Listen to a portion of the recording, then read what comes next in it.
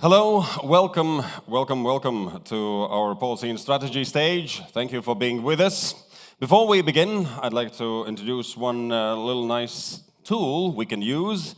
A Latvian language technology company, Tilde, has developed a solution that enables conference and event attendees, and it allows to listen whatever is being spoken on the stage in the language of your choosing. And you can find that language scanning the QR code and going into Tilde's tool, and then choose the language and see what translation you can get from English, or maybe if someone speaks Latvian from the stage. I am Valdis Melders, and I'll be your host for the stage, and let's have a great talk, then later chat and discussions. We will have very powerful panels on stage also, and later on you will also have the opportunity to join in using Slido and asking questions or being part of the discussion. So, here's the QR code for the translation in case you need that. We will begin with the keynote speech, and that will come from Mohammed Al-Sharhan, Managing Director of World Government Summit Organization. Welcome to the stage.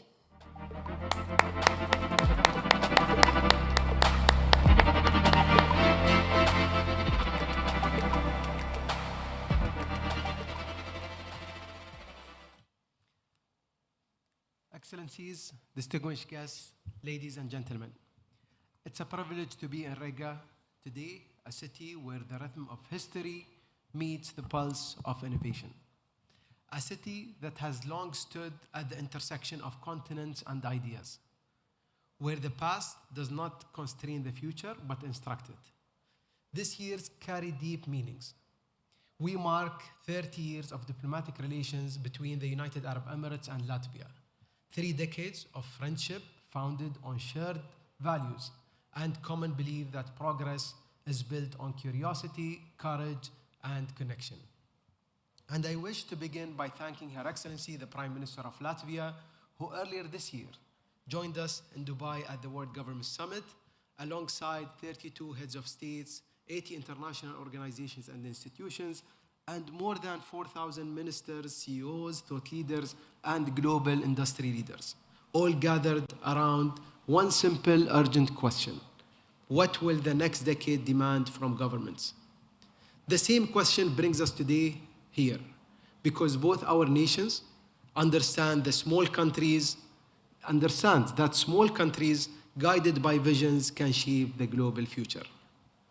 Ladies and gentlemen, if we wish to design the future wisely, we must first listen carefully to history.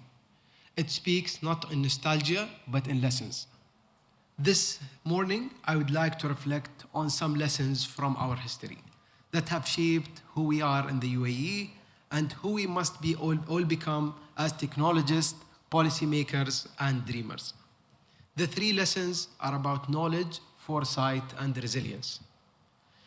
6 centuries ago, the Arab world was the center of global knowledge. Libraries in Baghdad had over million manuscripts. Our scholars gave the world algebra, astronomy, medicine, and navigation, ideas that built civilization. But around 1450, when Gutenberg's printing press emerged in Europe, parts of our region banned it, fearing it would spread falsehoods, destroy jobs, and dilute language. What we saw as a danger, others saw as destiny. And while Europe printed its future, we posed ours. That single act, a refusal to embrace change, cost us centuries of progress. Today, a new printing press stands before us: artificial intelligence. And once again, the same questions echo through parliaments and living rooms alike. What will it take our jobs? Will it reshape our identities? Will it control us? The first lesson, ladies and gentlemen, from history is very clear. Fear is the enemy of progress. Those who build walls around innovation end up defining ruins. Those who embrace it with wisdom build futures. Your Excellencies, long before satellites or sensors, the people of the UAE survived by reading and understanding the sea. Our ancestors called it sabr, the art of testing depth, studying the color of the water, the rhythm of the wind, the whisper of the waves. It was foresight born from patience, an early form of data analysis written not in codes but in courage. That same instinct guides us today. We practice sabr through national foresight. We have a UAE Centennial 2071 strategy. We were the first nation to appoint a Minister of Artificial Intelligence through a conversation that happened at the World Government Summit back in 2017. And we design policies that look into not only 5 years in the future, but 50 years from today.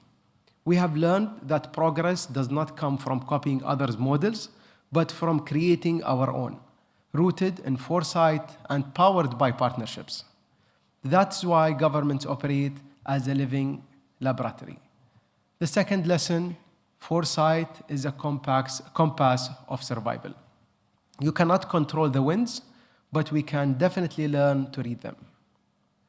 Ladies and gentlemen, a century ago, the Gulf's natural pearl industry employed over 70% of our population. Then, in 1926, Japan introduced cultured pearls. And within a decade, the industry collapsed. This disruption forced us to reinvent our economy and our mindset. And that's why our president, His Highness Sheikh Mohammed bin Zayed Al Nahyan, set up a clear KPI that we will celebrate the last barrel of oil. Because prosperity is not what lies beneath the ground, it is what lies in the mind. Today, 75% of our GDP comes from non-oil sectors. We have built 15 technology zones, created world's first graduate university of AI, and became home for the highest number of unicorns in our region. The lesson here that we should not wait for disruption. We should design transformation. If we could reinvent our destiny once, we can do it again. Ladies and gentlemen, we meet at a defining moment. Technology is no longer just an industry. It has become the bloodstream of governance, the language of diplomacy, and the frontier of ethics. Artificial intelligence, quantum computing, digital sovereignty, these are not abstract concepts anymore. They are policy choices. And the question before all governments today is simple but super urgent. How do we ensure technology serves humanity and not the other way around? The global AI market is projected to reach up to $15.7 trillion in economic impact by 2030. Quantum computing will soon solve problems once thought impossible. On the UAE, the digital transformation has saved the country approximately $4 billion. These figures reflect savings from modernizing the government and implementing advanced technologies like artificial intelligence to improve efficiency and services.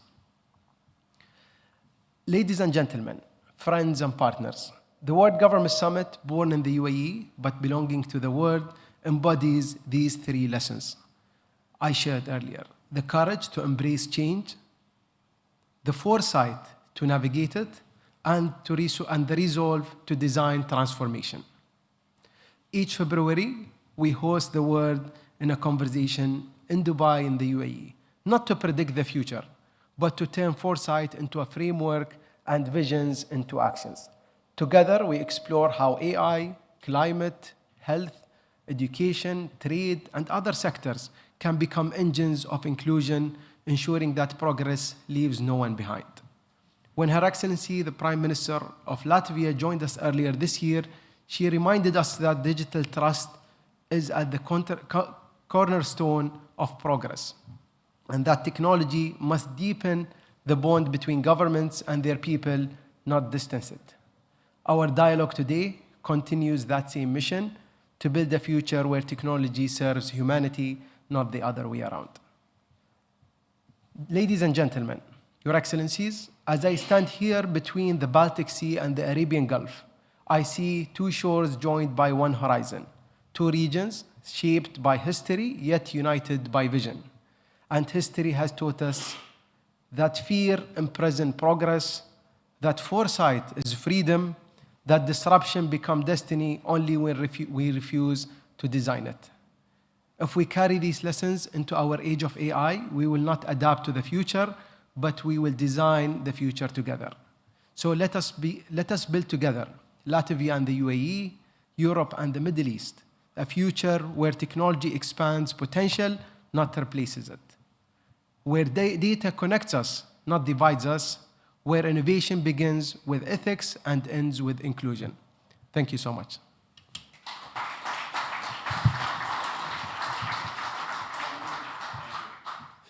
Thank you, Mr. Al-Sharhan. And yeah, this is the place where we come together. We are learning from each other and making this meeting very valuable. Let's move on with our next keynote speech, and that will be given by incoming chair of BEREC, starting 2026, Marko Mišmaš. Welcome to the stage.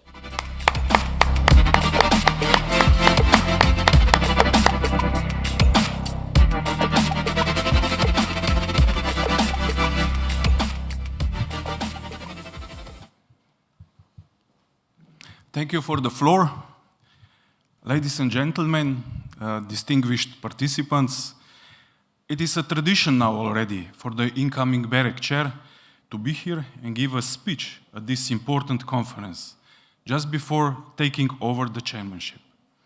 And for the last 3 years, at least, this was the time when we regulators are expecting some important new piece of legislation to be adopted or to enter into the force.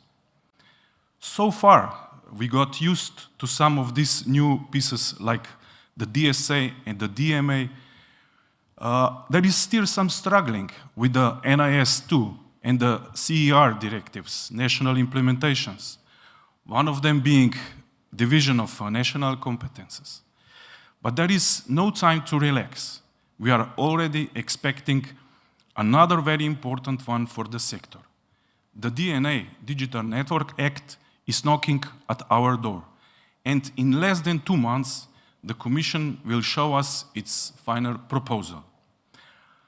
Our digital networks are becoming more essential for our everyday life. They deliver vital services for all of us, consumer and the businesses. And they are in many cases represent critical infrastructure for our governments. Last week, I attended an excellent conference organized by the 2024 BEREC chair, Mr. Tonko Obuljen, in Zagreb. During a panel on an NIS implementation, an SME-sized operator reported an additional cost of 350,000 euros just to implement the basic measures required to comply with the national law.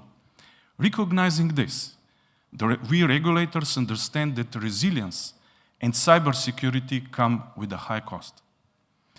But robust and redundant networks, resistance to growing number of cyber attacks, which are becoming more and more sophisticated and often, unfortunately, state-sponsored, is what we all need. The networks also need to withstand extreme weather events to deliver uninterrupted emergency calls and public warning systems, as they are crucial in such situations. Of course, money should not be the reason why we fail to make our networks more robust and better prepared for current and future security challenges. But the financial burden cannot be entirely fell only on the operators, especially in times of a need for an accelerated fiber deployment. BEREC has often shared a slightly different perspective from the Commission and from the authors of the 2 reports we've all heard about this past year, Draghi and Letta. They argue that operators' poor financial results and the lack of investments in Europe are mostly due to too much competition and too much ex-ante regulation by national regulators. If I may touch only on this last but important part, the current legal framework established by the European Electronic Communication Code has been very successful for Europe. It is based on the competition law, which has allowed us to achieve much lower prices for electronic communication services in the EU than in the USA, while the level of network development in most areas remain similar. Very important role of regulators, the one we have successfully played so far, and which I also see as a crucial in the future, is supporting most efficient fiber deployment and achieving and actively contributing to achieving European Digital Decade 2030 goals. And at the same time, preserving market competition with predictable and balanced interventions. The EECC and predefined markets in recommendation of relevant markets served us very well in this context. We can still remember how we once regulated 18 different markets, but today, with the same framework, we regulate only access market. Over the years, therefore, regulators have already deregulated markets, keeping regulation only where it's still needed, sometimes even just in smaller, non-competitive geographic areas.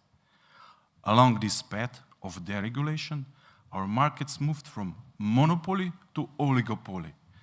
And all these developments have brought many new players.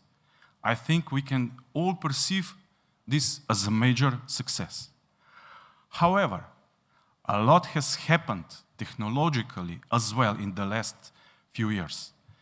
These technological changes requires some adaptation in regulation as the new players entered the ecosystem and new services emerged, which is of course very positive for both consumers and the industry.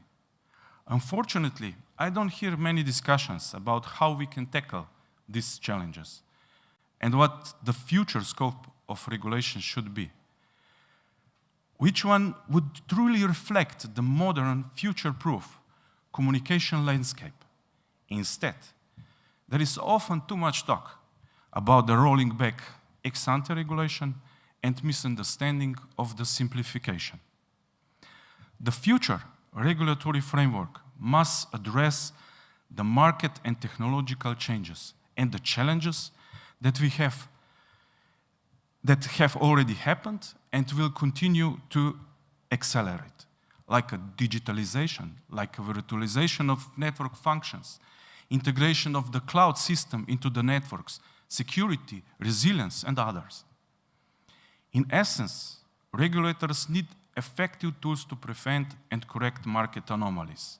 The EECC, together with already defined markets in the recommendation of relevant market, provide a solid legal foundation that must now be further developed to address these changes, including oligopolistic markets and the vertical disintegration of the players. In some points, BEREC agrees with the view of both Draghi and Letta, as well as the Commission, that is indeed possible to introduce some simplifications in the new legislative framework for the electronic communication sector. We believe that perhaps simplification would already mean removing some of the existing overlapping or unclear obligations that have resulted from the many new legislations adopted in Europe over the past few years, all of which, in one or another, also affect this sector. Let's now forget then that after the adoption of each EU piece of legislation comes the implementation phase, where differences in interpretation inevitably appear. And since we are on that topic, simplification does not mean deregulation. And these two concepts should not be confused. For the future good functioning of the electronic communication market, the regulatory acquis must continue to protect consumer welfare, and these protections should not be deleted under the guise of simplification. And from here, I would like to finally look into the future. The Commission has expressed its willingness to continue good cooperation with BEREC, as well as we all understand how important it is to understand the markets well, both before intervening with the regulation and also when we want to withdraw it. There is also a lot of talk about the EU single market product on this area. Maybe regulators don't see it so clearly in the consumer market, although there may be some room for simplification in that area of regulation as well. The Internet of Things, the IoT market, the autonomous driving, the connected cars definitely seem appropriate candidates for such single market product. In fact, the IoT world, we have already tackled some obstacles for the EU-wide deployment, and this could be an area where BEREC can be a competent contributor. Also, in the field of market monitoring and analysis, through the data collection and the processing, we can improve a lot by using new technologies. Of course, all potential roles of BEREC in the future will depend heavily on the new legislative framework, especially on its scope. Who are the actual entities in scope and which services will be included are some of the important questions that will determine the competences of the national regulators and, consequently, of BEREC itself. Regardless of that, I clearly see several future roles of regulators and for BEREC as well. This is preserving the market competition, supporting fast and efficient fiber deployment, and ensuring and strengthening the network resilience. Thank you for your attention, and I wish us all a fruitful discussion. Thank you, Mr. Mishmash. Now, before we move on, there will be a little break because we will begin exactly at 12 o'clock. We are having also our live streaming, and everyone knows the program. So at 12 o'clock, we'll be discussing real-world AI success in Europe. So main questions will be which AI applications are already or soon will be delivering economic or public value in the Nordic-Baltic region. Then should Europe pursue open source AI and other alternative approaches as a strategic path distinct from US and Chinese models? And then again, what policy tools are most urgently needed to support responsible AI scaling? So that discussion panel will be on the stage exactly in 25 minutes at 12 o'clock or at noon Latvian time. And we will have also our moderator, Laszlo Ignatzi, independent expert, and his panelists. Absolutely respectable panel. So it's 12 o'clock in 25 minutes, exactly on this stage, and make sure that you're here when we begin. Thank you.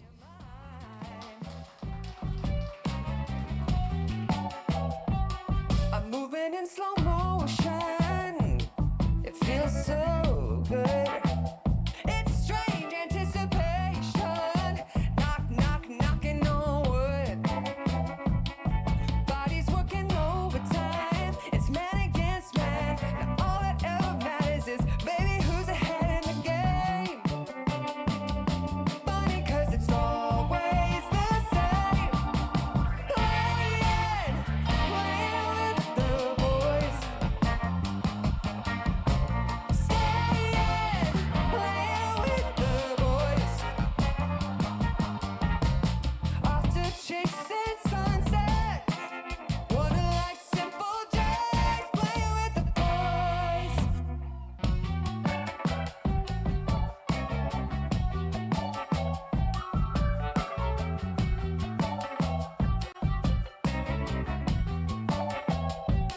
You say it was the wrong thing for me to do.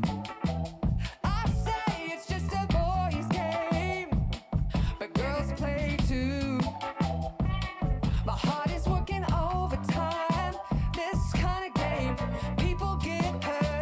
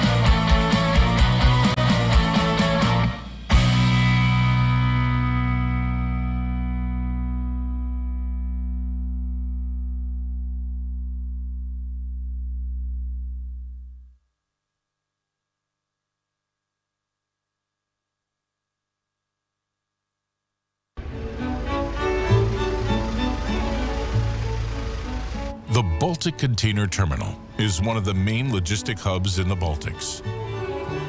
More than 260,000 containers are handled here every year. Every action here must be coordinated precisely.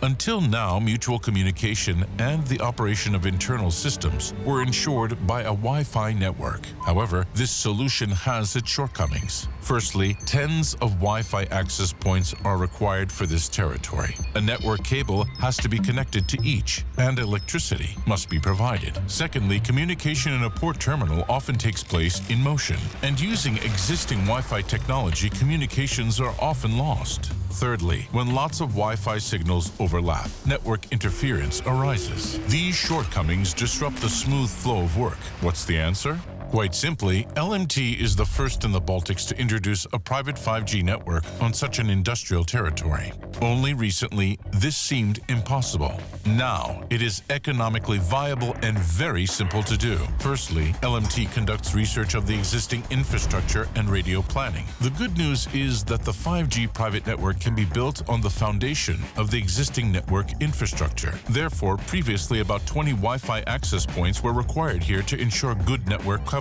For a private 5G network, we only require 1 or 2 5G antennas, thanks to greater transmission power. The new private network technology can augment and replace existing network technologies. Thus, it can correct the shortcomings evident in existing network technologies like Wi-Fi and others. 5G ensures a stable connection while in motion. We are already taking our umpteenth turn around this territory and have never once lost our connection. 5G offers the opportunity to replace old analog walkie-talkies with modern communications. Now we can not only talk, but also send photos and videos to our work colleagues. How are you now, Yanni? Does everything work?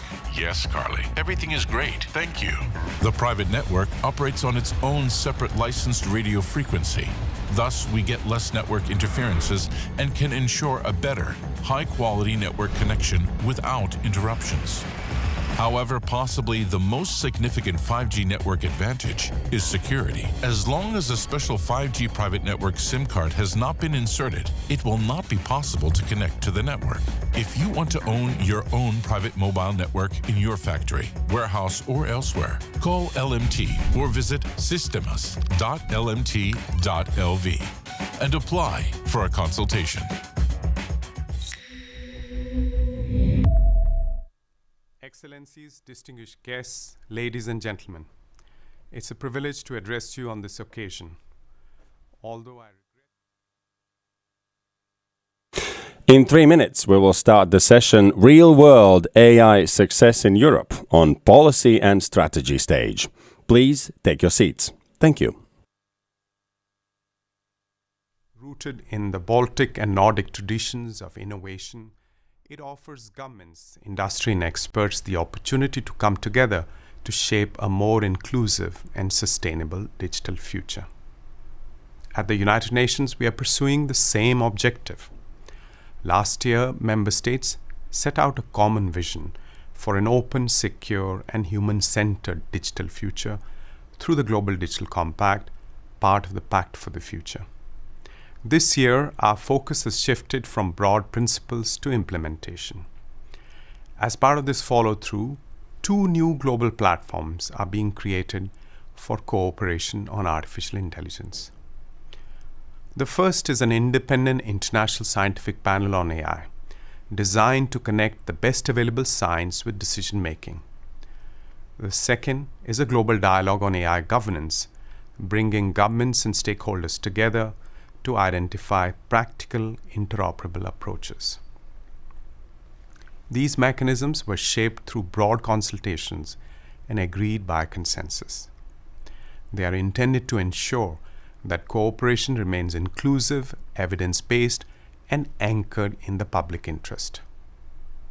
Ladies and gentlemen, we are also working to close AI capability gaps. The Secretary General has issued a report on innovative voluntary financing options for AI capacity building. It identifies the needs, maps existing support, and proposes ways to strengthen skills, institutions, and responsible deployment, particularly in developing countries. We need partners to take these options forward. allow me to extend 3 invitations to you today. First, contribute your rich regional experience to the new mechanisms. The global dialogue on AI governance will benefit from Baltic and Nordic expertise. Sharing those lessons more widely can make global cooperation more effective. Second, support the operationalization of AI capacity building. Partners in this region can help with the approaches proposed by the Secretary General, ensuring that innovation translates into capability everywhere. Third, work with us to strengthen global trust in multilateral cooperation. Excellencies, colleagues, the digital era will not be judged by technological breakthroughs alone, but by whether we expand opportunity, safeguard human rights, and build trust.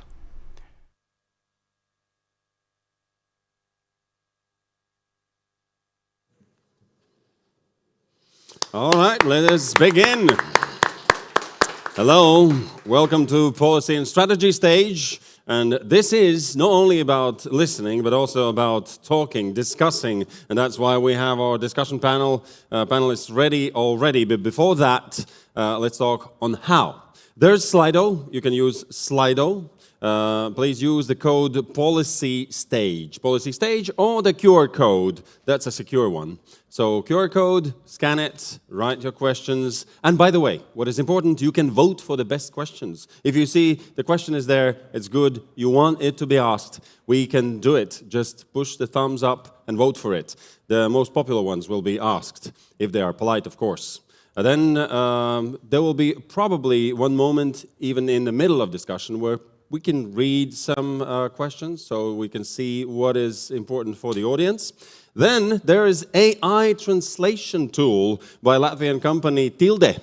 And Tilde offers you opportunity to listen in the English language here on this stage, this time, but you can choose any language there is available on the tool and read the transcript in that language. If you have headphones, you can even listen to the speaking voice.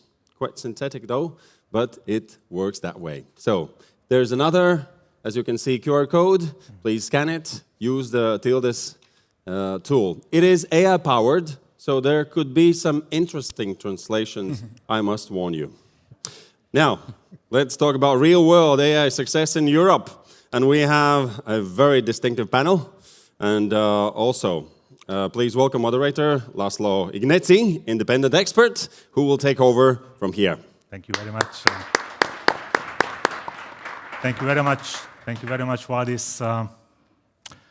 Well, let me start with a very short story that long time ago, in a galaxy far, far away, was a fresh graduate electrical engineer with passionate thoughts about telecommunications and with a dream to have an impact on the daily life of the people with those electronics and digital devices and applications being developed at that time.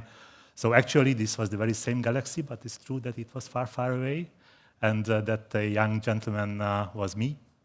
I ended up lately in the regulatory side of this telecommunications domain, and I was happy to serve for 10 years as the director of the EU agency that was established to provide support to the national telecom regulators within the European Union to implement the telecom framework. And that EU agency is one of the decentralized agencies called the BEREC office, and it is located here in Riga. So I am extremely happy to return to the city and moderate this distinguished panel and to talk about artificial intelligence. That's indeed linked somehow to the telecom. So against this background, you are not surprised that we will start from the telecom, but we will quickly broaden the scope to much broader AI topics. And we will talk about applications that are ready for use or around the corner. We will touch the digital sovereignty aspects. We will also talk about public policy tools and expectations in that regard. And I think that you agree with me that this panel is very well balanced to address these aspects. as we have, and let me quickly introduce the panel members, as we have Mr. Juris Binde from LMT, who is the president and chairman of the board of the telecom operator in Latvia. We also have Jaroslav Ponder of ITU, who is the head of the ITU Europe office in Geneva. And we have, well, it's a different order, so we have Anselm Fenker, if I pronounce it well, from Hamburg. He's working for ARIC. ARIC is the Artificial Intelligence Center in Hamburg. That's a not-for-profit organization with public and private members. And he's a senior AI project manager there. And we have Boniface Deschamps from the Computer and Communications Industry Association and the CCIA Europe office in Brussels. He's a senior policy manager there. So you see that this panel is quite balanced to discuss the topics from different perspectives. Although it is quite visible that we are not so balanced from another perspective. Unfortunately, this is not a gender-balanced panel. I know, and this is a problem, I admit. And I have to tell that this is despite all the efforts, and we have to do more, I understand. I hope that when the audience will engage, then we can heal a bit this unbalance. So I encourage all of you to use those tools that Valdis kindly introduced at the beginning, to ask questions, to suggest topics to discuss, because we would like to engage you during the panel discussion, not only at the very end. So around midterm, as what is already presented, I will ask for the main topics, for the main questions, for you to have an impact on what we are going to discuss in the second half of the discussion. So after all this introduction, now I will kindly ask Juris to provide some keynote thoughts, share with us his perspectives, and bring us to a historical journey as well. And after that, we will continue with reflections and the discussions. So Juris, please, the floor is yours now. Thank you, Laszlo. Hello, everybody. I would like to introduce a little bit about the historical issues and how the technologies, ICT technologies, were developing. And we always, more often we are talking about the telecommunication technologies and IT. But in fact, these two curves were developing in parallel. And looking at this slide, the second, third, and fourth generation of the telecommunications technologies were developing step by step from the circuit switching principles to more similar than ICT industry. And another curve shows that how the IT developed, starting from the web systems, then moving to cloud native systems, and later on now about the artificial intelligence and machine learning. And you see that these curves are coming more and more closer. There is less difference between the telco industry and IT industry. And there is one interesting crossroad when the second, third, and fourth G era is ending, and 5G era is starting. And it's very, very interesting, a very important point, because the first four generations were for the human beings, for practicalities. 5G is not for human. 5G is for robots, for different sensors, for different devices, for the software. And at this point, we are looking that it will these two technologies, IT and communications, are completely merging. We have no switching centers anymore. We have servers. There are no switching equipment we have software, and this is a good cornerstone and stepping stone for the development of the next generations. Very briefly, I will tell you about the way how artificial intelligence can be used for the different purposes. It's a practicalities. It's not a theoretical discussion. All these solutions are implemented.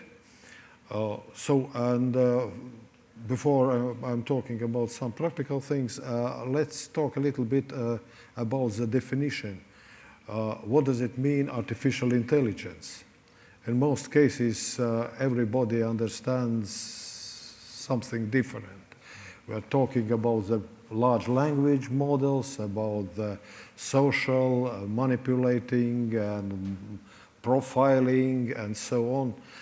In fact, artificial intelligence is software with an adaptive function which can learn, let's say, and to add information, and on the basis of this information build new algorithms and to give the answers to the questions.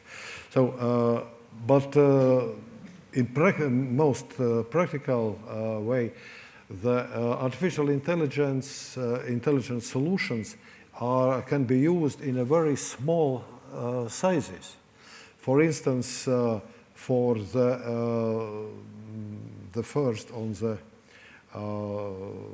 left upper corner, you can see this picture where the drones are supervising the safety situation on the waters.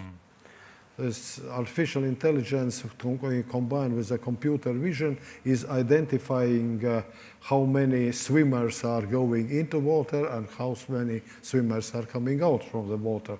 And if there is some difference, this drone is giving the information to the rescue center. And all the artificial intelligence is located in a drone. So the next two slides are showing how artificial intelligence, AI, can be used as on a big data, analyzing the movement of the people. And it was interesting to compare how this density and movement of the people was during the normal times and how it changed during the COVID times. And the last one is about applications of AI, which can be used for the radio network designing. It's designing of the radio network is engineering, but it's also some kind of art, because it's not normally it's not a flat area, but we have to build the network in very complicated areas. And therefore, artificial intelligence is very useful for modeling how the base stations will operate. This is very, very concentrated introduction for our further discussion. Just to show that this is not a fantasy, this is not something in the future, it's already in place and it's working already for several years. Thank you. Great, thank you so much, Yuri. Indeed, this is a great confirmation. I don't think that our audience would need that confirmation, but still it is important to make it that there is AI beyond the general purpose AI and beyond the hype that we see about AI. So those applications, those solutions that work behind, sometimes invisibly for the end users, are really, really important for the sector. And there were many topics that you addressed already on these very dense slides that we can come back later on. So I kindly ask the other panel members to take your opening statements and reflect on certain topics that you saw in the slide. First, Jaroslav, if you don't mind, you would be the next to show another dimension, because Juris brought the operator's perspective, and now you can bring something from the public body's perspective, please. Thank you very much for this, and good morning to everyone. Of course, as the representative of the International Telecommunication Union, which is UN Agency for Digital Technologies, it's obvious that we are dealing with the 194 countries on the daily basis. But what is more specific to our organization is that within the UN system, we are the strong believers in the power of the private sector, because whatever innovation is coming on the daily basis on the market is thanks to them. The innovation is driven by the private sector. And of course, the role of the governments is to create the enabling environment and to foster innovation and to make sure that the regulations coming on the market are not harming those who are sitting long nights in the research houses working around the solutions to be launched on the market, and they don't want to be surprised to be blocked from the implementation and commercialization. Therefore, we're very much pleased to have also in our platform, apart from the 194 governments, also over 1,000 leading tech companies, including network operators, including the AI companies, which are coming massively. Now we are observing on a daily basis a lot of small, middle companies entering the ITU, and they are entering with the one objective. They want to work with the global community on the global standards. Following the regional regulatory frameworks, following the regional prerequisites, but still already taking a look in the future, because the future is the global. The digital does not know the borders, frontiers, and those which are created, they're very easy to remove once we are reaching the consensus-based interoperability between the systems, and this is the role of institutions like the United Nations, UN agencies for digital, to work around this. And this brings us, to, of course, to the governance model, the debate on the models which we should have and which we should strive for, and to make sure that scale-up of the AI implementation is not harmed by any kind of the politicization of the discussions. Of course, there are the sovereign rights of the countries to have different views, but these are also their obligations to be at the table and to discuss all those issues in such a places like the ITU. And ITU's journey with the artificial intelligence, of course, didn't start when we started to talk in the media on the AI. It came very much earlier in the history, as our colleagues from already were mentioning, the history of the network optimization. These discussions were coming already 20 years back in the research houses, where we are taking a look with the telco operators how the network can be designed in order to optimize the traffic, routing, and routing. And this is something what was happening. Nobody understood that this would be the next hype. So of course, several years back, we took a look at this systemically as the international telecommunication, which is, of course, driven by the governments, which are giving us indications what they would expect from such an international organization to do. And still, when we are retrospectively taking a look, they were developing their understanding, what AI in fact is, what does it mean for them. A lot of countries were in the process of developing their own strategies at the national level, not knowing what does it mean for the international market to be, and on what to agree and what not to agree. One item is very clear. The capacity building is key here, and the skills development is the key. Therefore, I think there is a lot of efforts going in this direction, and to take a look how those solutions which are brought to the market can solve the global problems of the nutrition, of the safety, of the health. So different sectors are becoming now the native digital advocates, which were dreaming as the ITU for years, advocating, please understand why the broadband is important for you. When I was starting in the ITU, this was our call to the governments and to the Minister of Health.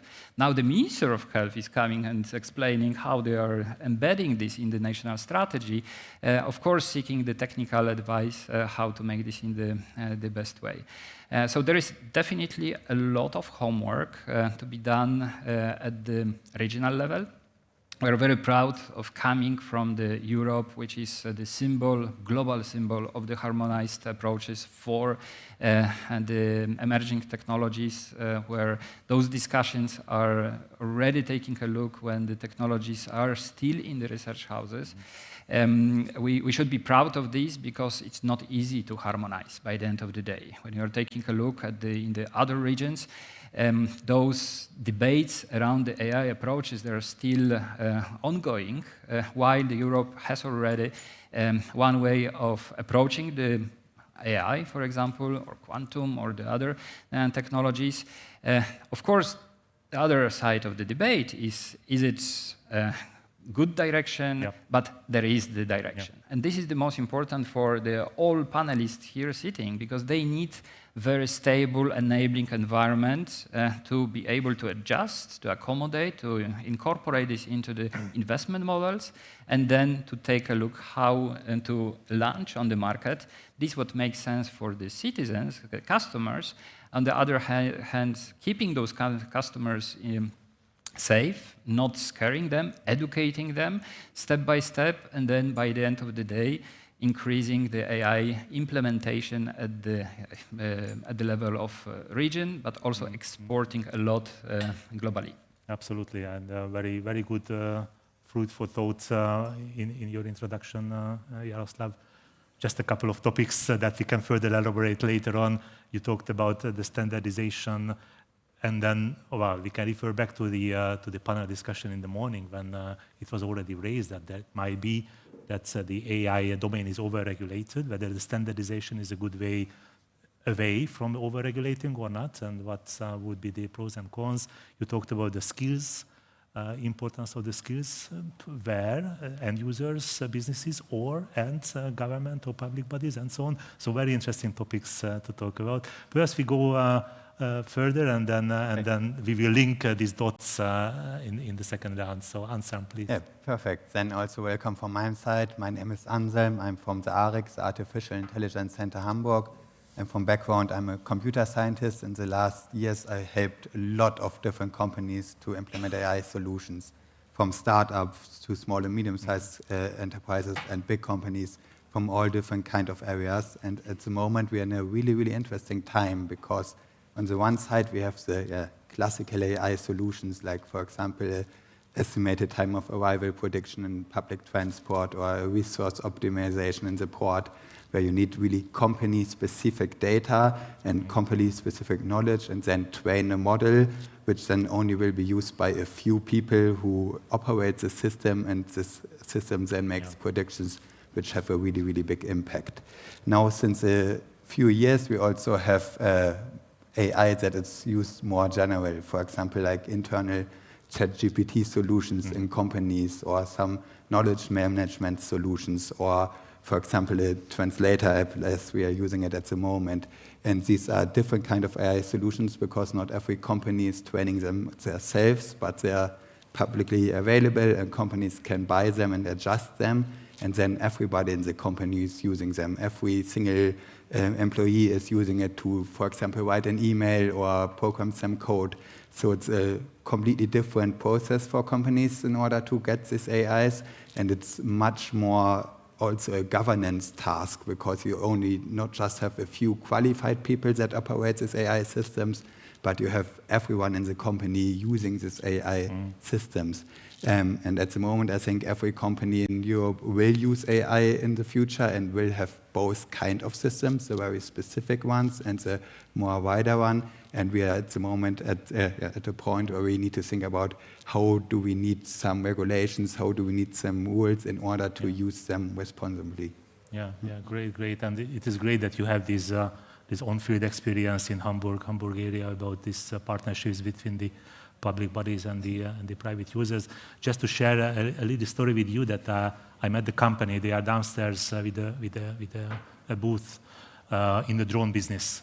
And it was also on Juris' slide. So this is rooted in telecom, but you see that it is not just telecom. So in the drone business, they suffer, they say, not just of the over-regulated telecom digital domain, but also the aviation over-regulation or the strict regulation in aviation. So it is not just as simple as easing the digital rules. It has also links to other regulatory domains. And probably test beds or regulatory sandboxes might be a good solution. Yes. But we might come Yes, back. we can come back to this later, but yes, please. If there would be an interest. A lot of topics, we might not have time for everything. So Boniface, now the floor is yours to make your first reflections. Thank you. So I'm Boniface, and I work for the Computer and Communications Industry Association, which represents a broad cross-section of tech companies, including some of the leading AI developers out there.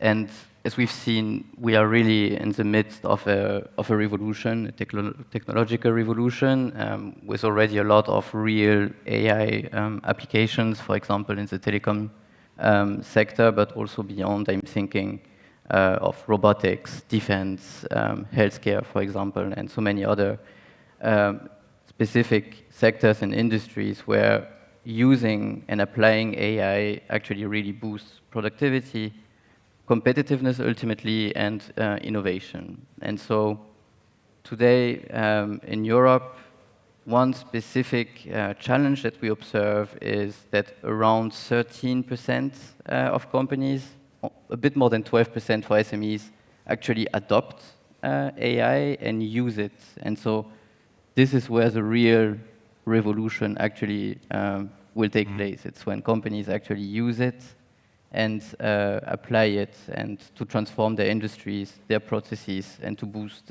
really their productivity.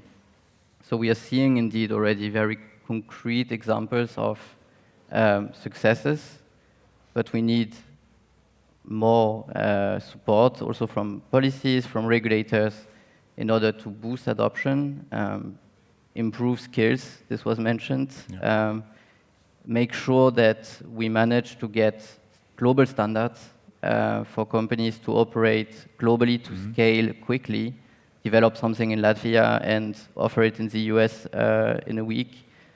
This is where standards can help a lot. And of course also for Europe, reducing the regulatory burden that currently lies on companies and make sure that our innovators here can really continue to innovate and scale. Yeah, all right, so good reflections indeed. We shall definitely come back to this reducing the regulatory burden and pros and cons and the ways how to do that. Yeah, you immediately want to? Yes, sorry for entering into the discussion, but I think that you raise a very pertinent issue, development of the standards. Which our European discussion is very much focusing, how to get innovation to the market, how to go to the global, how to commercialize this, everything. And however, when you're taking a look at the standards development, I think we need stronger engagement of the industry in the standard setting. I will be frank, we are missing. Yes, we need much more of attention being given to this innovation which is coming from Asia, Americas, and the other regions, which are perceived as maybe by many European companies as the competitors. But once the Europeans are not at the table, we can't blame anyone that somebody is developing global standards once we are not part of this discussion. So I think that a lot of attention requires, in particular in this very important moment when the technology is taking off, that the European industry, leading institutions are at this table in the discussions on the standard, technical discussions, but also at the regulatory discussions. This is the reason why these governance issues require that the European voice is there, also showing the level of flexibility to reach the consensus of the global approach. Got it. And this would be my call also to all private sectors being here. Just investigate what, for such institutions like ITU, like ISO, like IEA are doing in the field of the artificial intelligence. We are working together. It's not that we are invading the space and making sure that we are monopolistic on this. We're working together. We have the World Standard Cooperation Agreement with them. There is the database of the over 700 standards related to the AI. ITU is contributing with over 250. Of course, there is the space for these researches, which is happening at the European space, to be translated into the global standard. Good point. Yeah, all right. Thank you so much, Jaroslav, for this reflection. I think, well, we could choose multiple paths to continue from here, but this would be the right moment to check where is the discussion amongst the audience, and then to see what are their questions and comments and expectations towards us, and try to reflect on those in the second half of the discussion. So, Wadis, please. So it was mentioned already that yes, we do have a direction. Yes, we have guardrails. But one of the most popular questions is who's driving it? So are we just observing the progress, or there are becoming more and more operators using AI? So that is one question. Do we have a driver? Or are we just observing and putting the rules? For example, you mentioned aviation. In aviation, if you come in with a totally different technology, it takes 15 years to regulate it, and only then it could be applied. So where will we be in 15 years? Then the next one is, I would say there's many questions on skepsis about the precision of AI, for example, on government-level documentation.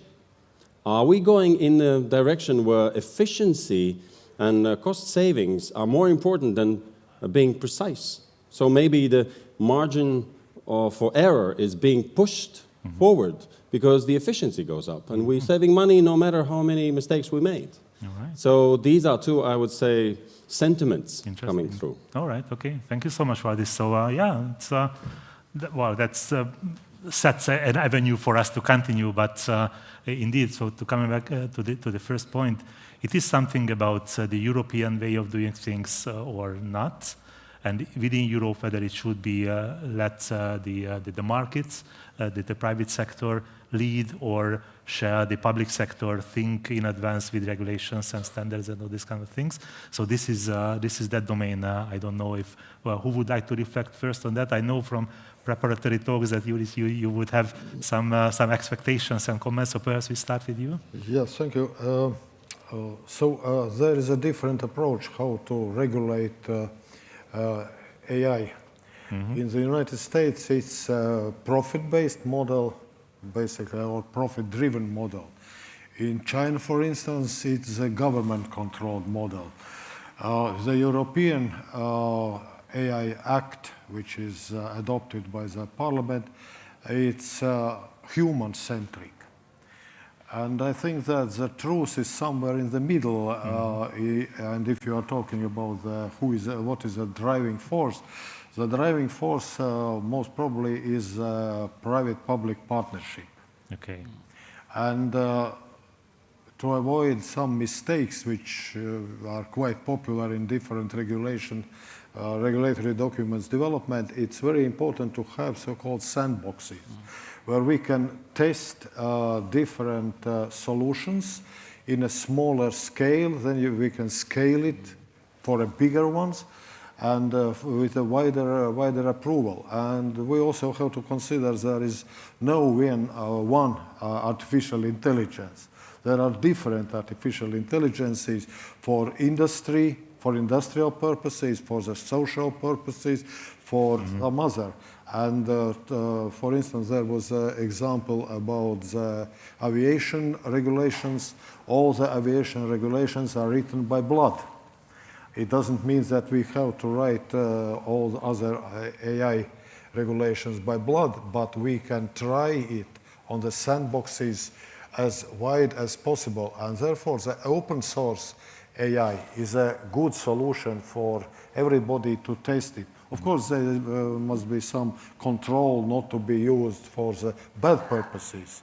But as more people and companies will be involved in this process from different areas, governments, public, private, individuals, we will get better results. Otherwise, even if we're looking at AI, AI can develop a better model if AI has more information. Yeah. And this is the same case. Yeah, yeah, very good point. And I saw your body Yes. language, Anselm, that you wanted to reflect on this. I also wanted to add something on the sandboxes. Yes. Maybe for those in the audience who haven't heard sandboxes before, that's a specific legal form that's mentioned in the UAI Act, which is supposed to enable regulatory learning. So on the one side, we have the companies who want to develop AI products as fast as possible and also develop them in a good quality and be compliant, but they don't really know what exactly means compliance. There are different kind of rules, what exactly applies, in which order do I need to do this. And on the other side, we have the regulatory offices. They also have an interest in that local companies develop AI solutions, high quality, good AI solutions. So they don't want to stop them. They just say, okay, we need to have some forms of regulations in order to ensure how this works.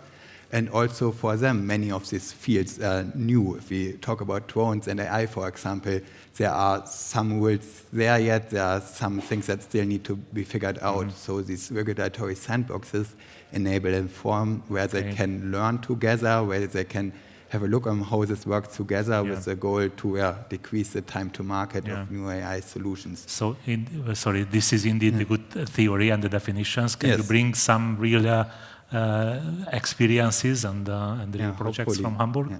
Hopefully, at least. At the moment, we are developing 2 AI sandboxes in Hamburg, one for life science, one for autonomous systems, so 2 fields where you have a lot of different types of regulations, not just the UAI Act.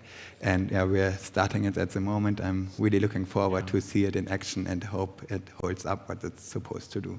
And just to add to this, we have just concluded the Global Symposium for Regulators in Riyadh, which brought over 1,200 representatives of the regulatory authorities. And the sandboxing was something what most of the regulatory authorities was mentioning as the tool of the future. So I think that we'll be going in this direction. We are very much happy also that the European Commission is supporting certain piloting of those tools elsewhere, not only in Europe, but also elsewhere, with some projects supporting, for example, Latin America with our support, with the focus on AI. Yes. So it's great development to see this partnership building. On the other hand, also in the standard setting mechanisms, the dialogue between the governments and the private entities, this is the key. Yes, of course, the government has always the right in the intergovernmental setting to say, yes, no, maybe change. But in case we are not providing this setting, I think this would be difficult. In our case, we have several focus groups which are addressing exactly those use cases requiring special knowledge of the non-traditional stakeholders coming to such a platforms like ITU, in emergency telecommunication, in the fake news recognition, in also health, education. These are the stakeholders who never would arrive to the ITU as a standard setting body dealing originally with technologies linked to the telco, but these days more transiting towards the AI ecosystem. All right, okay, good. Yeah, Boniface, I see. Maybe, I'm not sure I will be provocative, but coming back to the question of who's driving AI innovation adoption, for me it's industry, it's companies, it's innovators. They drive and they innovate. And in order to do so, they need clarity and they need certainty. And today, especially in Europe, we face complexity, too much complexity when it comes to regulation, which other areas of the world do not have as a constraint. And this is quite problematic. I think 1 year ago at Secretary, one of my colleagues spoke on a panel about adoption or policies for AI adoption in Europe 1 year ago. The Commission came last week with an Apply AI strategy, so 1 year after. In the meantime, other jurisdictions continue to innovate, companies and other parts of the world continue to innovate. So in the EU, we've largely focused on regulation, which is good, as long as it brings clarity. Today, this is really questionable, whether this brings clarity, and we see that there is an effort to simplify and ease the regulatory burden, and this was addressed earlier at the opening ceremony also. Yeah. At least there is the commitment and the intention to do that. That's good, indeed. Well, we also talked about, Yuri, you talked about regulation or rules written by blood, whether this is the right approach or something in between. So over-regulating, of course, is not desired. Non-regulation, so let the private markets flourish and proceed, and let's see how many people will die and what will be the disasters, and regulate only after that. That is also not a European way of doing things, so it's a no-go, something in between, right? And this is what I understood from your conversations, that the regulatory sandboxes and the test beds and the PPPs, so public-private partnerships, might be the good in-between solutions. It's a question of speed, right? So whether is it fast enough or not, and what can we do, or what the public policymakers can do to make it quicker? Or what will be the expectation from the private market towards the public bodies? So any of thoughts to share would be welcome. I can just very quickly say, I think we would be very much happy to see in many countries, I'm not talking about Europe, those dialogues are happening. I think that the policymakers are well trained, those who are dealing with AI, they know the expectations of the market, but those expectations have to be also discussed in the other markets where the potentially European-driven innovations will be going. And those dialogues require also strengthening of the capacities of understanding challenges of the AI in the developing countries, in those countries who will be consumers, who will be driving and welcoming the innovations also from such regions like Europe.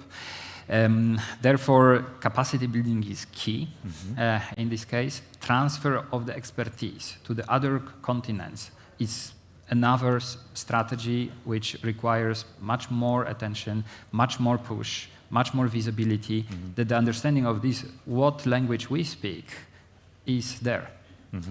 Like this, the adoption of the technologies in the other regions will be much easier, and also the dialogue at the policy level, at the governance level, will be much easier. Next year, in July, we'll host the Global Dialogue on AI as a formal part of the process of the United Nations. Are expecting a lot of people, but this will be the discussion of the leaders coming to debate AI.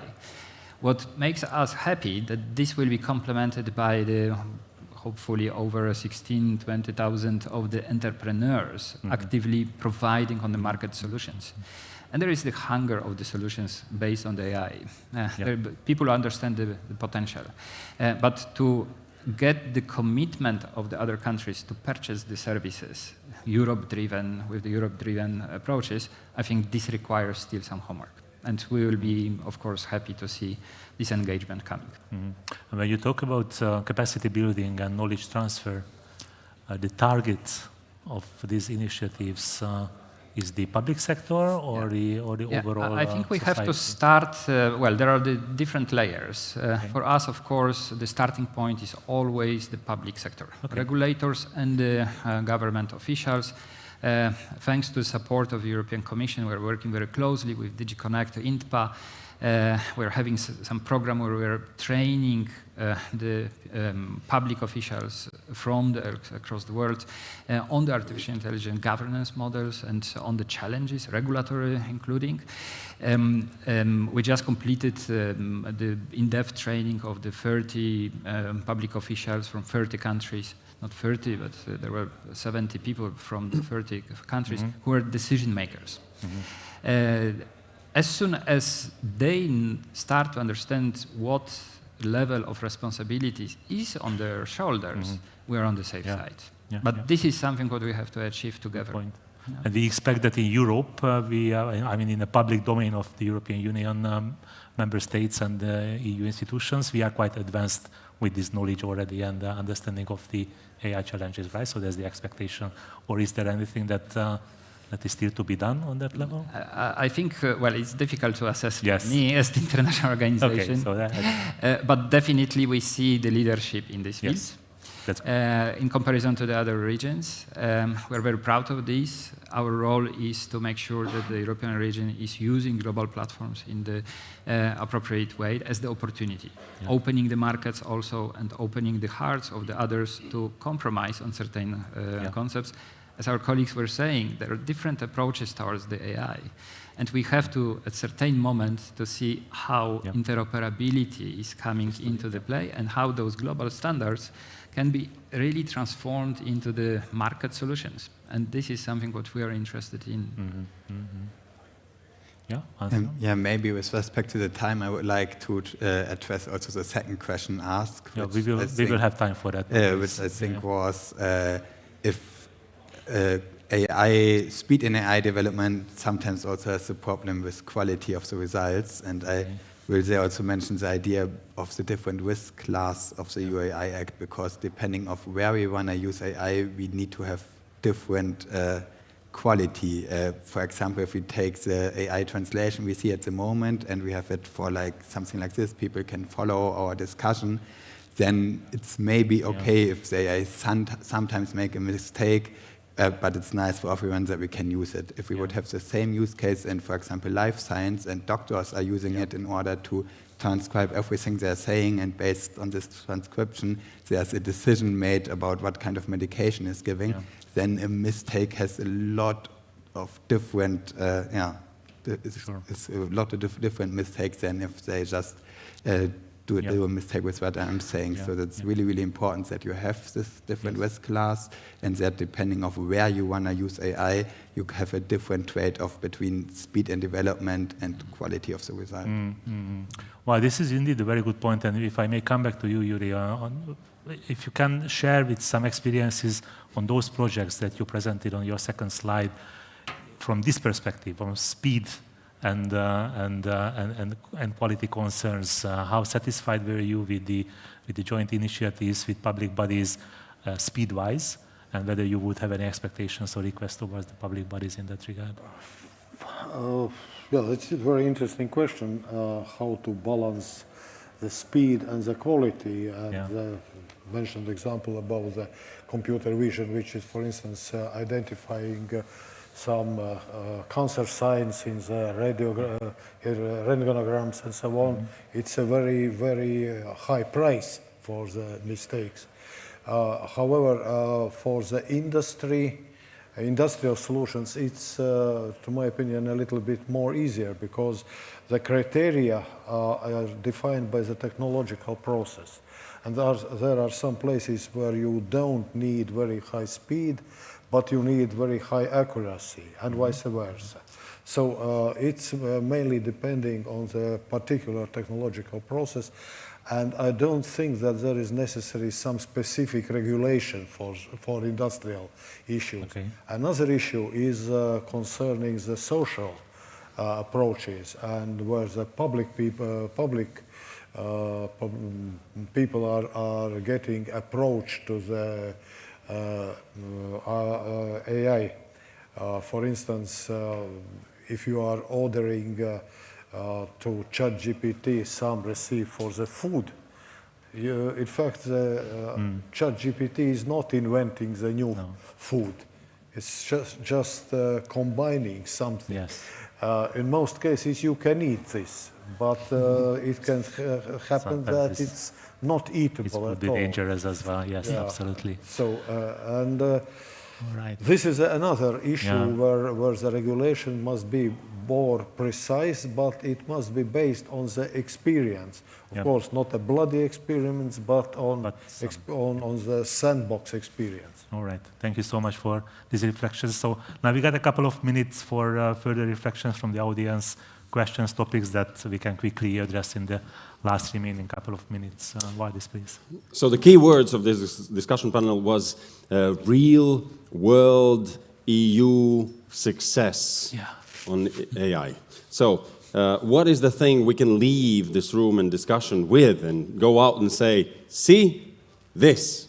So, and also, what are the real AI tools made in Europe, for Europe, we can use?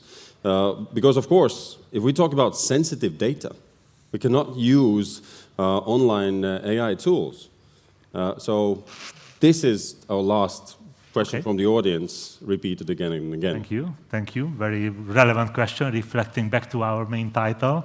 Boniface, if you perhaps you can share some of your thoughts and ideas, not necessarily from the telecom, but in a broader scope. Indeed. Well, I think the public sector has a key role to play, really. So what is needed is to invest in infrastructure, invest in skills, educate the population, really, and ease the regulatory burden. And then, of course, we have many, many innovators in Europe. If we look, Europe is one of the places where most startups are created. What is needed now is really helping them scale. Many today leave to establish themselves in the US, for example. Many, if we look at the big AI developers, many of the top scientists and researchers are European. So we have the talent. It's about retaining and really nurturing this talent. And when it comes maybe to sensitive data use, I think, again, it's really about making a clear distinction between off-the-shelf tools that you can have by registering on whatever platform, where I would strongly discourage you from uploading sensitive data, but there are specific applications or platforms or subscriptions for businesses. There's always a possibility to have your own models or apply AI for your own specific sector with your own data without it being shared or used for further training. So this is an important distinction. Got it, got it. Are those standalone systems? Yes. So are they standalone systems you can like buy and use and be sure that those are staying within your network? Today, yes, if you look at the offering of the vast majority of AI developers, they can, for example, even install a model on-premise, like it's in your whatever office or plant, and the model is used by you only, and the data stays in your office, for example. It's very different than if you use a model that is run on cloud, for example. But most companies give this possibility. All right, thank you so much. So I think one idea could bring to another statement and idea and question. We can continue it for hours and hours. Is there any last thought that you have already on your in your mind to share, just in the remaining half a minute? I would have just one very, very small call. Once we are discussing about the AI, we have to also understand the role of the traditional network operators, yes, and traditional telcos, which are getting under the immense pressure of investing in the 5G, 6G development. Because without the basic high-speed networks, AI will not work to the extent which we would like to have it. I'm not talking about the ChatGPT or some solutions which we are playing with on our mobiles. I'm talking about the real use of the future AI. With augmented reality, with the interactive glasses, empowering us to have great minds without showing this to the public, for example. But all this will not work in case we are staying with the investment which is currently at this point. And this is something what we have to keep in mind, and also take a look at the challenging situation of the all network operators, traditional service providers, which are doing their best, but they have to also have the support from the AI community in addressing their challenge. All So right. this would be my also Yes, additional very good message. point. And this, I think this would refer back to other topics that we discussed today, that all these will work only with a very strong public-private partnership, and this is the key message. Thank you so much for this great discussion. I think we can continue in a different form, but now please join me with an applause to the panel members. This was a great discussion. Thank you so much. And before you go, one final thought. Could it be that Europe is so stiff and regulating so harshly the AI development just because the regulators are asking AI what should be the regulation? Hopefully not. All right, thank you very Good much. point for next year. Thank you. Thank you. And thank you for the questions. Those are great questions on Slido. Now we're going for the lunch, and you have a choice where to go back, which stage, starting 2 o'clock in 65 minutes.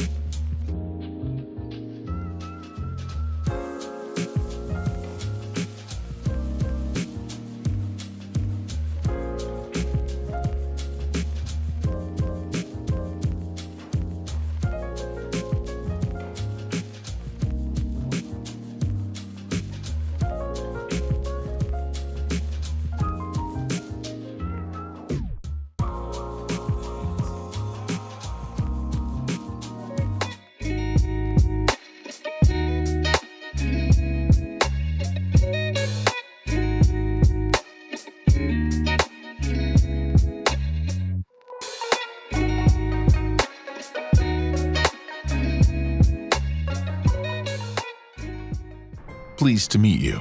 We are the Riga Freeport. Yes, the one that is located right at the crossroads between west and east, north and south. Yes, the world may have seen bigger ports, but when it comes to quality, whether it be our team, technology, or logistics, not many ports have the same standards as we do. We provide all of the services that a port can offer. We believe that it is better to slightly under-promise and a little bit over-deliver rather than the other way around. This is how reputations are built. Serving the client isn't enough. Positively surprising him is. We may not be the biggest port, but we are one of the best ones to adapt your needs as an investor, client, or business partner. This attitude is built into our DNA. You must keep up expectations. You can only afford happy clients. You simply must satisfy the highest environmental standards. You have to be on time. Your staff is trained to a level of excellence. Perhaps this is because of our Nordic mentality. Accuracy, precision, responsibility, and a genuine talent for planning. Our customers are valuable, and we will always find tailored solutions. Now, let's have a listen to what some of our clients say. When it comes to doing business in Riga compared to the other port authorities we deal with, I mean, they are 5-star compared to 2-star, 3-star in other countries. So I'm really happy to be back in Riga. I'm actually not only happy, I'm proud. I'm proud of Riga. Yes, our location really is a game changer. Everyone knows the shorter the land transport, the lower the costs and greater the profits. We're always happy to save you a couple 100 kilometers. Did we mention Riga? Yes, we did. Riga is a true melting pot for the widest range of cultures and ideas. Almost everything in Riga booms with life, drive, style, and joy. The fastest internet in Europe? Sure. The home of globally known startups? Absolutely. But we must not forget one of Riga's best features. The city is well linked to the world's major aviation hubs, which makes traveling to Riga fast and comfortable. Here at the Riga Freeport, we will be glad to work with you and support you in developing infrastructure. We will meet and guide your ships to the pier, and we will send them to their next destination. We will break the ice and clear the way during the winter, and we will definitely help you to break the ice in business. We are pleased to meet you, Riga Freeport. Big in business, big in quality.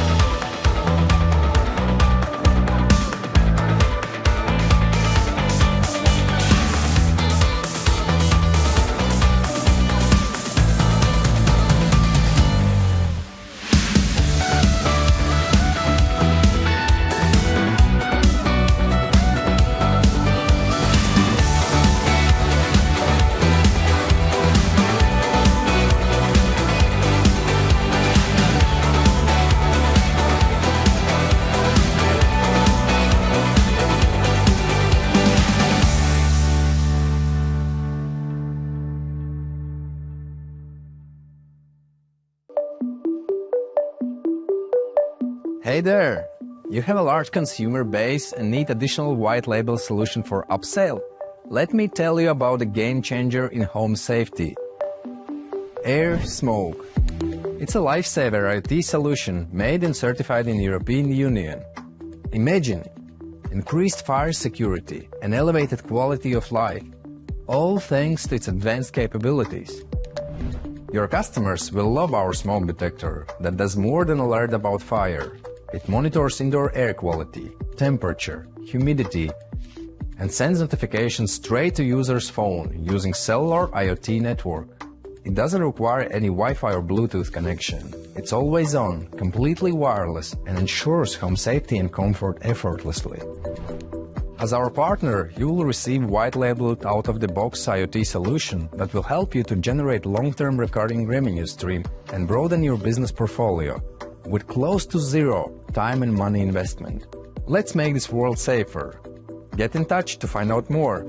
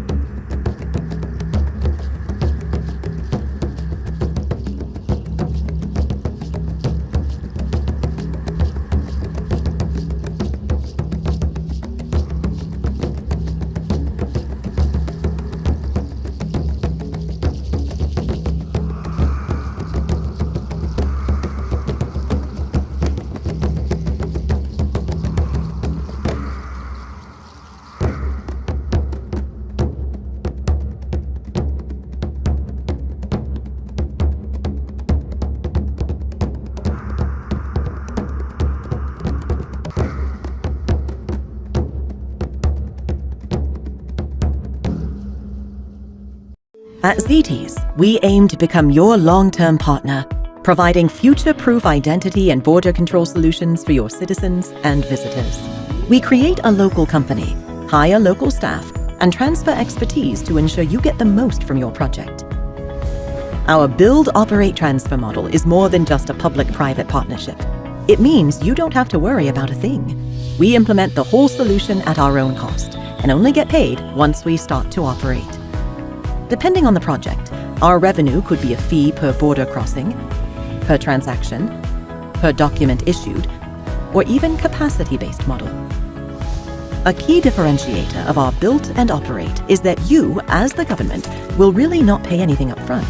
ZTES carries the entire initial investment and shares in the success of the project. From day one, we hire and train local resources, effectively transferring knowledge to ensure long-term success. ZTES is your trusted one-stop partner for identity and border control solutions. We tailor our services to your country's specific requirements in order to provide you with the optimum turnkey solution.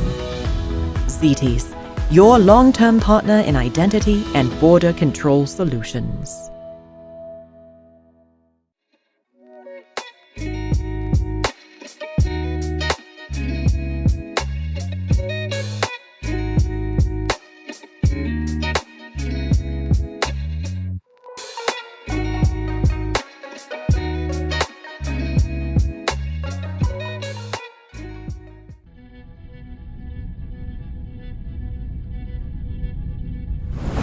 The untamed Baltic Sea, endless forests of pine, a winding coastline of fine white sand, and vast peatlands dating back 5,000 years. This is where our restless spirit lies. We have been ignited. We are on a path to create a more sustainable world, one that will benefit us today and provide for generations to come. History shows that when it comes to Latvia, there is no mission too great to accomplish. We're striving to become an international centre for sustainable innovation by creating opportunities in technology, science, renewable energy, and other sectors that recognise the critical need for action on a global scale.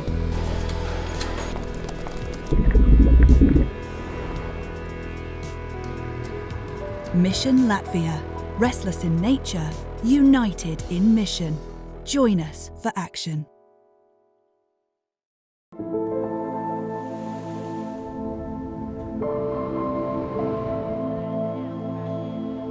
The Nordics, a place to belong and to thrive. We're different, but also alike. Above all, we are united on a common journey to be the most sustainable and integrated region in the world by 2030.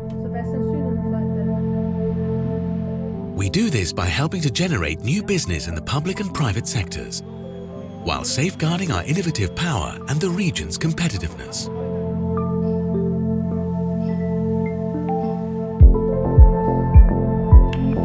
Raise your hand. Be heard. Trust is the foundation of what we do each day. We encourage people to capitalize on our state-of-the-art innovation, research, and science for a sustainable future. We aspire to make the circular economy a reality for the future of the Nordics. It's all about how we get from A to B, the energy we produce, what we eat, and how we live. Robust and sustainable growth, equality, and welfare enable us to secure jobs and financial dynamism, giving us the scope to act when a crisis arises. We strive to lead the way toward the ever more human-centric and responsible use of data and technology, while enhancing our competitiveness.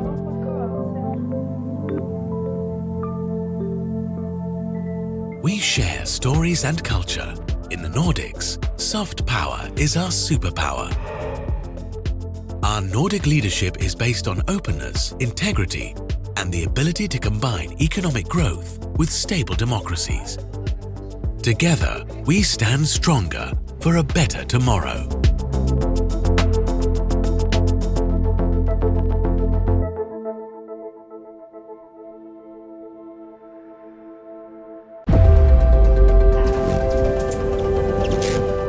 Today, as a technology innovation leader, we're driving the next evolution where networks meet cloud. Alive with intelligence, adaptable and autonomous. Networks that sense, think, and act. This is how we're enabling service providers, enterprises, and the world to do what couldn't be done before. We're opening up new opportunities for monetization and automation, unlocking new forms of collaboration and delivering trusted performance through trusted networks to realize the full potential of digital. Because it's only when people, machines, and devices work together in sync that we can create a sustainable, productive, accessible future. This is Nokia. We've always connected people. Now, we create technology that helps the world act together.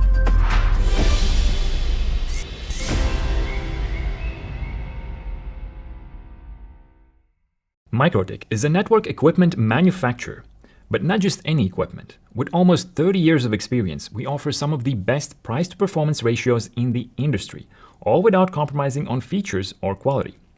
As a European company based in Latvia, we strive to do our manufacturing as close to home as possible.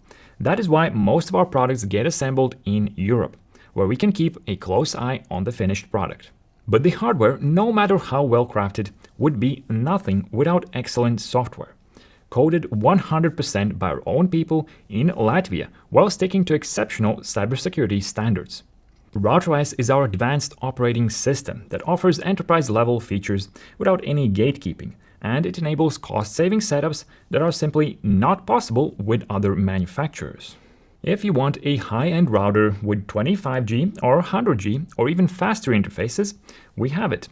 If you want a budget 1 gigabit switch that could fit in a pocket, we have that too. For the price of a dinner, one of these can be yours. But nothing says Microtik more than our desire to create products that offer something more, something that breaks boundaries and delivers value in ways others don't dare. We have an entire range of products that are a hybrid between a switch and a router. The CRS series devices cost like a switch, but can act as a router to an extent if you need it. Not so long ago, we introduced a router that has 20 slots for NVMe SSDs. Cellular, 5G, and IoT connectivity are also areas where we create interesting, unique solutions. If you would like to work without devices, simply look for a distributor online. There are hundreds across the globe. There might be one near you. Alternatively, if you would like to become a distributor yourself or use our products at an industrial scale, feel free to contact sales@microtik.com. What if help could arrive before danger unfolds? When every second matters, technology becomes our strongest ally. Introducing 5G for Lives, a project focused on smart, automated drones using 5G network. An AI video analysis to deliver critical, real-time intelligence, helping keep people safe in the waterside areas of Tīšezers and Vecāti Beach. This technology opens up new possibilities. Monitoring swimmers, detecting anyone leaving safe zones and instantly alerting lifeguards. Identifying objects and motorized vehicles, such as boats, jet skis, and paddleboards, entering designated swimming areas where they could endanger people. Counting people on land and in water to give rescue services a clear picture of the situation and the resources needed. So, how does it work? Using LMT's 5G network, drones patrol the beach regularly or on demand. The drone operator can adjust the mission or take manual control through the same secure connection. At the LMT data center, AI analyzes the video in real time, spotting potential risks. When danger is detected, the Riga Municipal Police are alerted instantly, ready to respond without delay. Smart, fast, reliable. 5G for lives, ensuring safety when it's needed the most. Learn more at innovations.lmt.lv.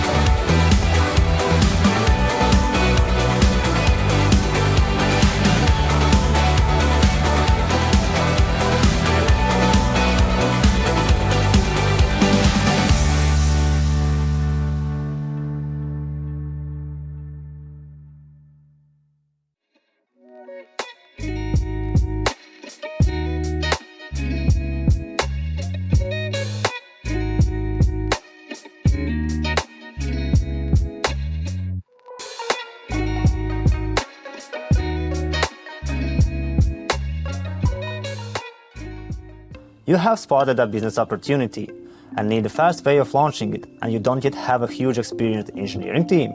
IoT Shortcut got you covered. IoT Shortcut works like a template. You can easily apply it to your IoT solution and adjust and modify it according to your needs. IoT Shortcut includes all these essential building blocks of every cellular IoT product that can be easily dressed in your great product enclosure, and your favorite sensors can be easily attached. Engineers love it. IoT Shortcut offers you the whole package: hardware, seamless connectivity, a powerful data platform, and mobile app. Building a truly low-power IoT device requires tedious engineering. This low-power mindset applied to every resistor and every code line you write. This is how IoT Shortcut is built. Use IoT Shortcut today to unlock full potential of your business. Get in touch with us now to speed up your time to market.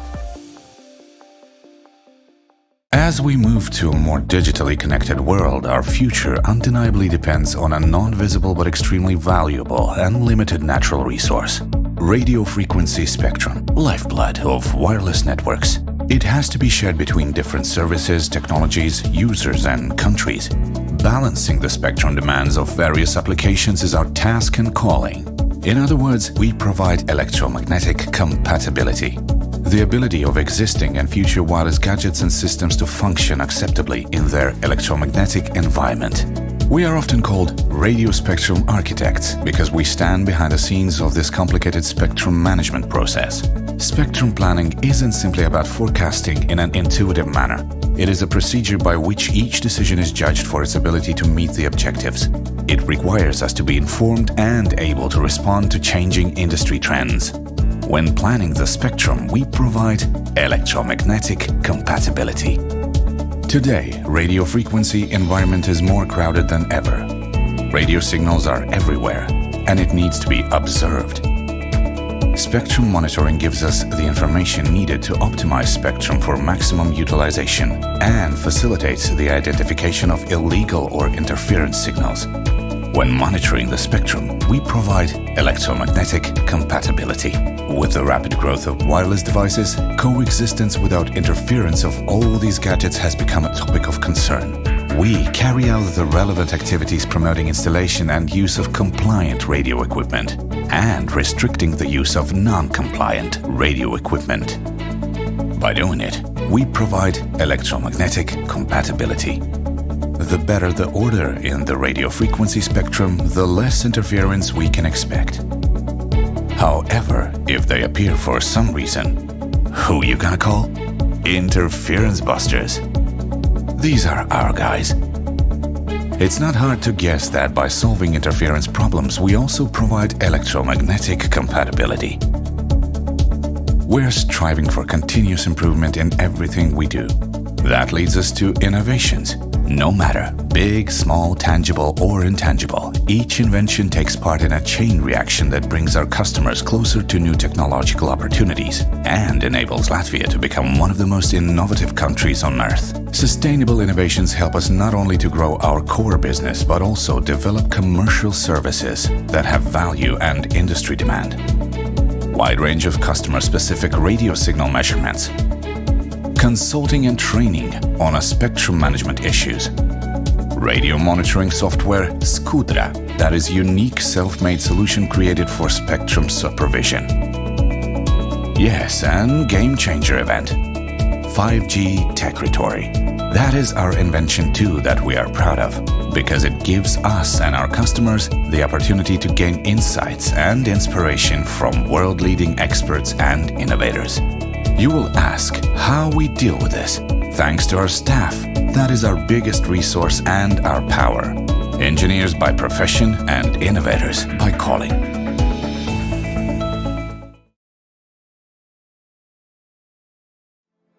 So this is Hamburg. Yes, exactly. It's the economic centre of Northern Europe, but Hamburg is so much more than that. Tell me everything. What draws people and companies to Hamburg from all over the world?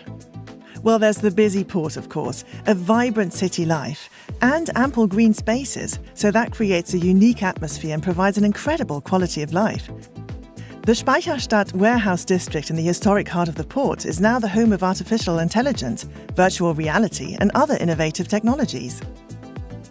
That sounds amazing. And which world-famous companies call Hamburg home? Well, Hamburg is one of the top business locations worldwide, so national and international players, along with world market leaders, are based here. And there is an ongoing flow of companies and personnel with their families moving to Hamburg. So, there seems to be a lot going on. But do most businesses revolve around traditional economy, or are there also startups here?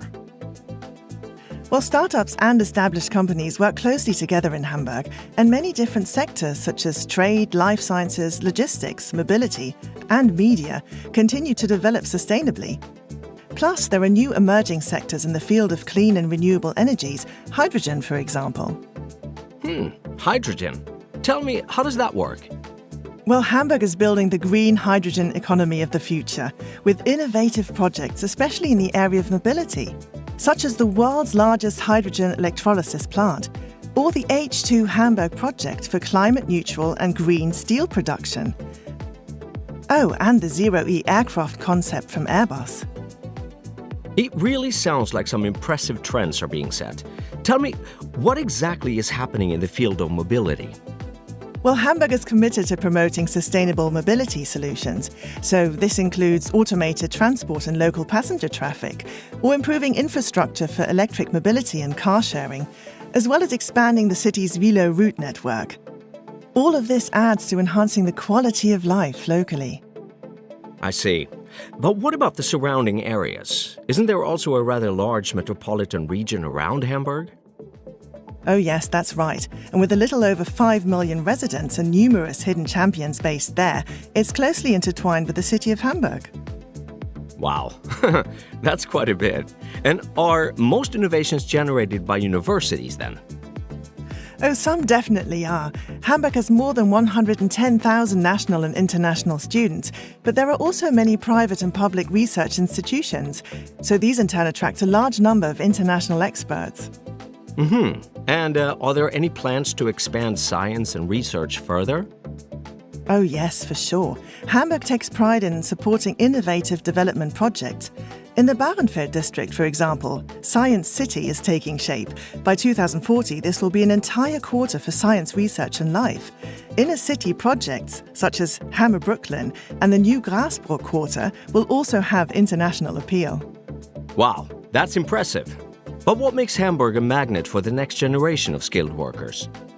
As well as offering excellent economic conditions and a high quality of life, Hamburg is actually one of the greenest cities in Europe. And it's also very close to the North and Baltic Seas, which offers unparalleled opportunities for relaxation and leisure. Right. I'm sure not everyone can head straight to the coast after work. So what does Hamburg have to offer locally? Oh, you have countless choices here in Hamburg, regardless of whether you're young or old, German or expatriate, or whether you're single or have family. Hamburg has something to offer for every walk of life. That sounds like great diversity to me. Can you tell me a couple of highlights? Of course. Head down to St. Pauli and explore the Reeperbahn, for example, one of the most exciting entertainment districts in the world.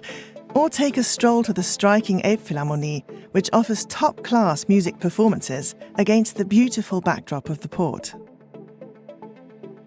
So that's Hamburg.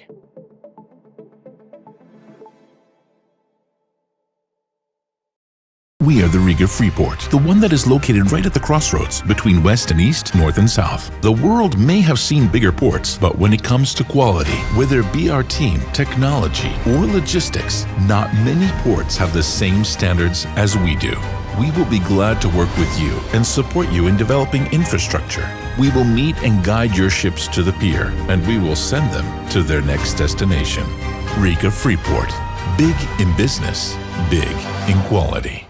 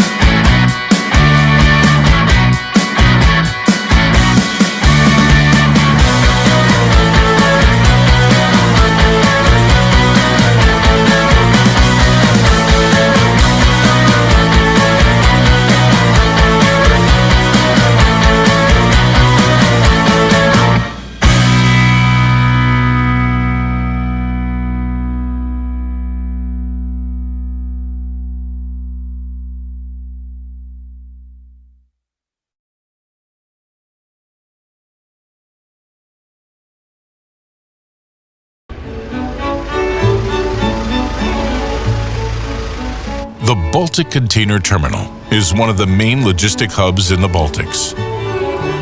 More than 260,000 containers are handled here every year. Every action here must be coordinated precisely. Until now, mutual communication and the operation of internal systems were ensured by a Wi-Fi network. However, this solution has its shortcomings. Firstly, tens of Wi-Fi access points are required for this territory. A network cable has to be connected to each, and electricity must be provided. Secondly, communication in a port terminal often takes place in motion, and using existing Wi-Fi technology, communications are often lost. Thirdly, when lots of Wi-Fi signals overlap, network interference arises. These shortcomings disrupt the smooth flow of work. What's the answer? Quite simply, LMT is the first in the Baltics to introduce a private 5G network on such an industrial territory. Only recently, this seemed impossible. Now, it is economically viable and very simple to do. Firstly, LMT conducts research of the existing infrastructure and radio planning. The good news is that the 5G private network can be built on the foundation of the existing network infrastructure. Therefore, previously about 20 Wi-Fi access points were required here to ensure good network coverage. For a private 5G network, we only require 1 or 2 5G antennas, thanks to greater transmission power. The new private network technology can augment and replace existing network technologies. Thus, it can correct the shortcomings evident in existing network technologies like Wi-Fi and others. 5G ensures a stable connection while in motion. We are already taking our umpteenth turn around this territory and have never once lost our connection. 5G offers the opportunity to replace old analog walkie-talkies with modern communications. Now we can not only talk, but also send photos and videos to our work colleagues. How are you now, Yanni? Does everything work? Yes, Carly. Everything is great. Thank you. The private network operates on its own separate licensed radio frequency. Thus, we get less network interferences and can ensure a better, high-quality network connection without interruptions. However, possibly the most significant 5G network advantage is security. As long as a special 5G private network SIM card has not been inserted, it will not be possible to connect to the network. If you want to own your own private mobile network in your factory, warehouse, or elsewhere, call LMT or visit systemas.lmt.lv and apply for a consultation. Excellencies, distinguished guests, ladies and gentlemen, it's a privilege to address you on this occasion. Although I regret that I cannot be with you in Riga, I am pleased to join you virtually for this important gathering. Over the years, Riga has become a leading meeting place in Europe for discussions on digitalization and connectivity. Rooted in the Baltic and Nordic traditions of innovation, it offers governments, industry, and experts the opportunity to come together to shape a more inclusive and sustainable digital future. At the United Nations, we are pursuing the same objective. Last year, member states set out a common vision for an open, secure, and human-centered digital future through the Global Digital Compact, part of the Pact for the Future. This year, our focus has shifted from broad principles to implementation. As part of this follow-through, 2 new global platforms are being created for cooperation on artificial intelligence. The first is an independent international scientific panel on AI, designed to connect the best available science with decision-making. The second is a global dialogue on AI governance, bringing governments and stakeholders together to identify practical, interoperable approaches. These mechanisms were shaped through broad consultations and agreed by consensus. They are intended to ensure that cooperation remains inclusive, evidence-based, and anchored in the public interest. Ladies and gentlemen, we're also working to close AI capability gaps.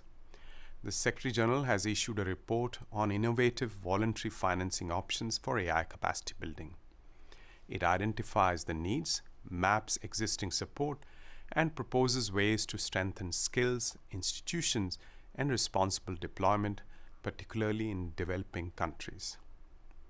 We need partners to take these options forward. Allow me to extend 3 invitations to you today. First, contribute your rich regional experience to the new mechanisms. The global dialogue on AI governance will benefit from Baltic and Nordic expertise. Sharing those lessons more widely can make global cooperation more effective. Second, support the operationalization of AI capacity building. Partners in this region can help with the approaches proposed by the Secretary General, ensuring that innovation translates into capability everywhere. Third, work with us to strengthen global trust in multilateral cooperation. Excellencies, colleagues, the digital era will not be judged by technological breakthroughs alone, but by whether we expand opportunity, safeguard human rights, and build trust. This region has shown that it knows how to connect ambition with cooperation and with trust. The United Nations, through the Global Digital Compact, the Scientific Panel on AI, the Global Dialogue on AI Governance, and the Office for Digital and Emerging Technologies, stands ready to work with you to turn shared principles into shared progress. I wish you productive discussions, and I look forward to learning from your conclusions. Thank you.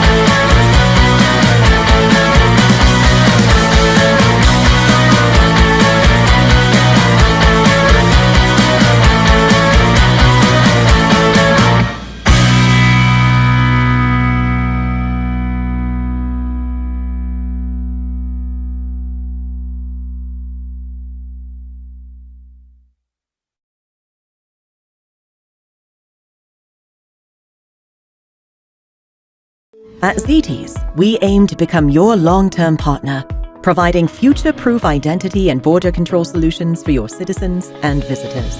We create a local company, hire local staff, and transfer expertise to ensure you get the most from your project. Our Build, Operate, Transfer model is more than just a public-private partnership. It means you don't have to worry about a thing.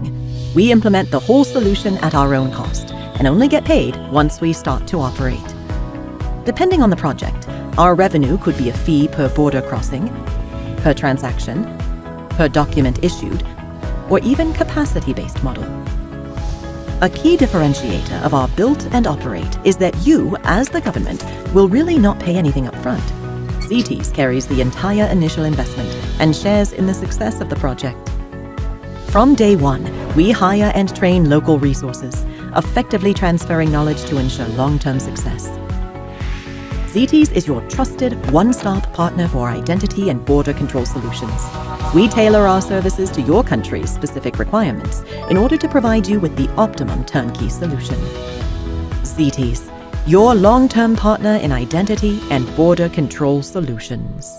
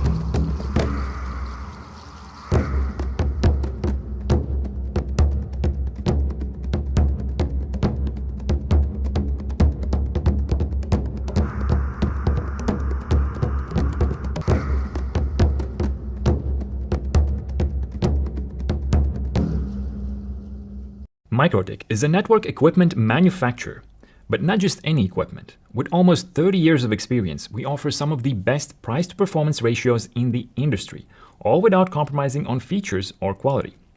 As a European company based in Latvia, we strive to do our manufacturing as close to home as possible. That is why most of our products get assembled in Europe, where we can keep a close eye on the finished product. But the hardware, no matter how well crafted, would be nothing without excellent software, coded 100% by our own people in Latvia while sticking to exceptional cybersecurity standards. RouterOS is our advanced operating system that offers enterprise-level features without any gatekeeping, and it enables cost-saving setups that are simply not possible with other manufacturers. If you want a high-end router with 25G or 100G or even faster interfaces, we have it. If you want a budget 1 gigabit switch that could fit in a pocket, we have that too. For the price of a dinner, one of these can be yours. But nothing says Microtik more than our desire to create products that offer something more, something that breaks boundaries and delivers value in ways others don't dare. We have an entire range of products that are a hybrid between a switch and a router. The CRS series devices cost like a switch, but can act as a router to an extent if you need it. Not so long ago, we introduced a router that has 20 slots for NVMe SSDs. Cellular, 5G, and IoT connectivity are also areas where we create interesting, unique solutions. If you would like to work with our devices, simply look for a distributor online. There are hundreds across the globe. There might be one near you. Alternatively, if you would like to become a distributor yourself or use our products at an industrial scale, feel free to contact sales@microtik.com. We are the Riga Freeport, the one that is located right at the crossroads between west and east, north and south. The world may have seen bigger ports, but when it comes to quality, whether it be our team, technology, or logistics, not many ports have the same standards as we do. We will be glad to work with you and support you in developing infrastructure. We will meet and guide your ships to the pier, and we will send them to their next destination. Riga Freeport. Big in business, big in quality.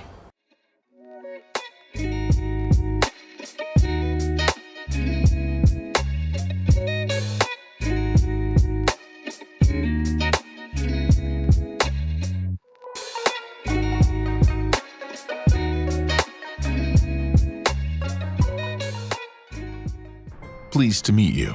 We are the Riga Freeport. Yes, the one that is located right at the crossroads between west and east, north and south. Yes, the world may have seen bigger ports, but when it comes to quality, whether it be our team, technology, or logistics, not many ports have the same standards as we do. We provide all of the services that a port can offer. We believe that it is better to slightly under-promise and a little bit over-deliver rather than the other way around. This is how reputations are built. Serving the client isn't enough. Positively surprising him is. We may not be the biggest port, but we are one of the best ones to adapt your needs as an investor, client, or business partner. This attitude is built into our DNA.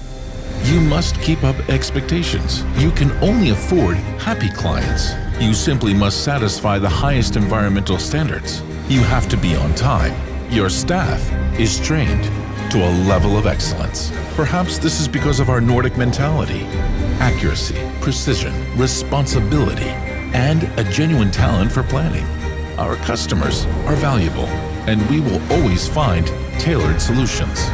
Now, let's have a listen to what some of our clients say. When it comes to doing business in Riga compared to the other port authorities we deal with, I mean, they are 5-star compared to 2-star, 3-star in other countries.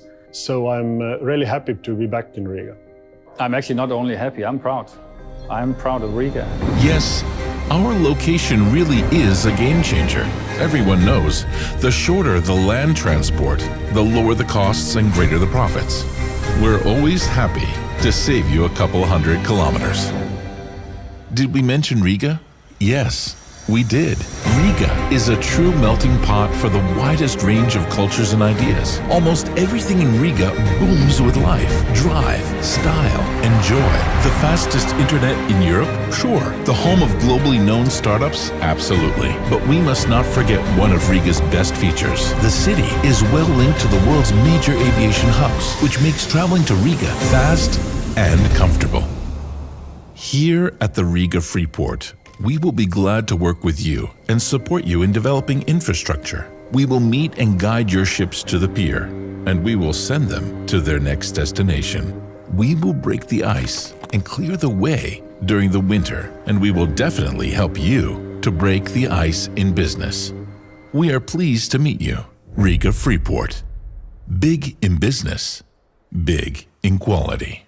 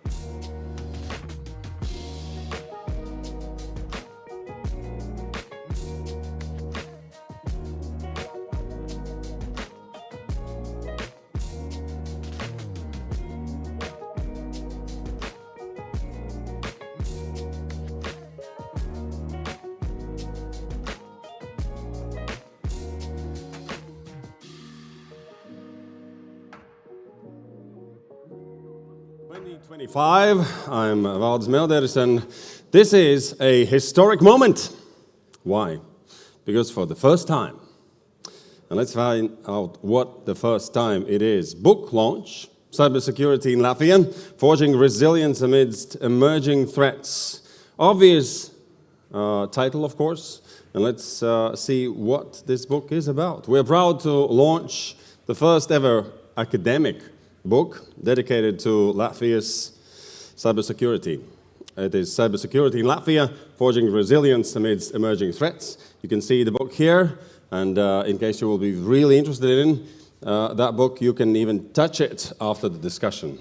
So, book brings together 21 experts from Latvia and abroad to explore how our nation has built a resilient cybersecurity ecosystem. And as we heard from our Minister of Economics, it is true facts.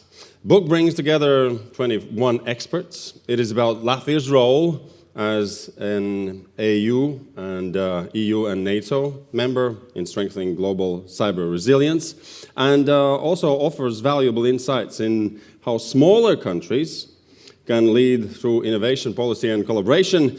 And before we move into the smaller countries, I guess we have to be precise. We're huge, but sparsely inhabited. Well, now please welcome Defense Counselor for Embassy of Latvia to the United Kingdom, and our moderator, Mihails Potapovs, and his panel. Thank you, Valdis. Dear friends and colleagues, we are here today because cybersecurity is no longer a niche concern. It is a foundational issue for every sector, every institution, and every citizen, as we heard today during the opening plenary already. And I would like to thank the Techratory Forum for the opportunity to host this special session. This session really is special because we are launching the first ever academic book on Latvia's cybersecurity. It is the result of a 2-year research conducted by 21 outstanding researchers from Latvia and abroad. And the research is interdisciplinary, meaning that we look at the Latvia's cybersecurity ecosystem, we explore it from different perspectives and different approaches. This book is not just about Latvia. It is about building resilient digital societies in an increasingly hostile cyber environment. And first of all, I would like to thank my dear co-editor, Kate, and all the contributors of this book for their excellent contributions. I would also like to thank all the institutions that supported this research, notably the European Cybersecurity Competence Center, the Ministry of Defense of the Republic of Latvia, and the Cyber Incident Response Institution, CERT-LV. Now, let's bring the insights from the book to life with an exceptional group of experts who contributed to it, and let's start by introducing them. On my left is Kata Elizabeta Kanasta, who is a counselor of the Ministry of Defense to the European Union. Kata has an extensive experience working in the cybersecurity domain before. She was responsible for drafting the Latvia's national cybersecurity strategy. Welcome. Thank you. Then we have Dr. Bernhards Blumbergs, who is a lead cybersecurity expert at CERT-LV, Latvia's national cybersecurity Cyber Incident Response Institution, which is part of a newly established National Cybersecurity Center. Then we have Dr. Ruta Pirta, who is Associate Professor at Riga Technical University and a senior researcher with expertise in cybersecurity education and training, but not only. And last but not least, we have Sigita Struberga, who is the Secretary General of the Latvian Transatlantic Organization and a lecturer at the University of Latvia. Welcome. Thank you. And to set the scene, my first question will be to Bernhards. Could you please describe the current cybersecurity landscape in Latvia and Europe? What types of threats are most pressing today from your perspective as a technical expert? Right. So ENISA released also the threat landscape for 2025 just recently at the beginning of the cybersecurity month here in Europe as well. And we're, as a national CERT, we're releasing our regular updates. So I'll just do a quick merger of those both to present the key kind of components for the landscape. And I have to narrow it down. Then the three major parts are the hacktivism, the cybercrime, and state-affiliated threat actors. Now, those are not something that you would say, hey, this is something new. This is something that we've been dealing with already for, let's say, at least 10, 15 years or even more, depends on the sector that you're in. Now, the threat actors that are going to be played out here are, at least for us as Latvians, it's either directly or indirectly affiliated to the Russian Federation. This comes as not a huge surprise. However, when we look at the more global perspective at the European Union level, there are attacks from the North Korea, there are attacks from China as well, so we are there on their landscape as well as a target. Now, what do we expect? What is there that we are experiencing the most as Latvians and as Europeans? So I would say the hacktivism, either being sponsored by the nation-state actors or by cyber criminals, they would resolve to conducting a huge campaigns of distributed denial-of-service attacks. This has been, Europe has been seeing this and is an increased trend over the last 3-4 years since the beginning of full-scale invasion in Ukraine. This is where critical infrastructure and also private entities are being hit and targeted all the time by the massive denial-of-service attacks. Like regular citizens would be suffering from the phishing, which constitutes about 60% of how the attackers gain access, so to either governmental employees or just to the regular citizens of Europe and Latvia as well. Now, we've seen CAPTCHA-styled phishing where you need to solve a particular CAPTCHA, and to solve it you need to execute commands on your computer, and if you execute those commands, attackers get access to your device. We've seen fake AI tools. You want to have something installed on your system that will help you utilize the power of machine learning, you need to install this tool, and as soon as you install it, your system is being turned into a machine that is being used by the cyber criminals. For the cybercrime, we're seeing scamming. I mean, this is nothing new. There are fake calls, there are fake advertisements that pretend to be investment scams. They will impersonate usually the well-known people around the Europe or regionally in Latvia as well, and they'll try to advertise you, hey, you need to invest here, and there's a link where you go and you click and you get started to being phished.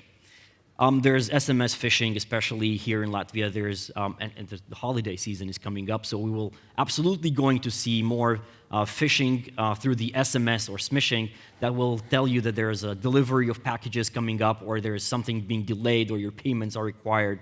So that is something that we're going to see more and more.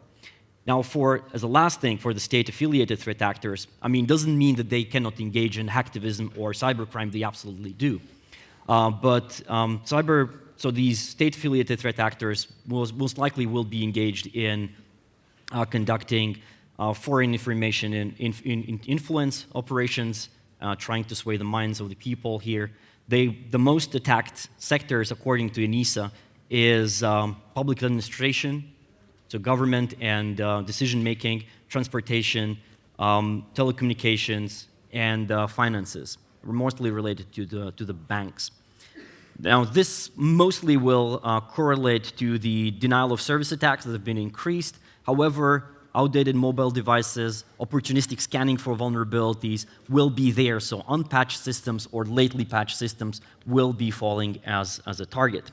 Now, this gives a very quick summary, a rush through the European and Latvian cyber threat landscape. Thank you. Thank you very much, Bernhard. Cyber threats are no longer just a tactical issue, as we understand. They increasingly shape also international affairs and impact geopolitical balances. And my question is for Kate.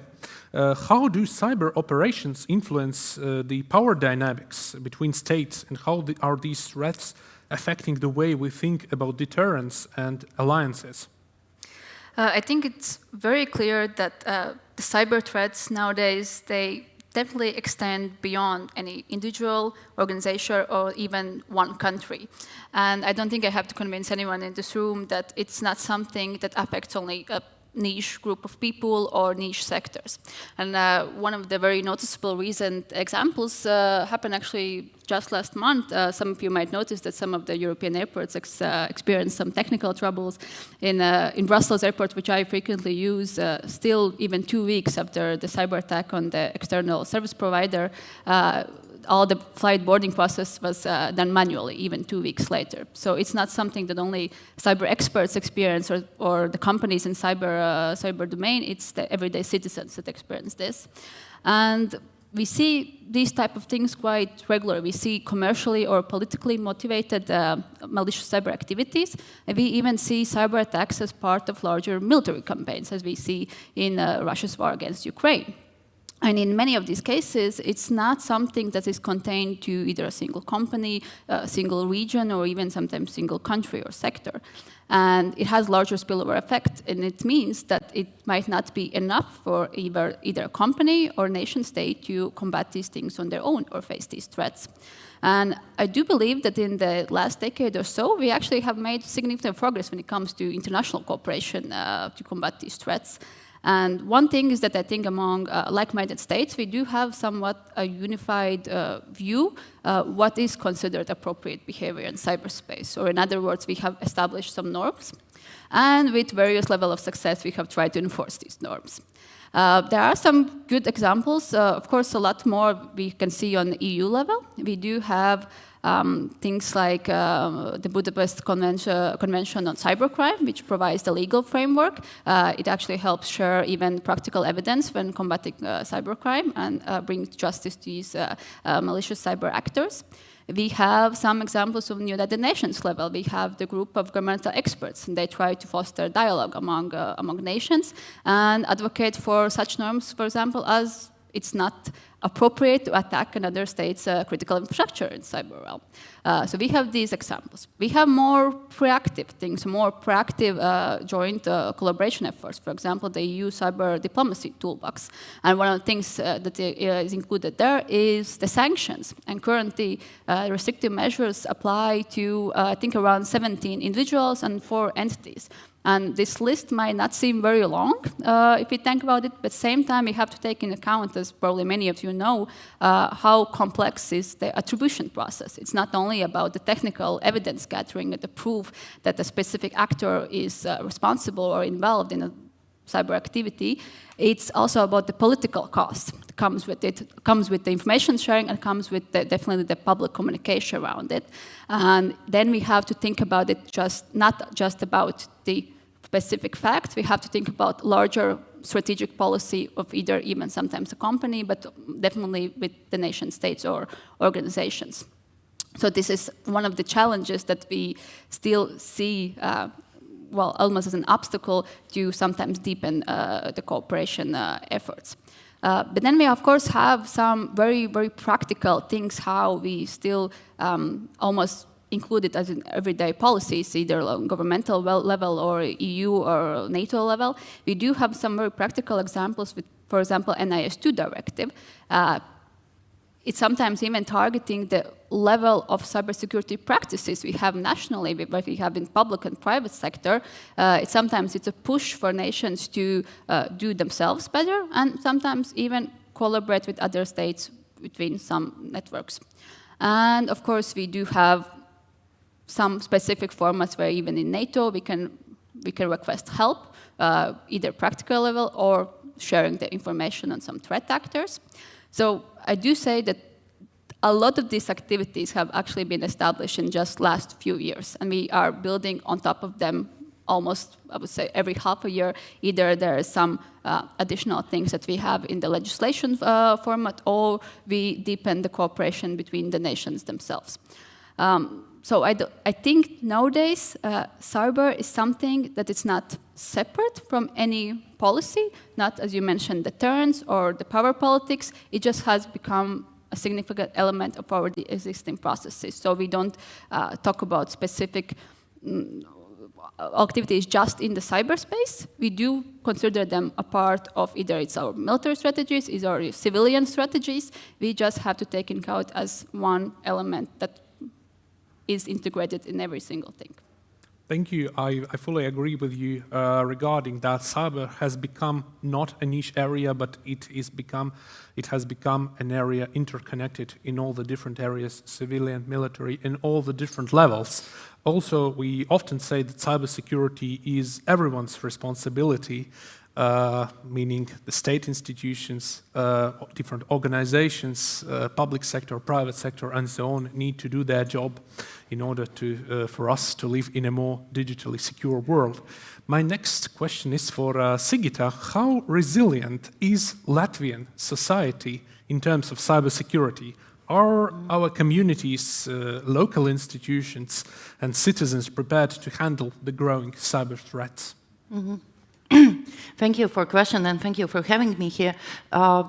So I will start with a bit different point. So we started to research societal security as such quite a while ago.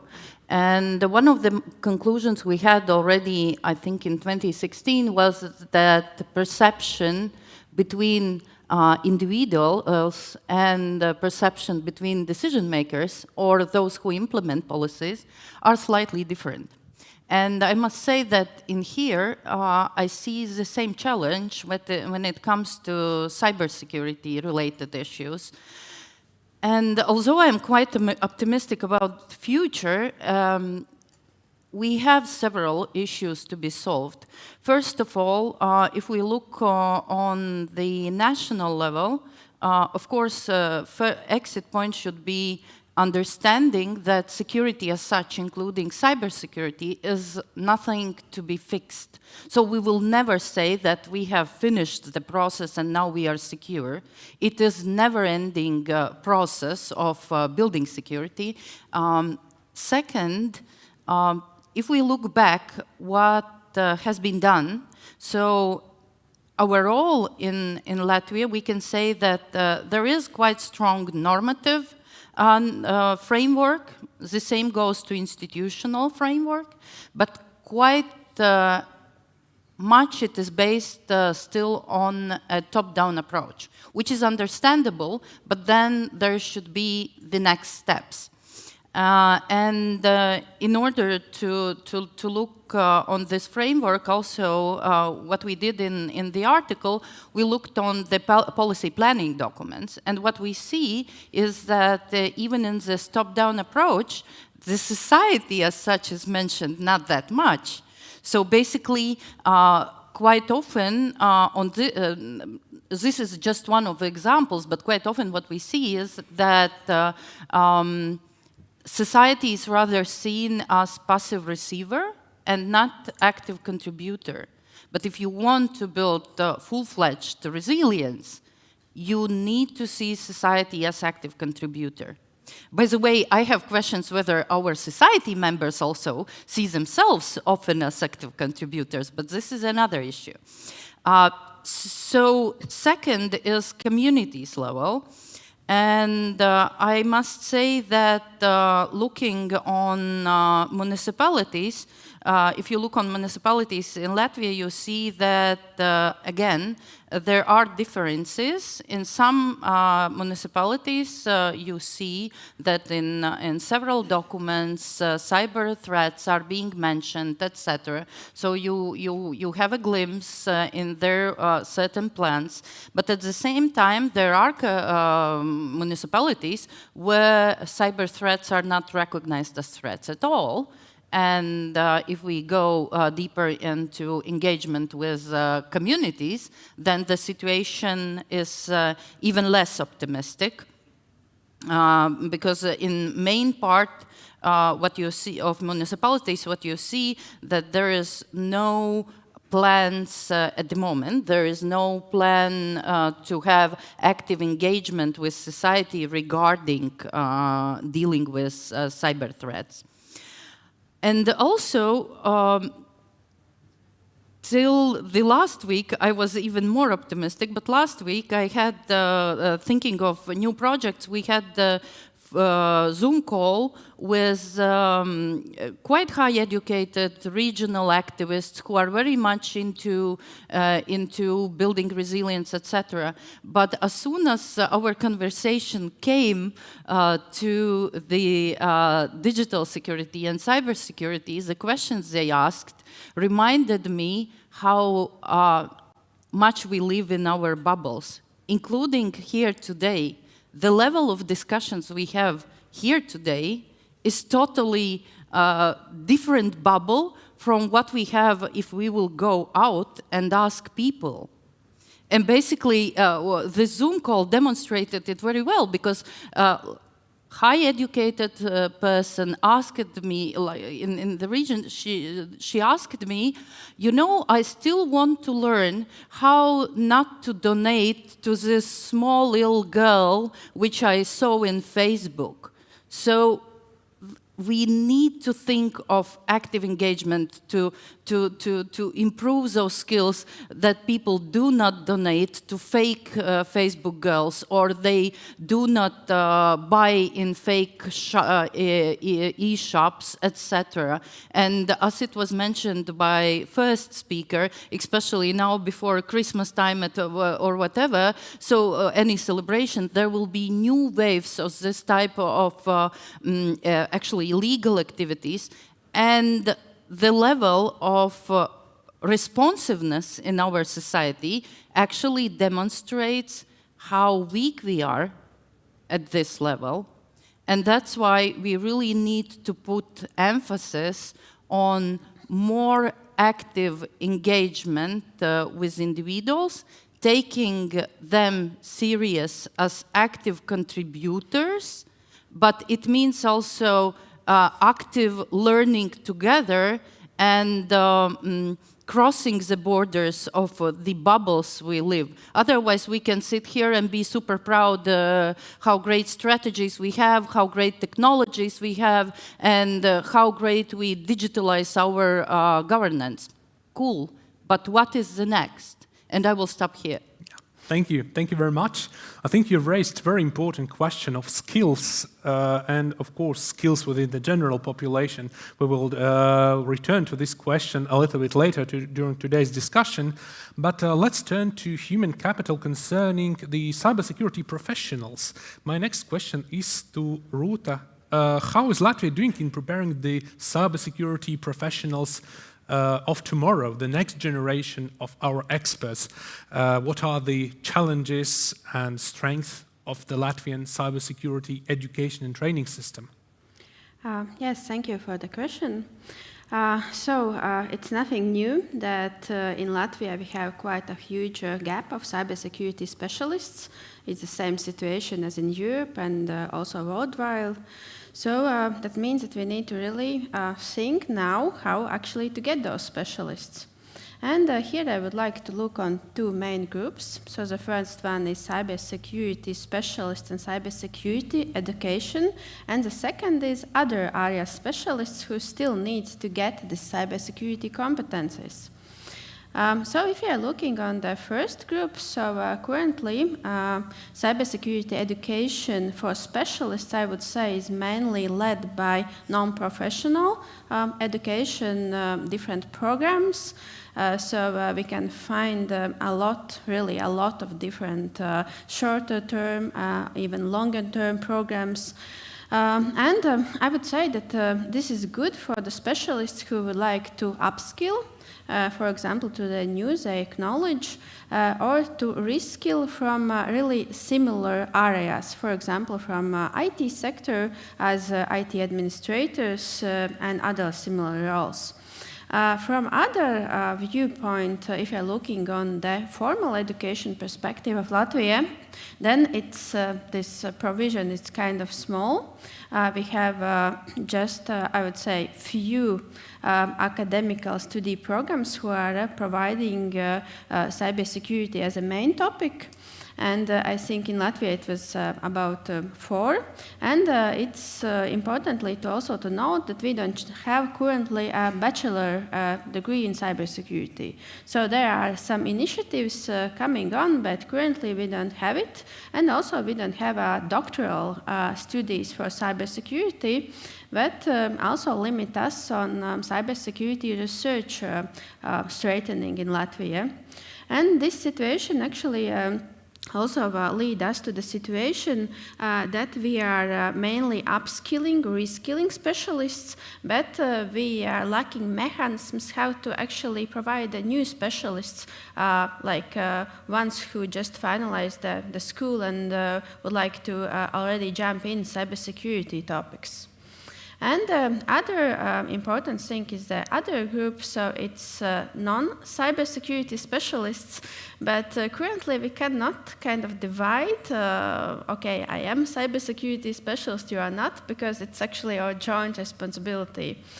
For example, human resources, personnel management, they all actually need to know how to deal with cybersecurity things. For example, if incident occurs, if employee did something wrong. So it's a wider thing. And on that perspective, in Latvia, in other study programs than IT or cybersecurity, we found maybe 2 study programs out of hundreds that include courses in cybersecurity, just a cyber hygiene or something like that.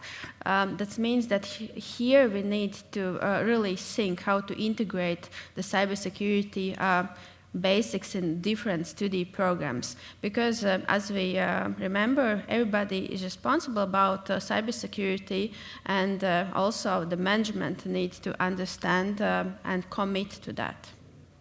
Thank you. Bernhard, from CERTLV's operational perspective, what are the most critical skills and competencies you expect from cybersecurity professionals today? Where do you see the biggest gaps? Oh, I will turn it from my own perspective, my own prism, right? So the most critical part that I think is critical thinking, and this is what we're lacking currently, and this is what we're searching for. And this is not only being bolstered by the curiosity and breaking things, but also being capable of failing. In cybersecurity, you need to fail. You need to fail a lot until you are, and you need to fail fast, so that you find that one solution that works. Cyberspace is created by humans. Cyberspace is not perfect. It can be only understood by humans. It can be only broken and only fixed by humans. And cybersecurity is a very broad area. So there are specialists in every direction that we require. Now, when we look at the prism of CERTLV, and we're more specifically at the technical capabilities that we're building, we do, and I think what we require is the data scientists. We require engineers, we require hardware and firmware engineers, because of the current overwhelming load of the data that we have to process when we're dealing with incidents.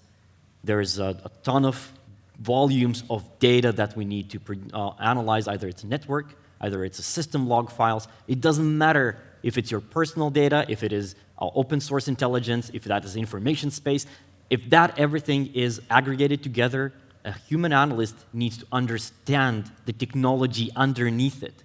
It's not only about blindly trusting the technology will solve the problems, but understanding inherent problems and the strengths of the technology that are being used.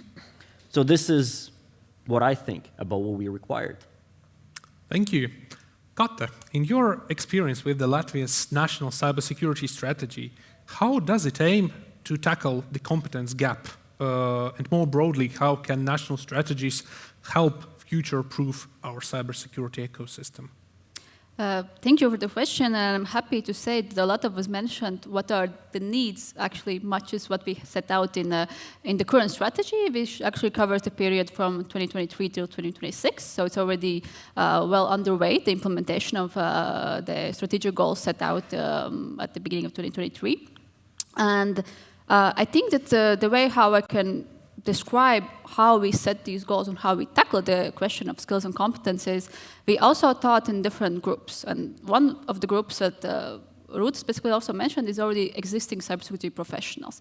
And it's a question of upskilling. It's the question of filling those specific professional needs that we have in the market, especially in now with the NIS2 directive requirements. We saw that there was a huge gap of the professionals we need in specific positions. So it was a question to strategically already think not only in, well, back in 2023, not think only about the current existing needs, but the future needs, how we can provide some courses, how we can engage with other institutions who would help with that, and all of this. So this is the part about the existing professionals. And of course, also just to even keep them motivated, keep them in the loop of the newest activities is also the question of even sometimes the community and networking. So there comes the cybersecurity competence community that was also established now. I think it's, I believe, it could be 3 years ago already. So another strategic goal of the strategy. Then a different group is well, those future cybersecurity professionals, so the question of recruitment. In the strategy, I think we already started to think about that from a very early age, so it's already school-age kids. So sometimes it's simple awareness raising about cybersecurity as potential profession, because not everybody in the first or second grade already thinks that maybe that could be something that they could see in their future. But also it's, again, the same community aspect. It's different seminars, conferences, you know, well, also the conference organized by MOD and CERT-LV, the Cyber Chess, which brings together a lot of the industry professionals or potential future professionals. And then we have the group which are the non-specialists, so either everyday citizens. Those are different societal groups. We have the children, we have the youth, we have the senior citizens, we have governmental employees, we have even researchers. And a lot of time it's simply about awareness raising. It's about good cyber hygiene practices. We know, also mentioned before by previous speakers, it comes definitely together with the societal resilience question. And a lot of this comes back down to one, just informational campaigns. Maybe a lot of our Latvian audience members have noticed that one of the recent campaigns, Ošpēc Hēmas, which I think gained a lot of traction online, a good way how to grab your attention and maybe make you think about more about the very basics of things, about potential loss you could actually experience, even money-wise. And then it could be other ways, not only the informational campaigns, but also sometimes the institutional cooperation, because cybersecurity, cybercrime, all of these things also come together. There's just a digital environment. Sometimes it goes together with child safety online. So this is also the informal exchanges between the institutions we have tried to set out as one of the objectives to reach during this period. I know that a lot of these things actually have been implemented. We have seen some measurable results. Of course, some are harder to measure because awareness raising is not something so easy to understand. It's more of a long-term process. You can, in few years' perspective, see whether there's a difference of even like basic cyber competencies or the behavior online. But also, this is the period where actually the new strategic objectives will be set quite soon, and I'm sure that my colleagues, Ministry of Defense, already are working for the future cybersecurity strategy. So I hope that in these 4 years we actually have managed to achieve quite a lot, and been a lot of changes, but also building up already existing things. And I hope that the next strategic period actually will be able to reach even more ambitious goal. Thank you. It sounds like Latvia's cybersecurity strategy is very comprehensive, but of course, every strategy is only as strong as its implementation. And my next question is for Sigita. How do we ensure that national priorities translate into tangible action at the community level? How can we bridge this gap between high-level policy and grassroots engagement? Mm-hmm. First of all, we should remember that behind all strategies, all great intentions, all political rhetorics and laws, there is person, and person should be in the center. This is what I always also try to tell my students when we speak of war or whatever. We should remember there is human being, person, individual, and we have to have this human-centric approach, first of all.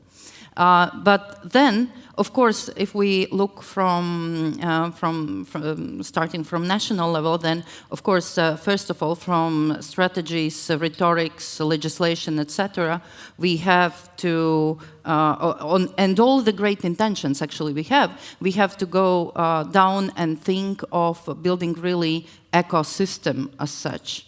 And then, what does it mean? It means that there should be synergy between state or government, governance, and people. And here, there is one great weakness we have here in Latvia, and actually it's not only a Latvian problem, but in Latvia you can see that it's a huge issue. It is lack of trust to governmental institutions. If you look on numbers, we are in really bad shape, and then if you lack trust, how do you build those synergies between individuals and then state? Imagine if in case of crisis, less than a third is ready to cooperate with our government. So how are we going to build those synergies? So then, of course, quite a lot was said, but I just have to repeat that we have to go from technologies to the competencies and culture. And it is, nowadays we quite a lot speak of culture of preparedness. So I would say that we have to speak also about culture of cybersecurity in general. And you know, when I'm filling my tests of workspace safety, I'm missing more extended chapters on cybersecurity measures. I have a huge chapter on how to sit in an ergonomic manner. I have the guideline that I can't burn candle in my workplace. Fine, but let's put more extended stuff on cybersecurity. And it does not cost much, actually. And this brings me to the next point, which is related to business.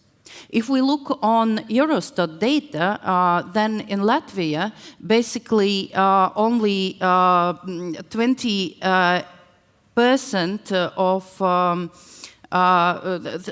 of businessmen, small and medium enterprises, see the importance of the training. And usually the reasoning, what is mentioned, we don't have resources, etc. But does really the kind of primary training or reminding to your employees about cybersecurity cost a lot? Not really. It's just a matter of mindset which we need to change. And the same goes to people themselves. And this is very much about the individual responsibility. What I'm missing in Latvia, again, quite a lot, because basically we are used, as nation, we are used to blame government, to blame EU, to ask whether NATO is going to defend us.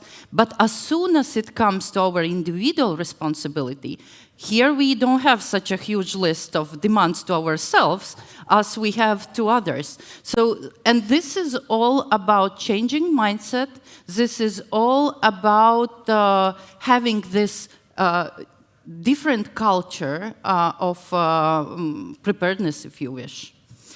So, and then I could conclude with, since Mr. Melder started, whether we are big or small, so our, one of the great writers said, we are as big as our will is. So I think we just have to work on our will.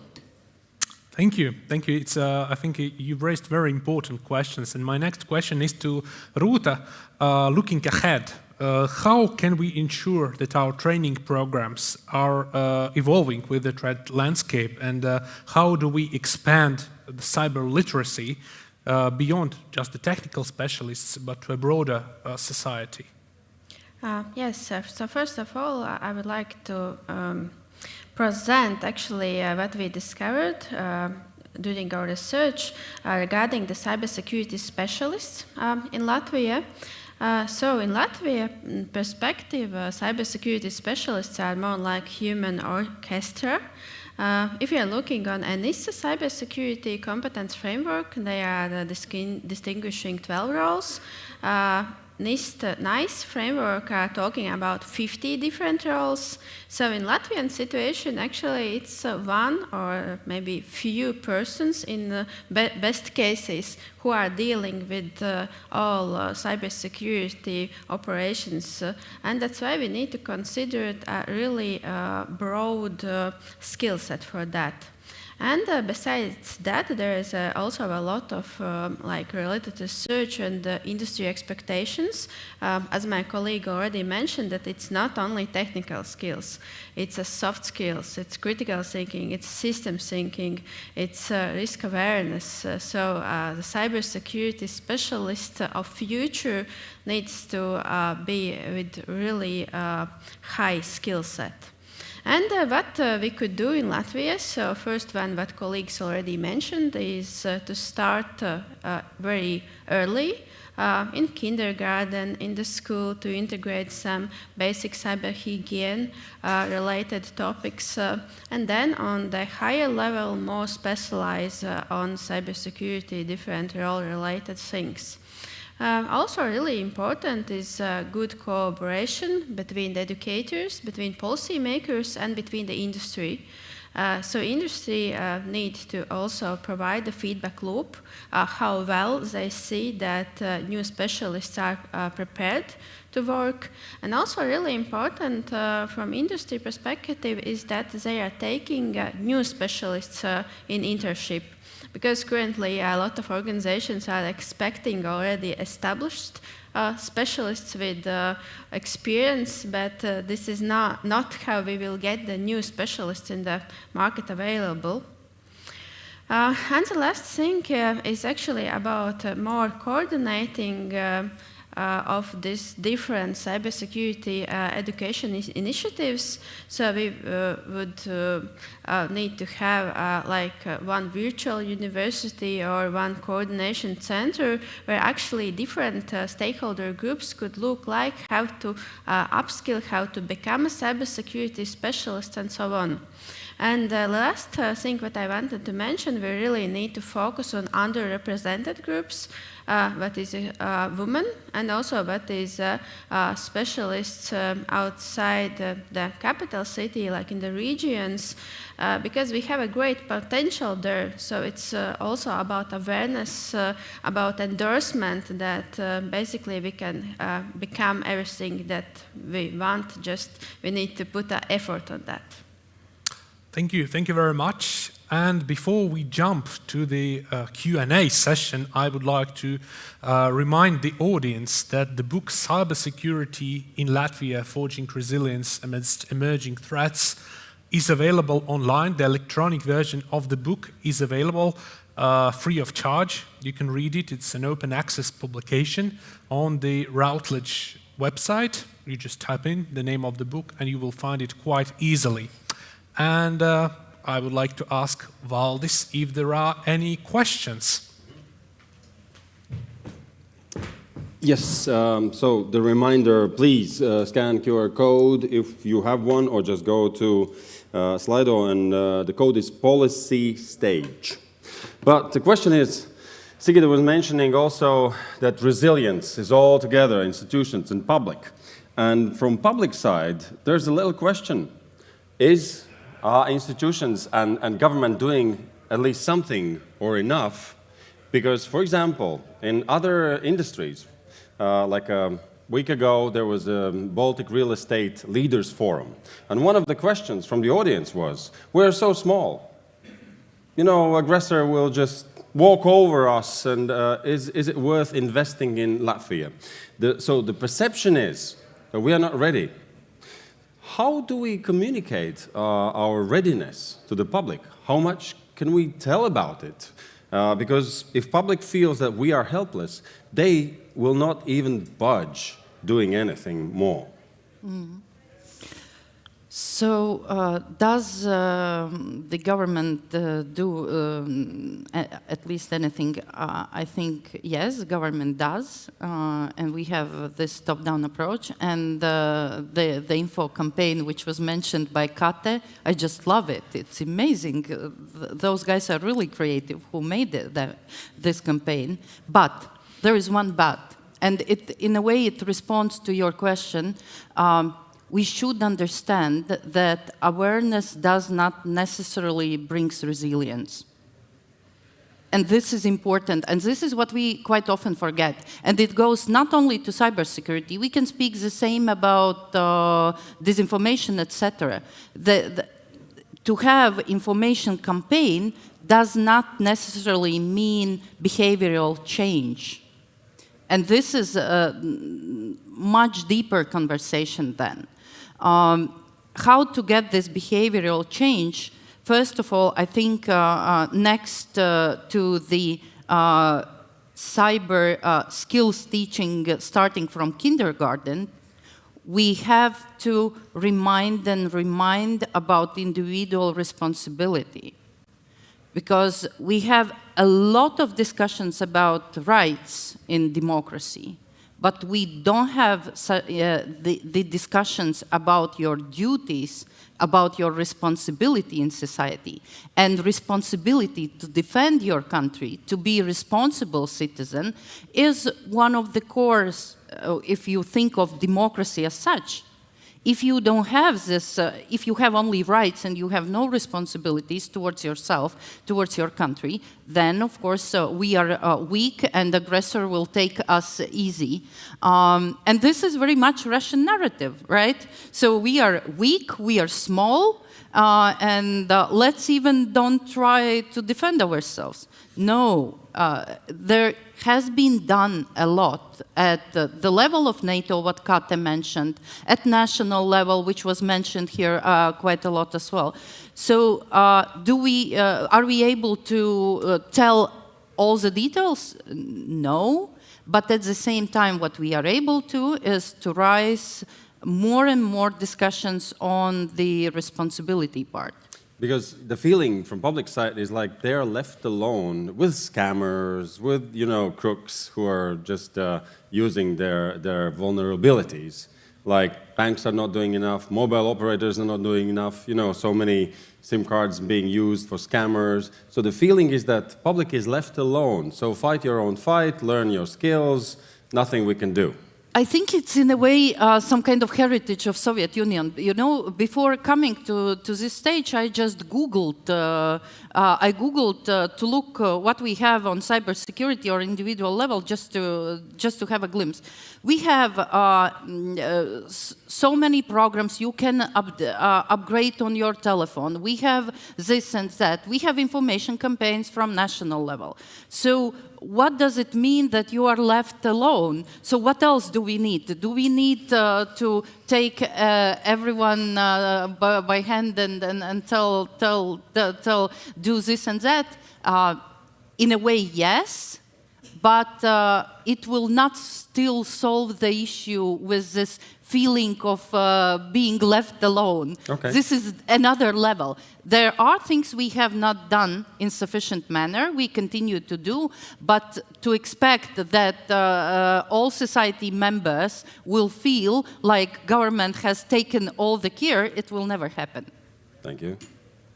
Anything to add? Oh, so yeah, from my side, just the last 15 seconds, right? So as a national cert, our aim is to make Latvia a harder target. And that's what we're dealing with and doing every single day through all the comprehensive different actions that we do against and together with our partners in the government and public and private sector, right? And even our allies are learning from us on a daily basis and applying the lessons that we learn together. Mm-hmm. Thank you. Which would be country we could learn resilience from? Finland? There's one question also. Oh, like well, cybersecurity resilience. I mean, allies are learning from us. Really? For yes. example, Oh, what we are the most proud of? Oh, we're most proud of our threat hunting operations that we do together with our framework nation of multinational brigade here, operated by the Canadians. Mm-hmm. All right, thank you. Well, there are many more questions, but I guess we spent our time. And please use the opportunity to speak to our experts and speakers and panelists. And round of applause to Michael, our moderator for this panel. And where do we get the book? You can find it online, free of charge. Just Google cybersecurity in Latvia, forging resilience amidst emerging threats, and you will find it. And these ones you can buy here with all the autographs, I guess. Oh. That's probably fake news, sorry. Well, thank you once again. Our next session will begin exactly in 10 minutes at 0 hours. And we will be talking about protecting our critical infrastructure, what is being done, what should be done more. Another great panel. Welcome back in 10 minutes. Thank you.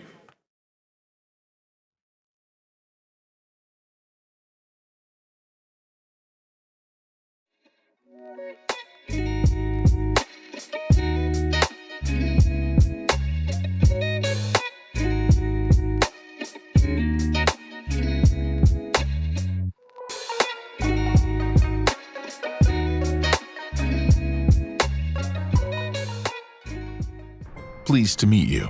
We are the Riga Freeport. Yes, the one that is located right at the crossroads between west and east, north and south. Yes, the world may have seen bigger ports, but when it comes to quality, whether it be our team, technology, or logistics, not many ports have the same standards as we do. We provide all of the services that a port can offer. We believe that it is better to slightly under-promise and a little bit over-deliver rather than the other way around. This is how reputations are built. Serving the client isn't enough. Positively surprising him is. We may not be the biggest port, but we are one of the best ones to adapt your needs as an investor, client, or business partner. This attitude is built into our DNA. You must keep up expectations. You can only afford happy clients. You simply must satisfy the highest environmental standards. You have to be on time. Your staff is trained to a level of excellence. Perhaps this is because of our Nordic mentality. Accuracy, precision, responsibility, and a genuine talent for planning. Our customers are valuable, and we will always find tailored solutions. Now, let's have a listen to what some of our clients say. When it comes to doing business in Riga compared to the other port authorities we deal with, I mean, they are 5-star compared to 2-star, 3-star in other countries. So I'm really happy to be back in Riga. I'm actually not only happy, I'm proud. I'm proud of Riga. Yes, our location really is a game changer. Everyone knows the shorter the land transport, the lower the costs and greater the profits. We're always happy to save you a couple 100 kilometers. Did we mention Riga? Yes, we did. Riga is a true melting pot for the widest range of cultures and ideas. Almost everything in Riga booms with life, drive, style, and joy. The fastest internet in Europe? Sure. The home of globally known startups? Absolutely. But we must not forget one of Riga's best features. The city is well linked to the world's major aviation hubs, which makes traveling to Riga fast and comfortable. Here at the Riga Freeport, we will be glad to work with you and support you in developing infrastructure. We will meet and guide your ships to the pier, and we will send them to their next destination. We will break the ice and clear the way during the winter, and we will definitely help you to break the ice in business. We are pleased to meet you, Riga Freeport. Big in business, big in quality.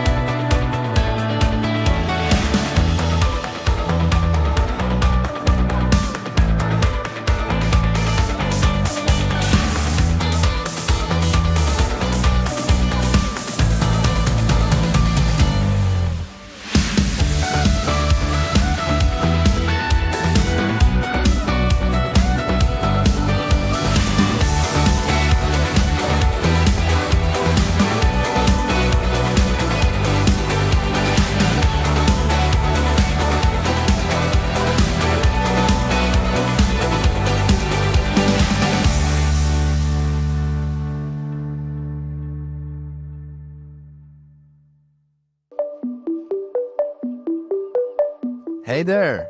You have a large consumer base and need additional white label solution for upsell? Let me tell you about a game changer in home safety. Air Smoke. It's a lifesaver IoT solution made and certified in European Union. Imagine increased fire security and elevated quality of life, all thanks to its advanced capabilities. Your customers will love our smoke detector that does more than alert about fire. It monitors indoor air quality, temperature, humidity, and sends notifications straight to user's phone using cellular IoT network. It doesn't require any Wi-Fi or Bluetooth connection. It's always on, completely wireless, and ensures home safety and comfort effortlessly. As our partner, you will receive white-labeled out-of-the-box IoT solution that will help you to generate long-term recurring revenue stream and broaden your business portfolio with close to zero time and money investment. Let's make this world safer. Get in touch to find out more.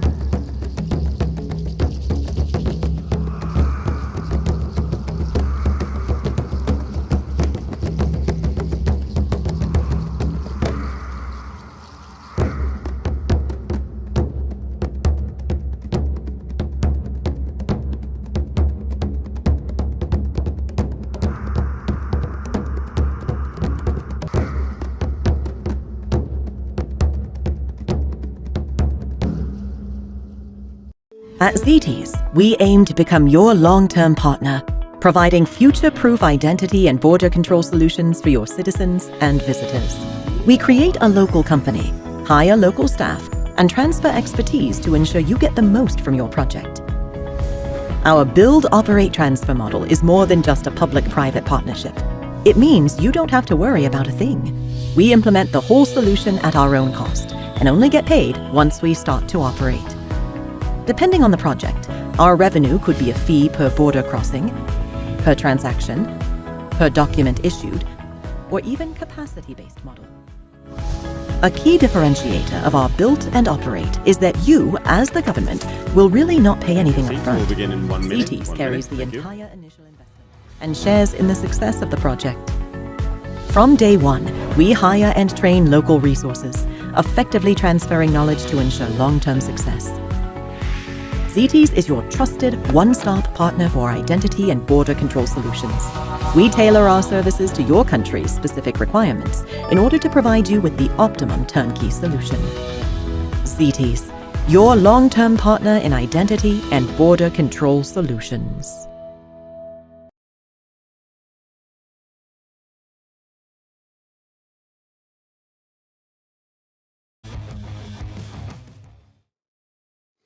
All right. Welcome back, or finally, welcome to Policy and Strategy stage. We're ready for our next discussion, and that will be on protecting our critical infrastructure.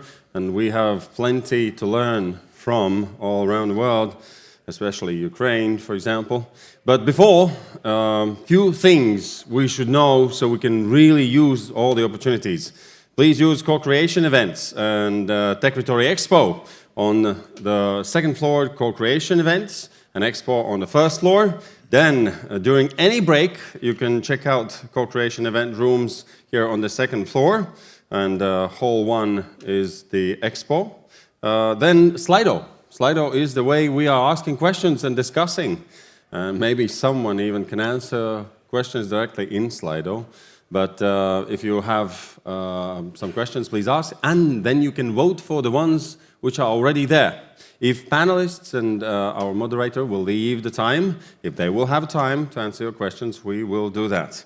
And then, in case you would like to learn something new, there's a tool, AI tool by Tilde, Latvian company, who offers opportunity to translate from the language on stage to the language of your preference. You can find a list of languages in that tool. Just scan the QR code, go to the language sign, and then pick from the ones which are there. There will be a transcription, and if you have headphones, you can even ask that AI tool to do some voice over. But I have to warn you, that's AI-driven, and it could be sometimes really interesting what is read and translated. But now, let us go to the next discussion panel. Response to recent incidents such as cable disruptions in the Baltic Sea and drone intrusions. What about those? Vulnerabilities across domains, including physical, digital, and aerial infrastructure. Then response strategies, what we have there. Then addressing emerging electronic threats. There's so many issues to discuss. So please welcome CEO of Comsive, William Webb, as our moderator. Welcome. And let's see who are the panelists. Thank you very much, and welcome to everyone here. So it feels very timely to be having this discussion. We're in a world now, of course, where we are extremely reliant on networks, and we only have to look at examples like the power outages that occurred in Spain and Portugal that took down networks to see just how society almost falls apart within a few hours when we don't have our networks available to us, or we don't have the ability to do the kind of things that we're used to doing electronically. And of course, timely as well with the AWS outage. I know that's been discussed already, and probably not a result of a specific threat as such, but nevertheless an example of what happens to us and our way of working and our way of living when networks go down. And clearly we're in a world now where there's a much larger likelihood, unfortunately, of rogue actors, whether they be states or individuals, deliberately targeting networks as a way of essentially some kind of warfare or disruption that they want to take forwards. So that's what we're going to look at in the panel, and very interested to hear the views of a wide range of different individuals that we've got here. Also very interested to hear questions from the audience, so please do save those up. We have plenty of time for those. And we'll dive straight in. So I'm going to ask each of the panelists to introduce themselves and then to speak just a little about their specific area of expertise, what their company's been up to, and what they've been looking at over the last year or so. So we'll take it from left to right. We'll start with Anna. Okay. It's a pleasure to be back here. Hello, everybody. My name is Anna Stephan. I work for Rohde & Schwarz. And let me introduce a little bit the company Rohde & Schwarz. We are a global technology leading company with a headquarter in Munich. So I'm also based in Munich, being at the Techritory, I think, for the 6th or 7th time. With the company in Munich, we are active in various different industries. So we have a strong legacy in developing cutting-edge solutions for secure communications, for test and measurement Maybe some of you have heard us from these two areas already, and of course also for spectrum monitoring. What brings us to this panel is our critical infrastructure is one of our key missions. We protect, but also we enable different areas in the critical infrastructure that can go from aerospace, over defense, over telecommunication, and also public safety is one of these areas. From the technology point of view, the solutions we use for this, and just to name a few examples, could be ensuring reliable communication and the connectivity, is also ensuring a trusted data transfer. And of course, is also, we spoke about the counter drones, is also having solutions available for counter drones and having solutions to really establish a robust environment and a performance setup for critical infrastructures to operate in. Thank you. Evius. Hello. It's my pleasure to be here at the most critical panel of Techritory. We are not first time here, so few years, but I'm really pleased to say that Latvia State Radio Television Center, which I'm representing, is celebrating 101st anniversary this year, so almost as old as Latvia itself. Our name suggests our heritage, radio and television, but that's still what we are doing, but we are doing much more. So basically nowadays providing many critical systems, critical networks, critical data centers, everything critical, which is not very visible, but I would say one most visible asset which everybody sees and likes, it's Riga TV Tower. We are really proud that it is still the highest, the tallest building in EU. That's really nice. Another hidden assets what we have, most likely the most hidden asset is the undersea cable, several hundred meters under the sea level. That is also part of our critical, but all in all we are making sure that these critical networks, critical backbones always work. In a best case nobody feels, but if something breaks then it's quite visible in the news, but that's our daily job to make sure that everything works. Thank you. Thank you. Paul. Good afternoon. I'm Paul Adams, I'm from Nokia, and for this bit I just need to stand up so I can see everybody. Who thinks Nokia makes mobile phones? Be honest. How many? Okay, so I'm wearing two hats today. I'm wearing a marketing hat, but I'm also wearing a government relations hat. And as a marketing person, it's my primary goal to make sure that nobody in the world thinks that Nokia makes mobile phones anymore. Because we haven't done that since 2012 when we sold it to Microsoft. And it worked out very well for us. I think with my government relations hat on, I have a very interesting perspective. Because in the UK, so that's government relations for the UK and Ireland I'm talking about. Whereas my marketing job is for Europe, hence why I'm sitting here in front of you lovely people. And that is, we need to have a very clear definition of what critical infrastructure is. Okay? Nokia, we basically underpin digital economies across Europe. So we know a lot about security, and we know a lot about how attacks work. And in the UK just now, the government has reclassified data centers as critical national infrastructure. So that definition is pretty broad. So we could talk about how we secure data centers. We could talk about how we secure the connections between data centers. There was a discussion downstairs just before this about quantum security. And quantum is very key in how we secure the information between data centers. We could talk about cable infrastructure and how we secure cables.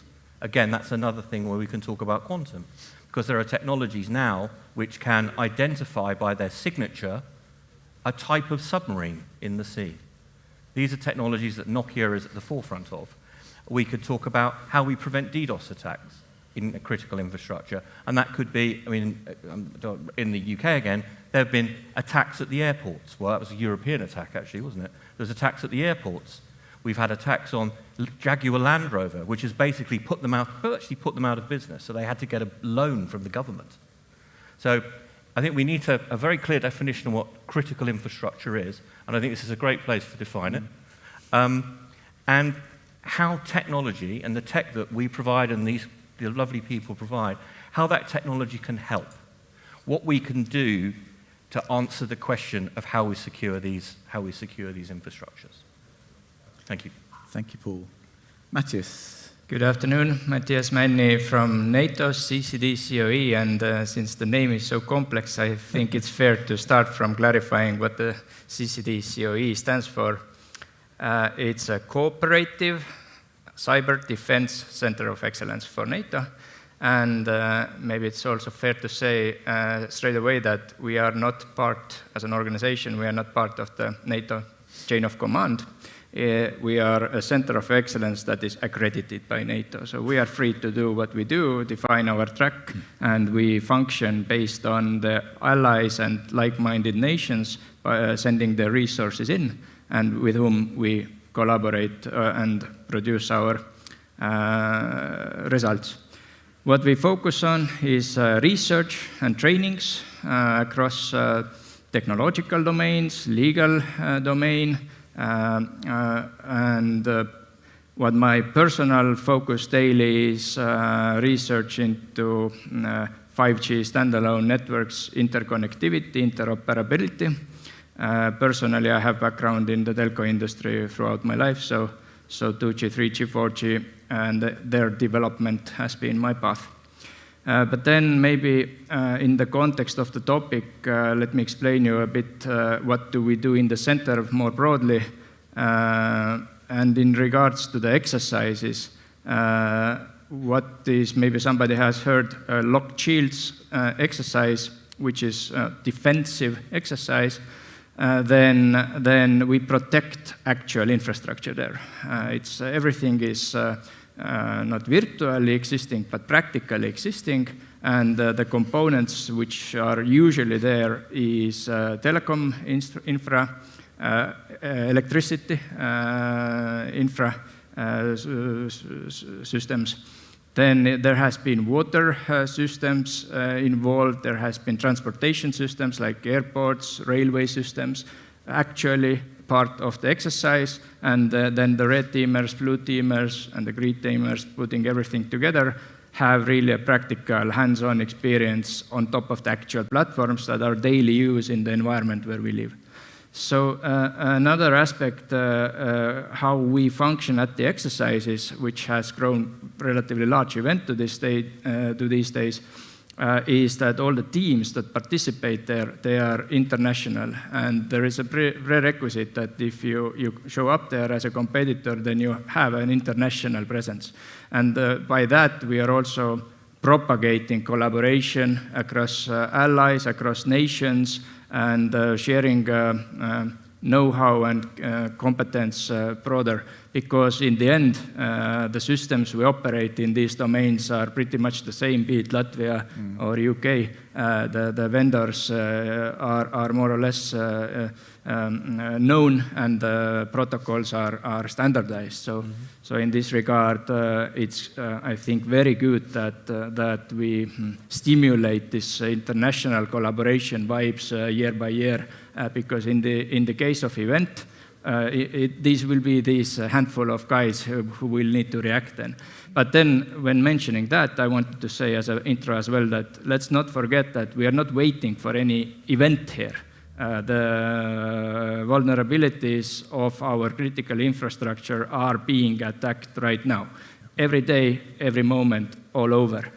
Be it physical domain, be it virtual domain, be it humanly manipulation or errors, whatever. So we are always under attack. And from this regard, I guess, if I should say two things that are like mandatory to keep tact and keep some momentum of being able to fight against all this scene is to continue heavy with the like-minded nations on the research, because when we research, then we do find out better ways. Usually it is so that the next technological solution that is replacing the old one is also cybersecurity-wise more secure, maybe also more functional, but that's another side. And then we train and we collaborate. Because only then, because all the technological scene and the infrastructure around is in continuous development, then us as a consumers of it always need to develop in the same tact, then we are able to keep pace. Thank you. Thank you. And Marco. Thank you for the floor. Hello to everyone. Greetings also from my side. So my name is Marko Mišmaš, and for the past 2 years, I have been leading the Agency for Communication Networks and Services of the Republic of Slovenia, AKOS. AKOS is the national regulatory authority for the spectrum management, for the regulation of electronic communication sector, for audiovisual media regulation, for postal sector, for railways, for digital services, and from next year on also for the AI. In 2026, AKOS is also chair of BEREC, the body of European regulators for electronic communications, which is the European Association of Electronic Communication Regulators, and serves as an advisory body to the European Council, to the Parliament, and to the Commission in the field of telecom regulation. I would like today to share, let's say, one project we started in the area of resilience in Slovenia, and also the reasons why we did several months ago. We had in Slovenia in last, let's say, 11 years, 2 natural disasters. The first one was ice rain and also sleet in 2014, and severe floods 2 years ago.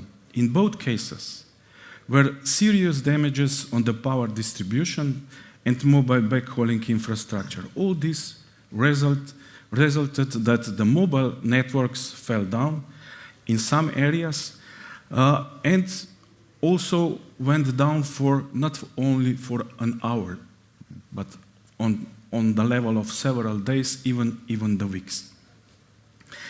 And this year, we put, the second case is that this year we put on these mobile networks also the public warning system, which I think is the correct and right decision, but inside the agencies we had let's say, a lot of question marks on the table. And that's why we said we need to put ourselves into the active position and start really the project.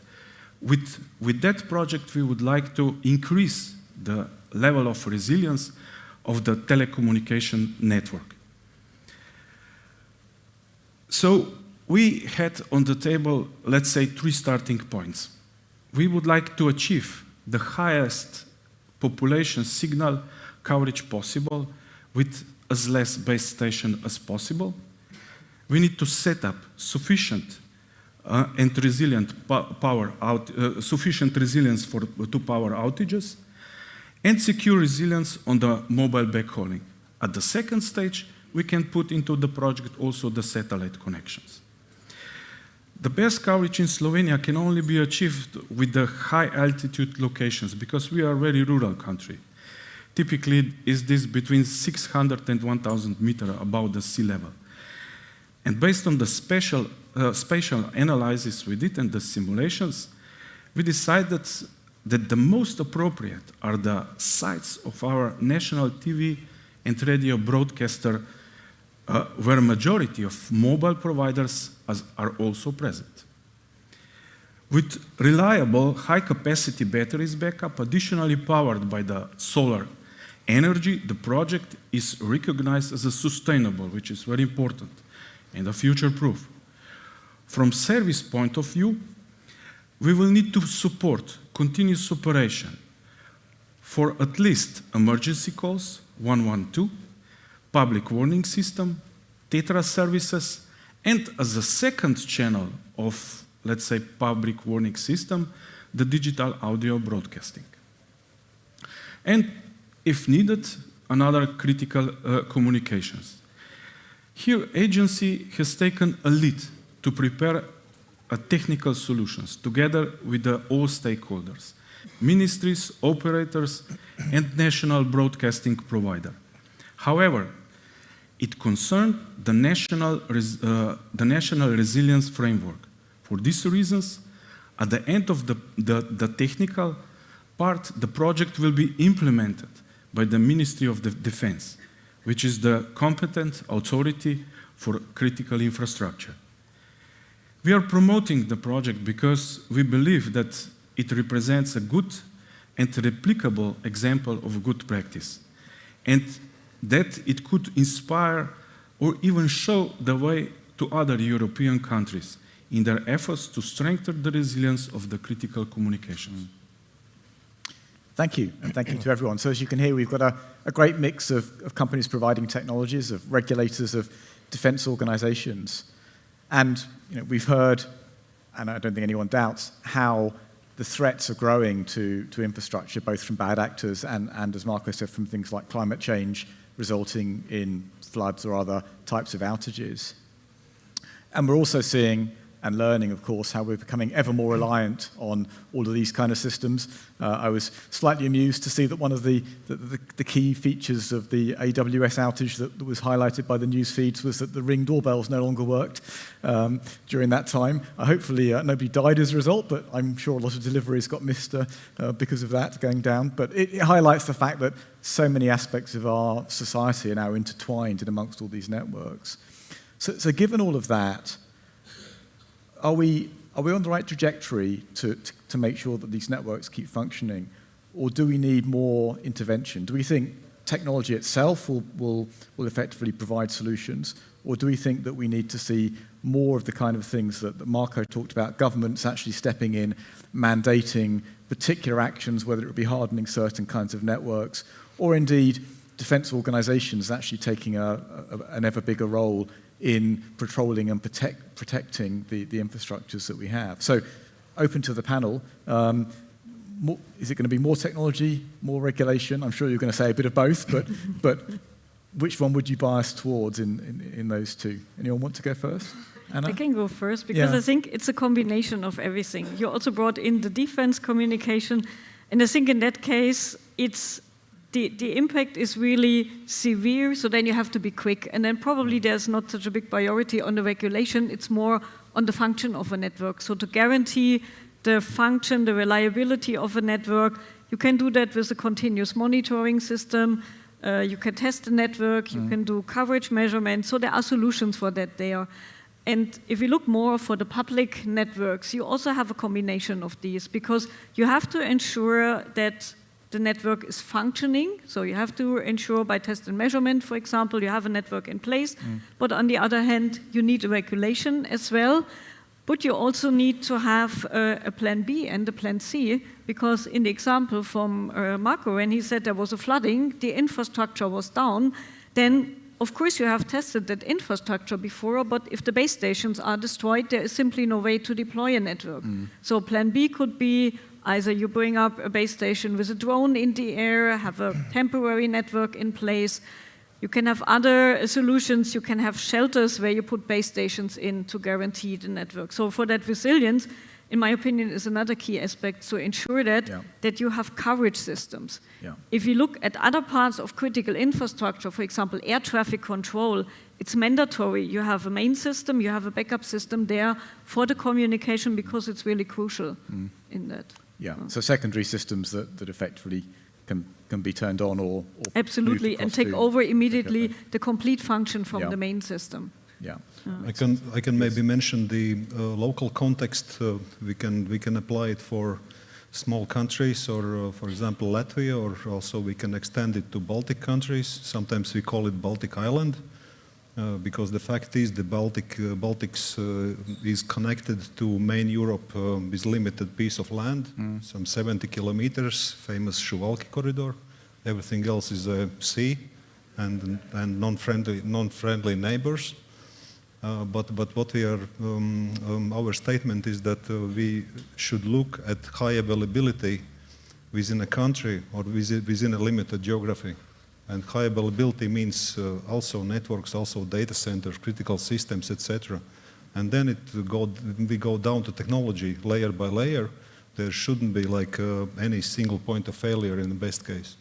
Should be backup, and the backup resilience, redundancy, the more is better. Of course, there is economic factor, of course, but there should be redundancy. Yeah. So you're effectively saying more infrastructure in country so that you're not so reliant on. But it should be really depends on the technical layer. Just one example, the fiber optics cable. Yeah, the big cable has 300 strands or fibers, and you shouldn't have a redundancy within one cable. Yeah, because it's one physical thing. It should be at two distant locations, and same for data centers. But the other part is, if you're talking about Baltic island, another part is outside connections, outside of Latvia, outside of countries. This is a different thing. There is limited number of connections, connectivity. I mentioned undersea cable. There are few, but not hundreds. Yeah, and that's another thing. But first is high availability within geography, another is outside. Yeah. Yeah, makes sense. Paul? I think, building on what you just said, actually, you touched on a really interesting point, which is about economics. Because economics is in everything at the end of the day. And I think it depends on what part of critical national infrastructure we're talking about. Protecting a cable, as you said, separating them under long distances is certainly a way to do that. So, basically, physical diversity, in other words. It's certainly one way to protect that part of the infrastructure. But if we think about cyber attacks. So, some kid in his bedroom wanting to take down Marks and Spencers or whatever just because he can, right? There was a study. So there's part of it's economic and part of it's educational, right? I think on the cyber side. So there was a study done. I think it was by the BBC. But don't quote me on that. Where they discovered if somebody was walking along the street and they see a USB key on the floor, and it's got a company's logo on it, around half of those people will pick that up and put it in their machine. About half. Okay. If they see the same USB key and it's got a company logo on it and it says salary information, virtually everyone will put it into their machine, because humans are intrinsically nosy. We just want to know the secrets, right? So there's an educational side. So that's how the Iranian nuclear plant was attacked by Israel all those years ago with Stuxnet. That was a USB key inserted into a machine that was behind a firewall, right? And there's nothing you can do about that. That's an education thing, right? Then the other side of it is economics. So there's a very famous hacker called Kevin Poulsen, and there's a law. It's called Poulsen's law, and it's basically that. And the law is basically, if your data isn't worth anything, or it's worth less than what it would cost to get it, it's safe. And that's economic. Yeah. If you've got a car and it's in a garage and it's worth €100, but it will take somebody €500 to steal it, they're not going to do it because it's not economically viable. And it's the same with cybersecurity. If the costs of getting in time or money or effort or whatever are so great, then because it's all an arms race. In a standard deviation curve of a war, of a conflict, it gets to a point where it's the height of the conflict, and then there's a resolution, and then it goes back to peace again. The problem with cybersecurity is that deviation curve is constantly moving to the right, or left in your case, but that way. So that it never gets resolved. It never gets, it's always escalating. So we just have to make sure that it's so expensive or so difficult, then that really helps. And is that a government task, or is that or is the government to educate the companies to do that? I think the government has a role to educate, yeah. And there's a whole bunch of studies out there about how companies are so poor at their cybersecurity. We have an agency in the UK called the National Cybersecurity Centre, which is part of GCHQ, Government Communications Headquarters, which is the bit of the government that gives intel to MI5 and MI6. If James Bond existed, he'd be in MI6. So it's quite, these are serious security people. And the public face of that gives advice to businesses on how to secure their networks. And I think that's hugely valuable. And I think they could go further. But I think it's a personal responsibility as well, of course, right? Coming back to the original question, I think the question itself is perhaps a bit limiting because it kind of puts your thoughts into a national framework. Defense usually a national institution versus commercial domain at the same territory. But if we think about what is the world where we live in a world where basically the threat is on the east, and it's a one, big unite threat, and then we are fractioned here. We have countries next to other countries, and then all the countries have their own systems in place, organizations for defense, organizations for this and that. I think, and then when we put the third pillar here is the infrastructure. Okay, be it physical infrastructure, more I think we are maybe having in mind here everything that is on top of that, something that is powered on and then feeding our needs. If you think of this infrastructure, as I mentioned, it's usually common standard, common protocols, common type of stuff there. If something is vulnerable and gets attacked in one country, can easily be done at the same time at the other country because they are all running the same software version and they are equally vulnerable. So I can't overemphasize the need to really think international, inter-organizational when we are thinking of protecting our infrastructure. So that's why I'm coming back to emphasizing those practical exercises that we do in a routine manner together, knowing our fellows across the border, and each of them bringing their experiences and competencies, what they have, how they have dealt with it. And that makes us as a society next to the eastern border much stronger if we just take it individually inter-country in each country. And so that is what is ringing in my head. Yeah, and do you see that happening, or do you see individual countries trying to do their own things? I think the more north you go, the more into your own shoes you look, the close the human nature and culture and behavior is, the more south you go, the more open you are. But I think it's just a question of being honest to ourselves, recognizing who we are as species, and really switch everybody has the switch, it's just in a different place, to switch this collaboration and, careful mode on, and take the curiosity to look how your neighbor is doing as well, your like-minded neighbor, and I think it just takes to activate yourself, and then everything happens. It's just that we don't activate so often, or there's no good cause. Yeah. The cause comes, then everybody's activating, then can be too late already. Yeah. And Marco, you talked about your national network. How did that come about? Was that a government initiative to bring that about? Yeah, first of all, I would like to add on that topic you put on the table, on the USB stick and how the people, nature is perceiving that. So I have one story from our penetration tests, where also one of the tests was unknown USB stick on the floor. And we got the response. So somebody put it into the computer, but from different domain. What does this mean? That because somebody put it at home into the computer, not at the agency, because at the agency is forbidden. So this is the way how human perspective in nature is working. A lot of curiosity.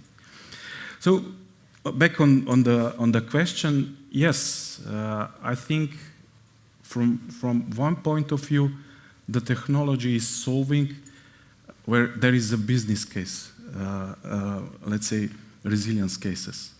But when we are talking about the natural disasters, these are higher levels.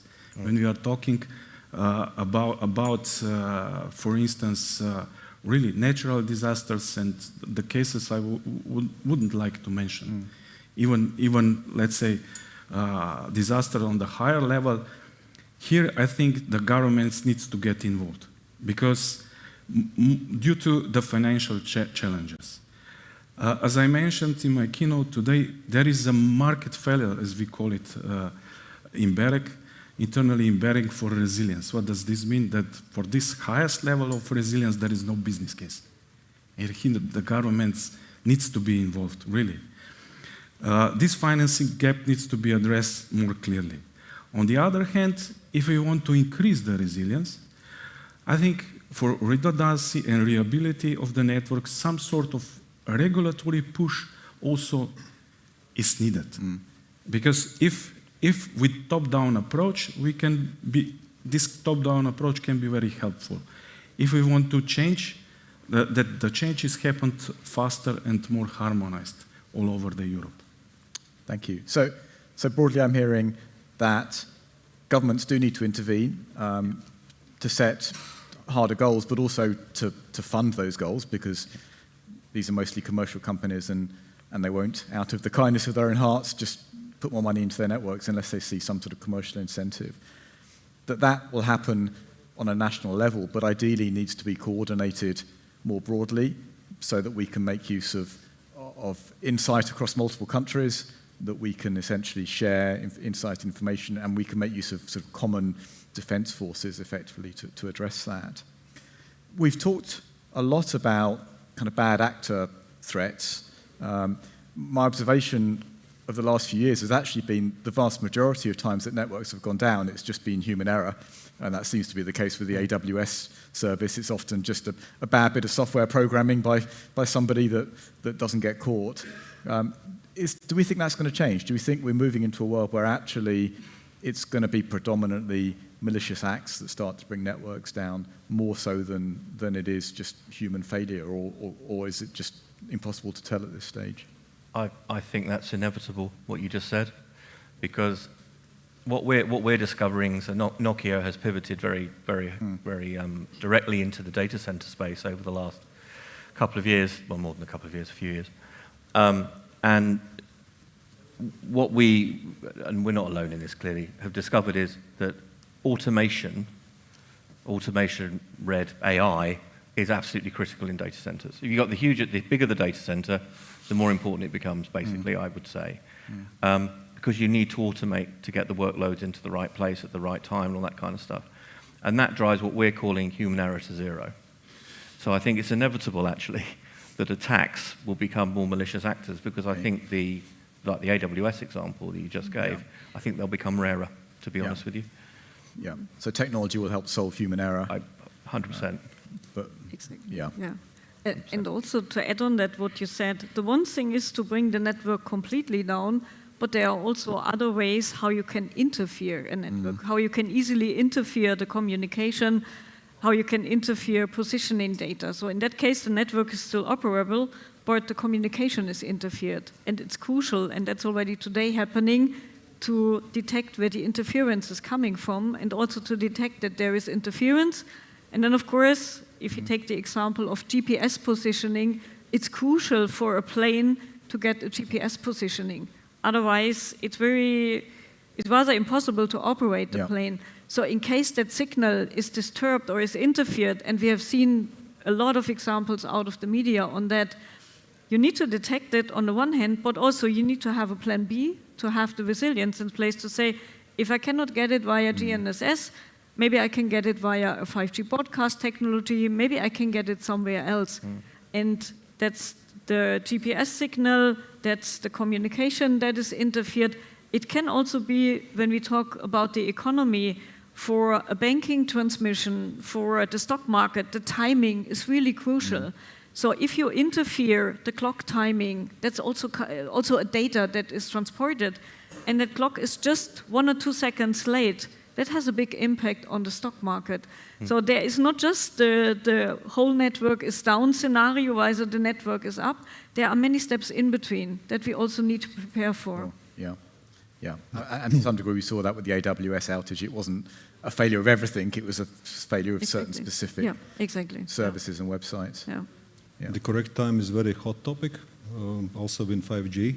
In normal peace times, relying mostly on GPS synchronization. If the GPS has been jammed or scammed, then all the synchronization goes bad. And there are solutions. They are mostly ground-based, using the atomic clocks, and we are currently looking at such a service to deploy it in Latvia. There was mentioned that AI automation would help to reduce human error, but I believe that it will reduce human error, but it can introduce new errors. Yes. From the AI side, yeah, that we don't know. So we need to be careful. But what I would mention also for the latency, sometimes it's not a question about seconds, but milliseconds. Yeah. And our example was also mentioned twice under sea cable. So we had an incident this year in January, and the latency increased 10 times. Yes. Yeah. Yeah. Very good. There's resilience for you. Very good. It works. Yeah. Sorry. So we had the latency example in January when the No. Okay. Jammed. That's my bad. Sorry. So the latency from Latvia to Sweden increased 10 times, and the latency was 10 times slower to Sweden for 1 month. So we haven't had like any big complaints that somebody lost something, but we had the internal brainstorm. What could be the examples? So we figured out two. One was exactly stock exchange. That somebody lost a fortune. Sorry, bad things happen. Another could be somebody lost a Counter-Strike game because of the latency. It's another application.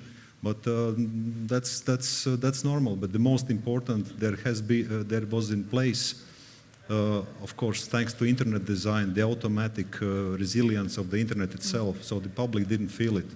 The other part, of course, the enterprise point-to-point connections. Yep. And all the enterprises, including ourselves, including our enterprise customers, had the backup line somewhere.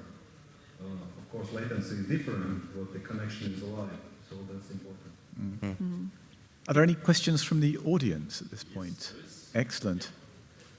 Let's take one or two of those, and then I have one last question for the panel. So, questions are on hardware, mission-critical communication networks. Should they be developed or deployed and managed by public institutions or government or private entities with public funds? So, networks. Yes, should we nationalize them and then... I've been thinking of it. My personal opinion is that there's no right answer. There is an answer that I think we are pretty different from country to country. There is probably an appropriate match for each. Sometimes it's a bit to the left, sometimes a bit to the right, depending on the society there, what's the history and historical, like how they are used to function, the society in this area. So I think that will define quite much. Yeah. And in the UK, as an example, we have a sort of halfway house called the Emergency Service Network, which is actually a public network, the EE mobile network, but which the emergency services have essentially paid extra money to have that hardened, the coverage improved, and things like that. So whilst it's still a private network, it has a certain amount of government investment to achieve particular levels of resilience and affordability. This is always a mix. Yeah. We have also, like an example in Latvia, that like in every country there are less inhabited regions. We call it white spots. Without the state involvement, the investment in connectivity, it's very difficult to make a business case in such places. But another is mentioned again, this call it Latvian offset connections. At the moment in peacetime, there are several connections, and in terms of capacity of throughput, it's enough. But if a number of those break down, it's some intention, from the neighbors, then it's a question of maybe new cable, and that's a big money, big investment. Of course, we can attract some funds from somewhere, but from the commercial side, probably not. Okay. What about interconnectivity of grids and networks? What is safer for situation when we are in crisis? So some time ago, Latvenergo started to talk about microgrids which are local, so they can survive even if the big grid or the connections are cut. So what is the way to go? Microgrids networks or the total interconnected network? Any thoughts on that? I guess to some degree we have private networks in companies and things that kind of probably would still hopefully stay alive, but not that kind of exists today. I think. I mean, it's a combination. Okay. We can talk in microgrids somewhere local in a building or in the campus, highly available. In the best case, it's interconnected. If the interconnection breaks down, it should be highly available. If it breaks down, it should be disaster recovery somewhere else. All right. How does the supply chain impact the infrastructure resilience and security, like manufacturing and support from outside Europe, like trusted hardware producers and stuff? As we know, it's quite a question lately. Well, I can only speak for Nokia, but we have a distributed supply chain, very, very distributed supply chain. And we actually manufacture our own silicon in many cases in North America. I think that's a challenge, right? And it's actually something the governments are certainly the British government's very focused on, is making sure the supply chains of the vendors that exist in all of the networks, not just telecoms, have a supply chain which is secure and not dependent. But we've had a lot of conversation about an over-reliance on the US, for example, and that is, when you've got a company like NVIDIA that's got a 98% market share, it doesn't matter how diverse your supply chain is, you're going to have the American tech in there somewhere. So isn't that the new opportunity for European producers? Because 100%. That's what we're talking about now. Yeah, it is, absolutely. But what is happening at this point? What is happening, I think there are a lot of startups and a lot of smaller companies that are trying to get into this space. But when you've got a company with that level of market share, it's difficult to challenge. Yeah. I mean, having said that, it's in marketing terms, it's quite easy to go from 1% market share to 10% market share. It's pretty easy. But to go from 50% market share to 51% is hellishly difficult. But it would be great to see some more. Clearly, it'd be better to see some more. Some sovereign European vendors. Right, I'm going to leap in here with one last question for everyone. So very quickly, because we only have 3 minutes left between us, what is it you fear most in the future in terms of something that might cause widespread network disruption? And you can be as narrow as broad as you like. So.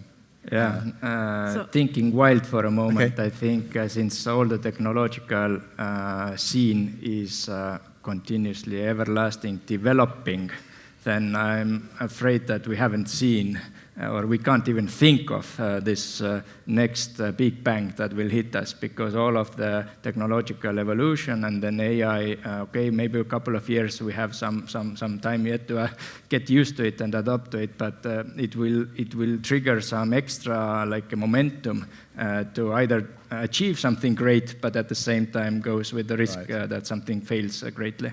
So your fear is just something completely unknown that can't be predicted at this point? Yes, and that feels so obvious. And the only way for us to cope with that is to stay on our toes all the time, keep up to date, update our processes, systems, everything, just to keep up with the pace of development. Anna. So our mission is not to let the fear happen at all. Okay. So because we really work on foreseeing and predicting what could have happened. And of course, we would be afraid of what could have happened, but we need to stay ahead in order to have a solution to counter what could happen, either in the counter drones, either in the interference. We have heard a lot of examples. So our mission is really to stay ahead, think about what can happen, and try not to let the fear happen. The only thing to fear is fear itself, or something along those lines. Yes. I really want to answer two answers. Yes. One is the fear. This is the really bad situation. If you, in a way of incident of crisis, you really don't understand what's happening. But this is the normal business, Yeah. Usually we figure out what's happening sooner or later, better sooner. But on a positive side, about future developments, I would really like to mention the really big European ambition. It's called quantum internet. Quantum was mentioned here. So the quantum internet is the next internet thing. We don't know yet what does it mean, but Europe has the basic fundamental knowledge of quantum. Really, it's European thing, and Europe's ambition is not to repeat the first internet development which happened in US ARPANET and US universities. So now the European ambition, there is a roadmap, and it has to be up and running if we believe it in 2035, 2040. Okay. So 15 years, next 15 years would be really interesting. And very quickly, Paul and Marco? I think we don't know what we don't know. Don't know. To be honest with you, and my worry is some terrible zero-day exploit that we just didn't see coming. Really. Yeah. Marco, last word. I think the most vulnerable part of this high-tech environment are we, the end users, because we need to understand our role in keeping communication secure.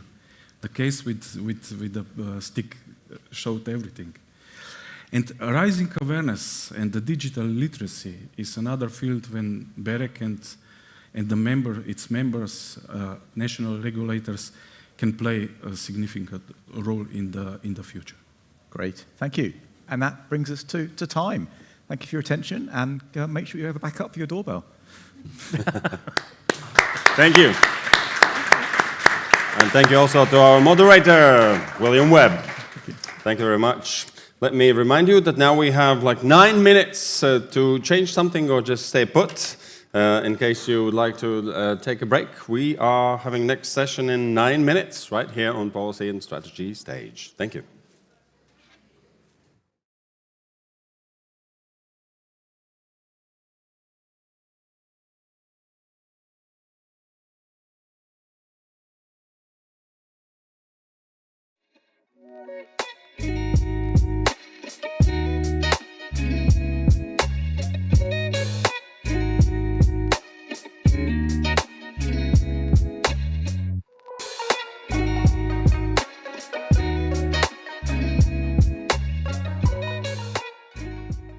Pleased to meet you.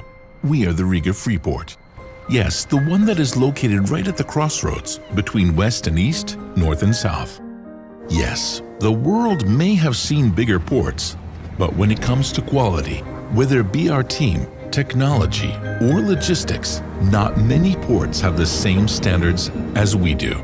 We provide all of the services that a port can offer. We believe that it is better to slightly under-promise and a little bit over-deliver rather than the other way around. This is how reputations are built. Serving the client isn't enough. Positively surprising him is. We may not be the biggest port, but we are one of the best ones to adapt your needs as an investor, client, or business partner. This attitude is built into our DNA. You must keep up expectations. You can only afford happy clients. You simply must satisfy the highest environmental standards. You have to be on time. Your staff is trained to a level of excellence. Perhaps this is because of our Nordic mentality. Accuracy, precision, responsibility, and talent for planning. Our customers are valuable, and we will always find tailored solutions.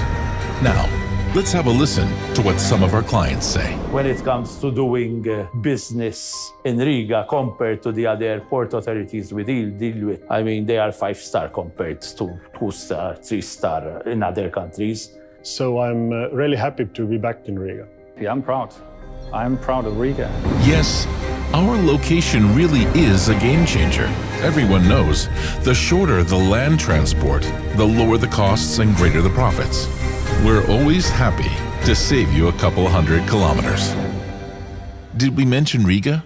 Yes, we did. Riga is a true melting pot for the widest range of cultures and ideas. Almost everything in Riga booms with life, drive, style, and joy. The fastest internet in Europe? Sure. The home of globally known startups? Absolutely. But we must not forget one of Riga's best features. The city is well linked to the world's major aviation hubs, which makes traveling to Riga fast and comfortable. Here at the Riga Freeport, We will be glad to work with you and support you in developing infrastructure. We will meet and guide you clear the way during the winter, and we will definitely help you to break the ice in business. We are pleased to meet you. Riga Freeport. Big in business, big in quality.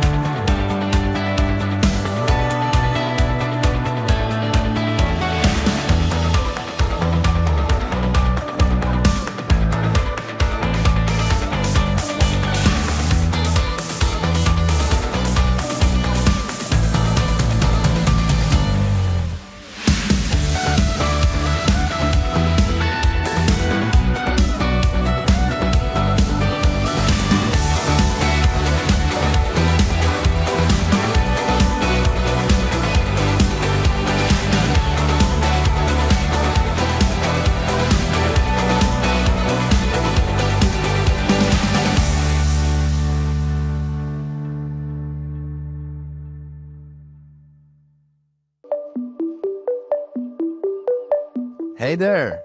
You have a large consumer base and need additional white label solution for upsell? Let me tell you about a game changer in home safety. Air Smoke. It's a lifesaver IoT solution made and certified in European Union.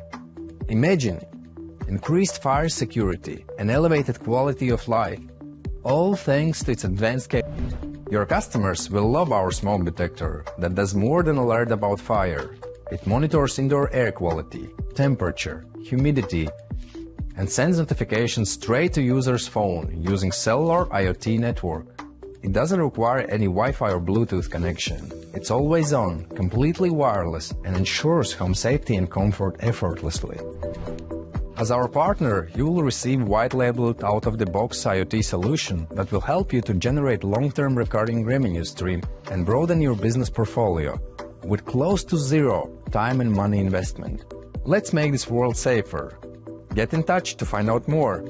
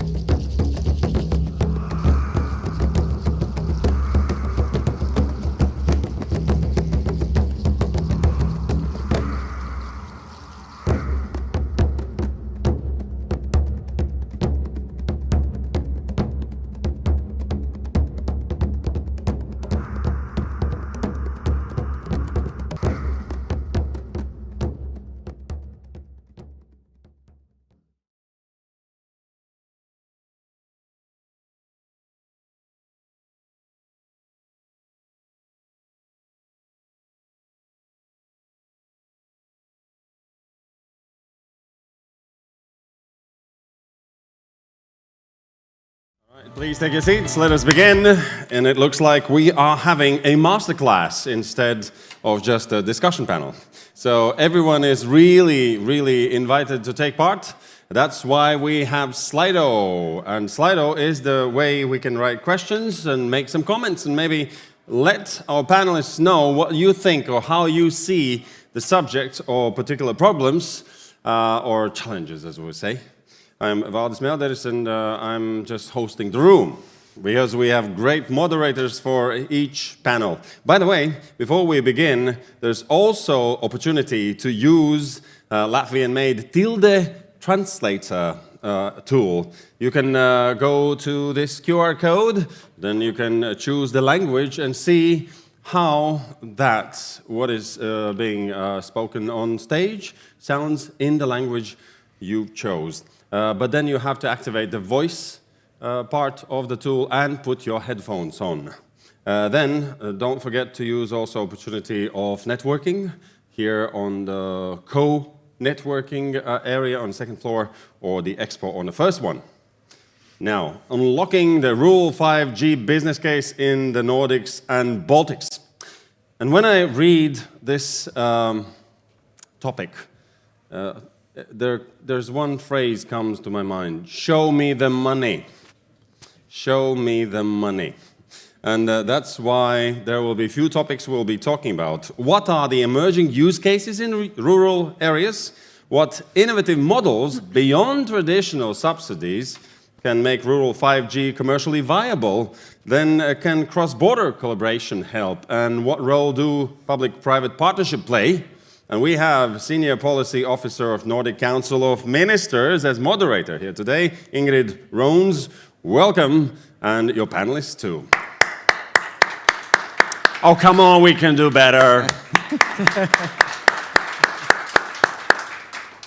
Thank you, Valdis. So I'm Ingrid Rones, and I'll take you to today's panel. So we have a great lineup today, and as Valdis said, you're welcome to also submit questions. I'm assuming there's a great attendance online, so welcome to you too. So as we heard today from Secretary General Corman from the OECD, multilateralism has never been easy. But it helps when you have a common set of values. And as Eleman Kinkombe, the Assistant Secretary General of NATO, also said in the same panel, countries need to think about when you are best served working with others and when the challenges are too hard and you have to go at it on your own. So I'm here from the Nordic Council of Ministers, and we represent the Nordic and Baltic Ministers of Digitalization, and we're a proud partner of Techratory and have been for many years. We're an international cooperation platform for countries in the region, for the Nordic and Baltic countries, and we are guided by a common set of shared values, and we face very similar challenges, a lot of which have been brought up today. As we have heard today, technology is the backbone of our society. It's the backbone. It's what we build a lot of other things on. This means that it's part of our critical infrastructure, and continued innovation is also fundamental for both our security and our competitiveness. So what we're exploring in the panel today is what happens when you're not connected.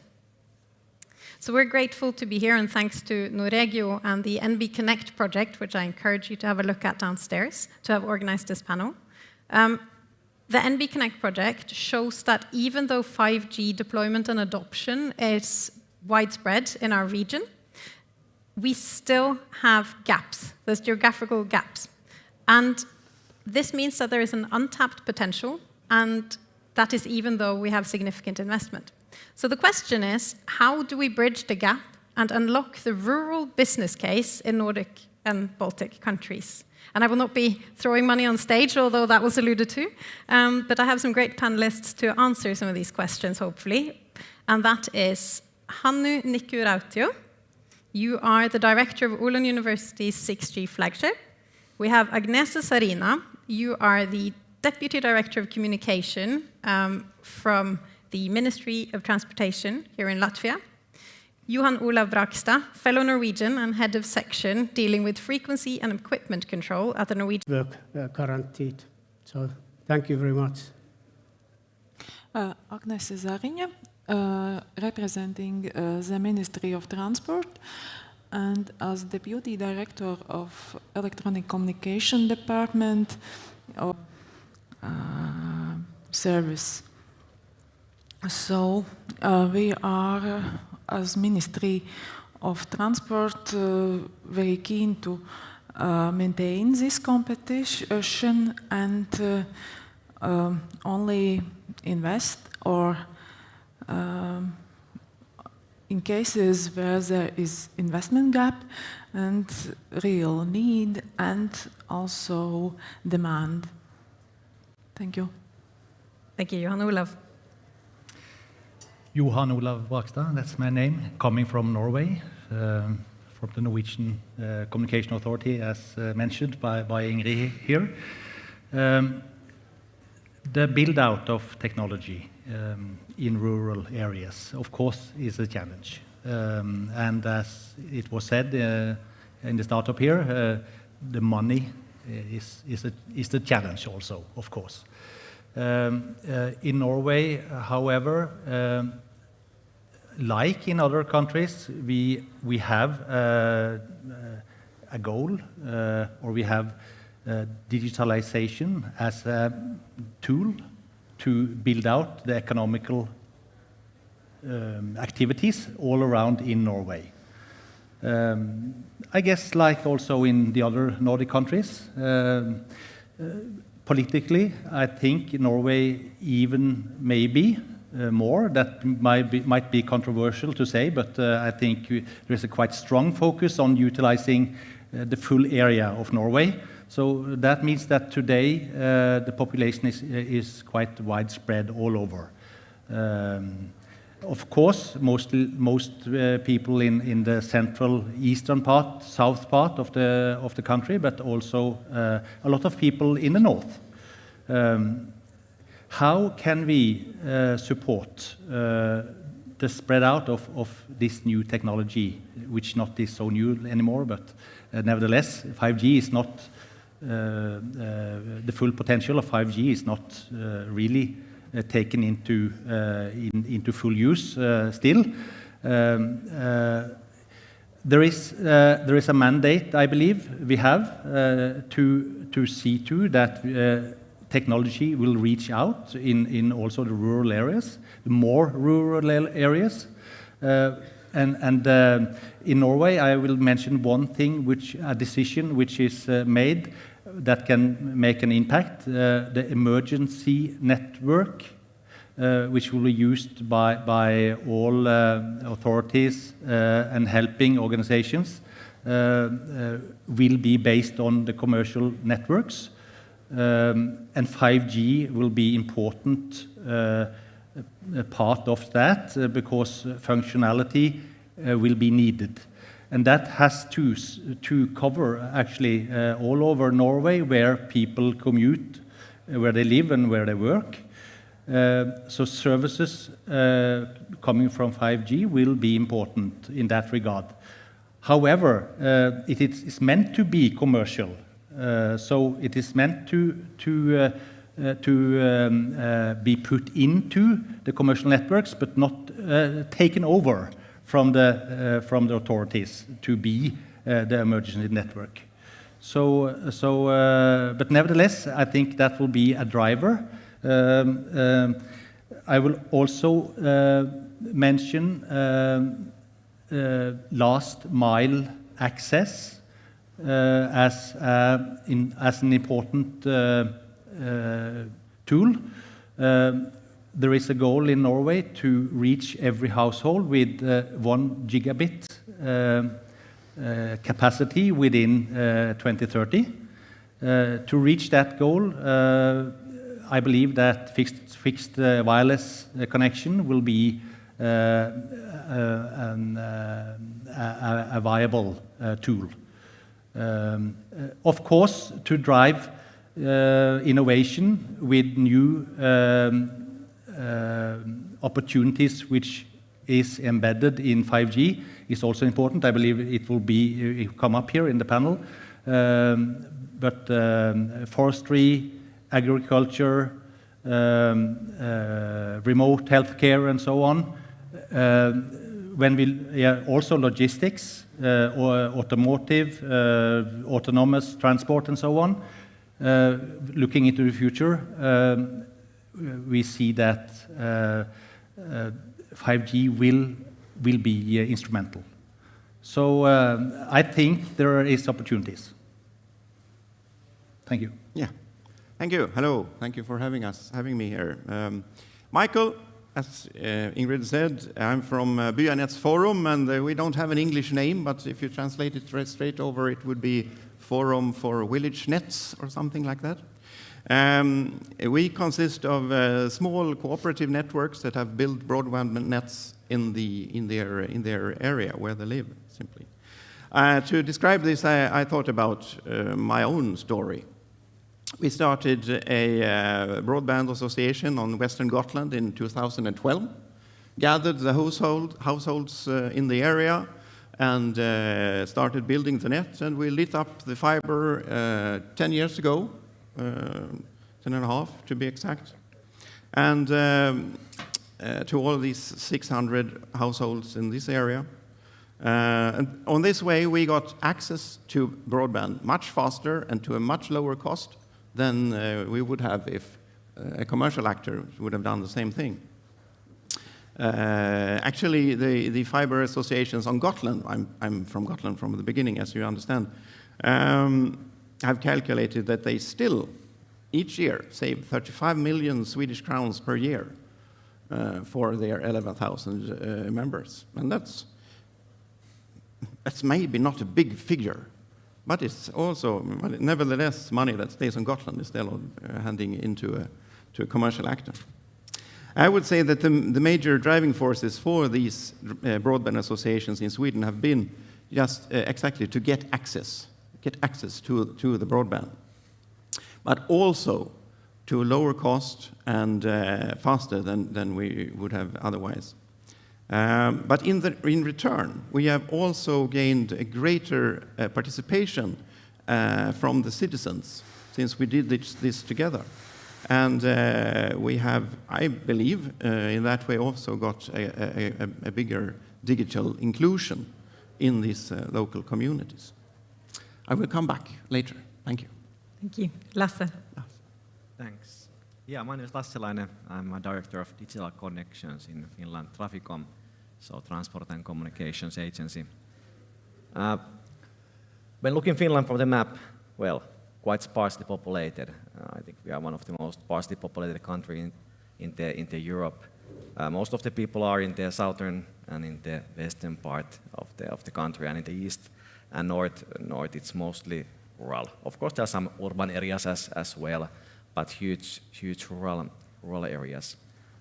Networks in Finland, as typically in other countries as well, are mostly market-basis driven. So where does the money come from? That's the key question always. I have been looking at this rural issue topic now, of course, from the regulator point of view, but also in the history from the private sector. I did work for quite a few years with the mobile operator sector, and it is a tough issue for sure. The business case viability, commercial viability is a tough case, but there are some changes now happening, also mentioned by previous speakers. For example, in Finland, these authority networks are being built over public networks. There are also other increased interest in the commercial networks and public commercial networks.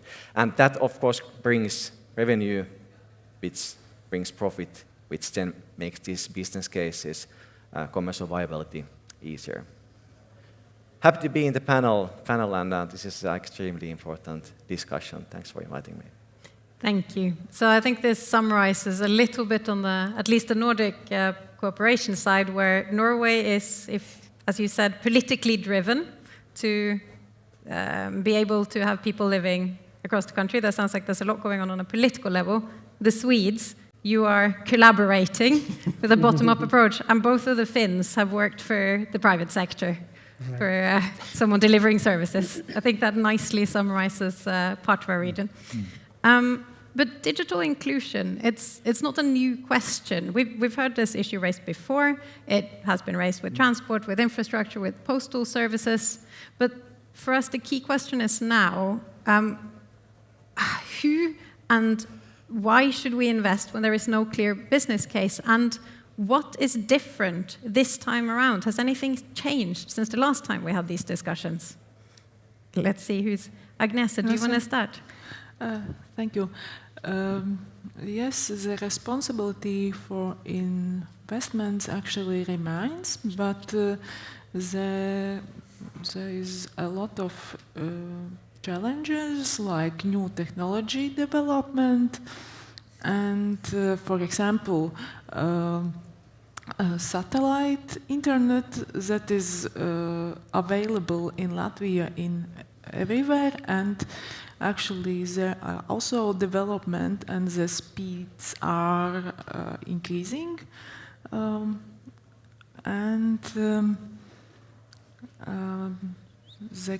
second, very important aspect is that cybersecurity threats intensifies, and it also must take into account when we invest.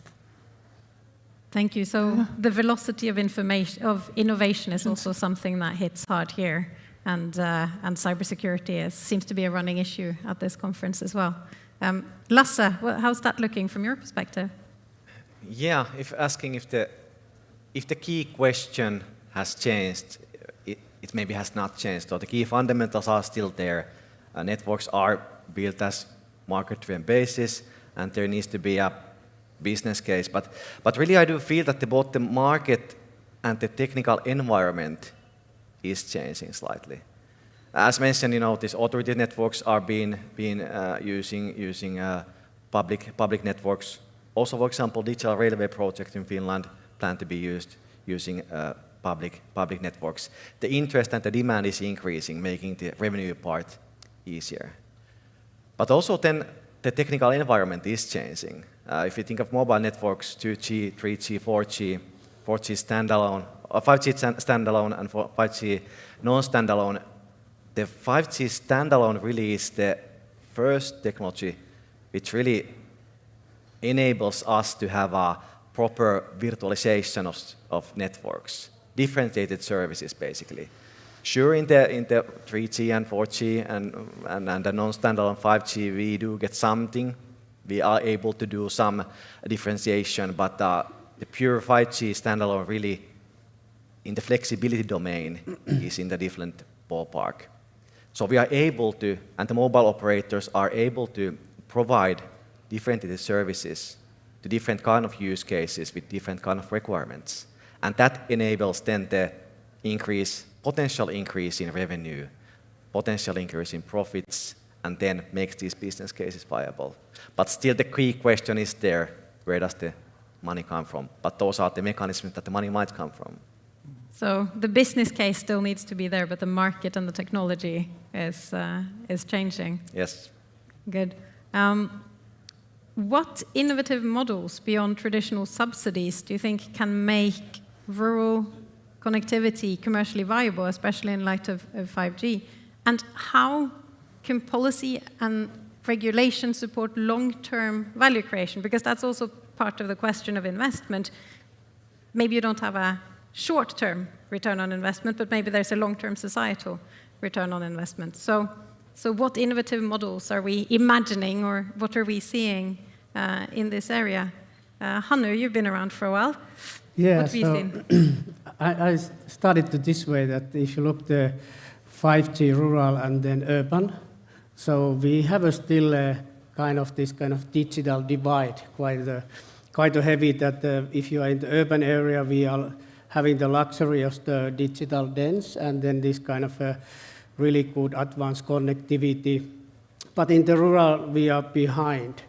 So it would be easy to say that, okay, why to do? But I think that it's an opportunity, basically. We should think about it that rather this way, that it challenges us, but it's the innovation frontiers. And I see that innovation here is it's going beyond of the technology. It's kind of this kind of having the new this kind of ecosystem modest, or then maybe also looking this kind of sharing infrastructure investment, etc. So I think that there's a lot of potentiality. If I look in rural area, this probably will get the best results if we are putting together community, then the researchers, and then also industria are pulling together, looking this kind of that what is the area we can co-work and how we can then have a sharing of the investment. I would like to give an example what kind of innovation we can have. That today we are looking also in the rural area. It's also in the Finland a lot of we say about that it's relevant for the Arctic area. So we are looking at how we can get this kind of energy autonomous like a base station. So what it means basically is that typically in the rural area we might have the disruption in the energy feed, or we might not have even the energy grid. And how about if that is going to be long-lasting thing? It could be even the many months. So we are looking at how do we can then bring this kind of wind, and then also hydrogen, and also solar, and maybe something some researchers can think about it, that maybe we can collect the energy from the radio signal. Some way that, and the basic idea behind of the researching now is that how about if the base station has to be there without the main power grid 1 year? How we can achieve? So that kind of innovations. So big questions. Questions raise other questions. Johan Olav, have you seen in Norway some innovative models that you want to share with us? Seeing that it is so politically driven, has Norway come up with something that you could share? We cannot only put in place political goals and not follow up. I think this is a question about cooperating to play together, so to speak, the government and us also as an agency for the government with the marketplace, like is said here. Just one of the parts will not bring progress here, I believe. What we see here, sitting at the Nordic-Baltic meeting, we see borders. We see rural areas on both sides of the borders. We see a huge development in technology and new services coming up. It might be within health, within transportation, logistics, automated processes, autonomous processes. We see energy, we see renewable energy needing more quick signals to control the grids, as we have a lot more fast both producers and consumers coming up. We see a technology development which will demand and need fast connections. So then I think we, at least on a Nordic-Baltic meeting, should agree upon that we have to lay the foundation for operators to be able to deliver services across the borders without hindrance. We have to build up under that so that not rural areas is even more rural because there is a border between them. So that is important, I believe. And then I believe the operators and business will drive development, which will help us drive 5G, simply because functionality is following 5G, which will be needed within the coming challenges we see, technology challenges and services we see. So I hope we have the patience and we have the ability to look forward and keep up cooperation around this, and then I'm sure this will grow and be more mature as we go forward. Thank you. And Lasse, have you seen anything in terms of innovative models on your side? Is the view similar to that of your sister agency in Norway? Yeah, I was thinking the catchy starting phrase, where does the money come from? Maybe equally important question is that who pays the costs? Because the profit is about cost and revenue. And maybe continue with what Hannu mentioned about infrastructure sharing. That's of course vital part to share the cost. But we can go beyond that. We can go beyond infrastructure sharing. We can go towards spectrum sharing. And few countries have done similar kind of things, Finland included, that we actually have a common radio access network between operators. So not just sharing the mast locations or rooftop locations, sharing the base station controller, sharing the base station, sharing the radios, AAUs, basebands, everything, whole radio access network. And well, it's obvious if you share the radio access network and share the cost, then the profitability really skyrockets.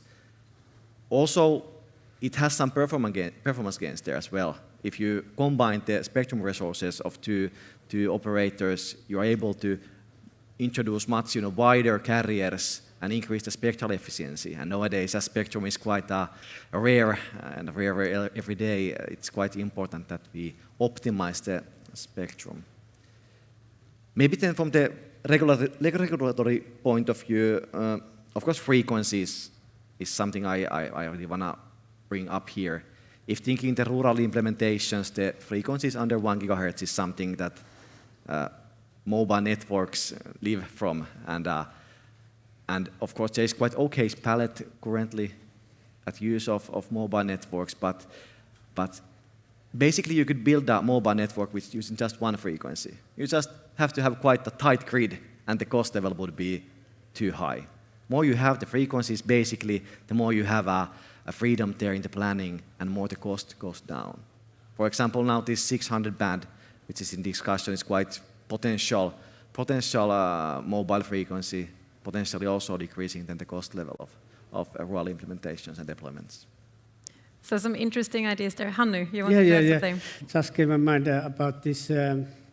If you think about it, how in the rural area, for instance, we could turn it into value generator, is that we should always put it in this kind of resilience and sustainability at the beginning of the design. Whatever we do in there, so then it can be there ready. And we have it's not only theory, we have an example like a smart farming, we have then this kind of resilience, energy saving, etc. So I see that this way we could turn it actually, this kind of rural area cost burning to the value generation. That's kind of the one example. Concerning of the regulators and policy, now that's not my best area, but I want to comment that is that probably instead of this, we talk about it short-term subsidies, we should see that is a kind of the longer-term enablement. So that we are starting to look at that instead of putting a lot of, or this kind of short funding or something, to building the network. So we could think about it that either in government or we even ourselves can think about it, that how to create it, the framework environment where the innovation can grow all the time. So it's kind of the long-term innovation, and then it's we can see that there could be the benefit then to having the open test platform together over the border. We have this 6G test center, what is aiming to towards of that it's for the NATO alliance countries, so they can utilize the test facilities, and that this way bring better, and or then have this kind of long-term public-private partnership or something like that. Yeah. So there's lots of good ideas, and I would love to hear more after the panel as well in more detail about the spectrum sharing and the opportunities there. I'm sure you'd like to discuss that as well. More on this in practice. How does it look on the ground? And I was curious, Mikael, what emerging use cases are you seeing in the rural area that justify the cost to the infrastructure? Yeah, that's a tough one. It's really a tough one because where does the money come from? And many things have been mentioned here already. But I will give a little description of one of our members up in Tavelsjö outside Umeå. They are involved in a project called Living Lab for Smart Transportation, where the goal with this project is to deploy autonomous cars to deliver the transportation for the community. And the reason why they have decided to set this project in this rural area is because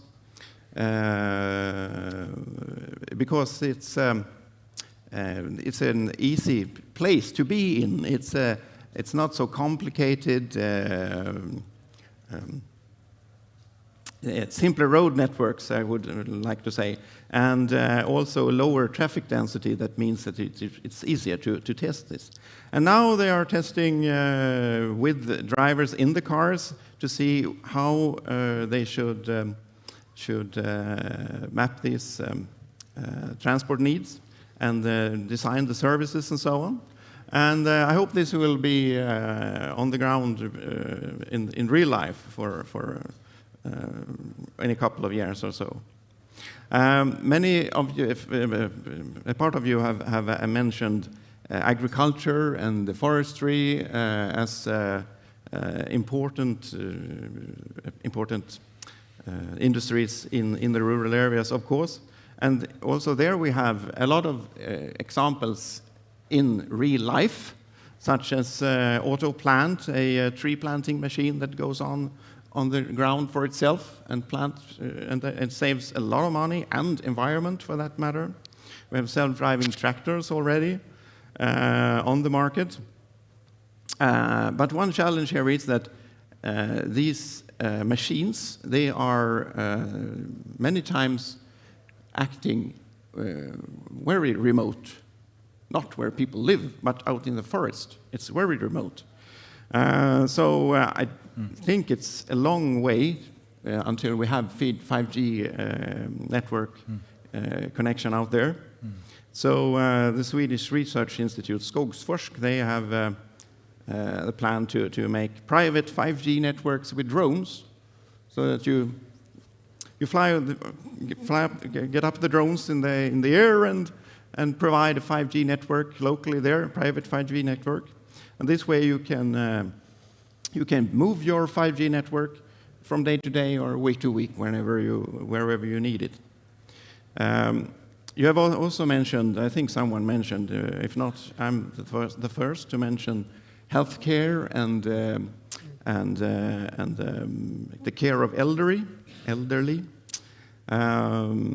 We have in Sweden, many elderly people have these safe alarms on their wrists where you can push a button and get help, to say it very shortly and simply. And for a couple of years now, there's been available mobile security alarms that you can bring out in the area where you live. And so that with GPS and the network positioning, the elderly can get help where it is, where he or she is. But it doesn't really lift. There's only a few municipalities that provide this to the elderly so far. So it takes time. And lastly, I would also like to say that when we talk about autonomous vehicles and machines and so on, I think it's important to remember that they need to be really autonomous. They cannot be dependent on having a network connection all the time, because then we would have traffic jams as soon as we have electrical failure somewhere or something else happens in the network. So that's also important to think about. And there's a lot of other things I would like to comment, but I don't think we have time here. No, that's good. But there is something about the going from the use case to finding a use case, finding a market, and then finding an investment as well. Hannu, you wanted to add something? Yeah, quick one for that. That you mentioned about the rural area. how is the density of the base station. But I think that in the future we need to also think about it this way, that we must get all the network what we have available get working together. So we are starting to talk about hybrid network. When we look the satellite, we looked at what is the 5G there, whether it's the 4G, whether it's the tactical network. So how we utilize that and how we use this kind of technology for the smart routing, all kind of stuff. And I think that this is absolutely what I see has to happen. Then we avoid it that we need to build the network, but it's always we prioritize that what is the critical information we need to know there. Is that the satellite throughput enough, or do we need to have something? A lot of easy to say, difficult to do, but I think that that's the one of the opportunity for that area. So. I think that's a good segue into something that I want to come back to that you, Lasse, were talking about, and that's cross-border collaboration. Because one of the things is finding the use case, finding the idea, finding the innovative model, but how do we scale these things when you found something? When you found that good, the alarm for the old people, how can you actually scale that? And how can cross-border collaboration be something that we can use and something to enable the question of digital inclusion? Yeah, Agnes? Yeah, cross-border collaboration is very important. Especially where there is public resources, because different organizations has different kind of experience. And for example, a strong example is our project 5G for Lives, where Italy and Latvia collaborated, and they deployed 5G drones. In Latvia case, they were monitoring and rescue procedures in the lake and sea. That is very actual for us because of bad statistic. But in Italy, they were monitoring disaster like fires, for example. And actually, they scale this project and also provided guidelines for 5G to use for public safety, like standards. But also collaboration could be effective where there is like not only innovations but also like quantum new technologies, because different kind of organizations, like I said, has different experience, and in such big projects also as Latvia could participate and add some value actually. That's great. And Johan Olav, you were talking about this issue of borders, because you were saying that there's rural areas that have the same issues, but the problem is not that they have that problem. The problem is that there's a border in between. So how do we work to solve these? That's a good question. I think at least it's good you ask it, and I think we need to think about it.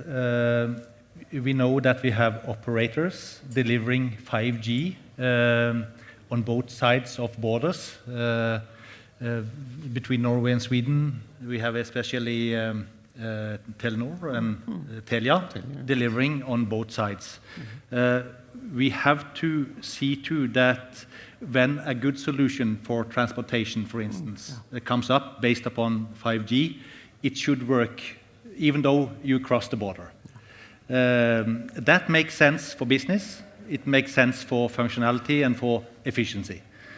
I'm not sure that always is the case. I think for some reasons the border is hindering that kind of processes, and that is hindering growth and utilization of technology. Being here, that also is bringing that question up in my mind, one of many that should think about it.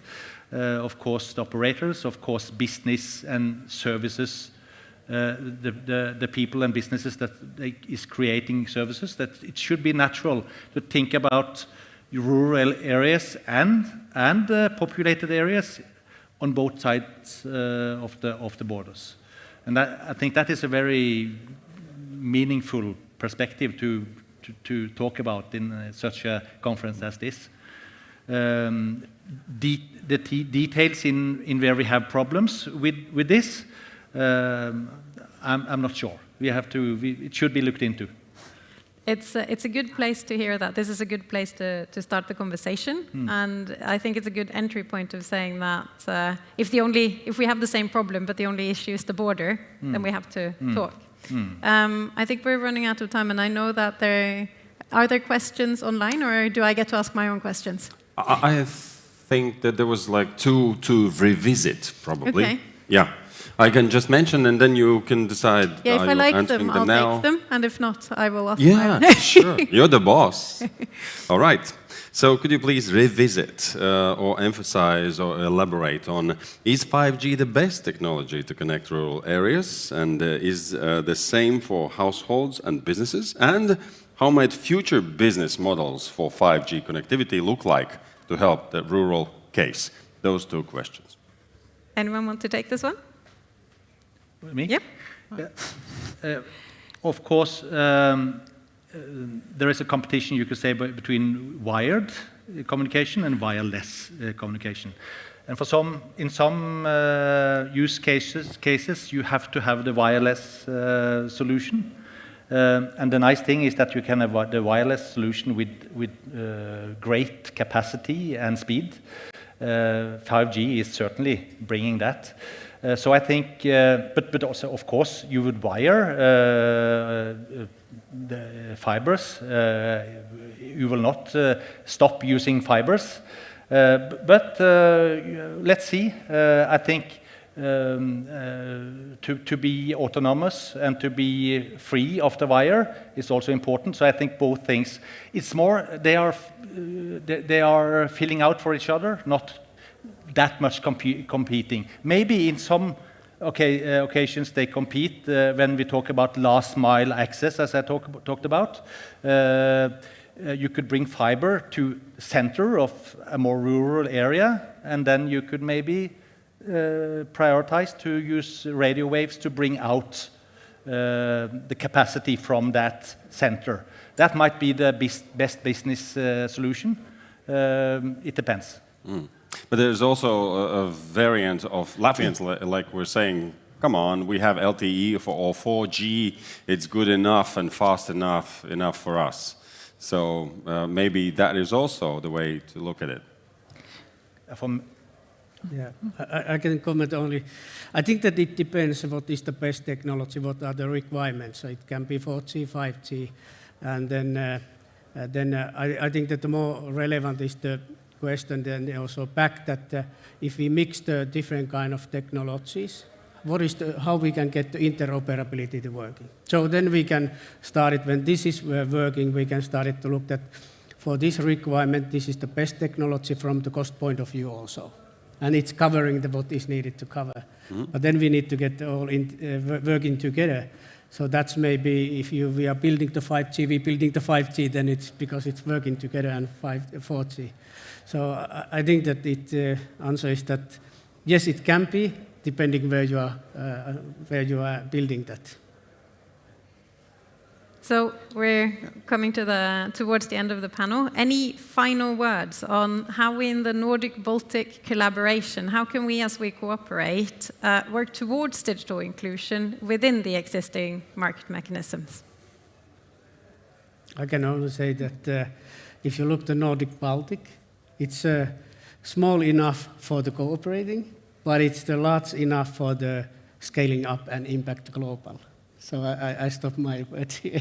That's a very good point. Anyone else wants to take the last word? Yeah? Yeah, maybe about the cooperation, I really want to emphasize that the private sector, the public sector, and the research sector needs to work together. I always see this kind of triangle in my head that we are at the angles of the triangle.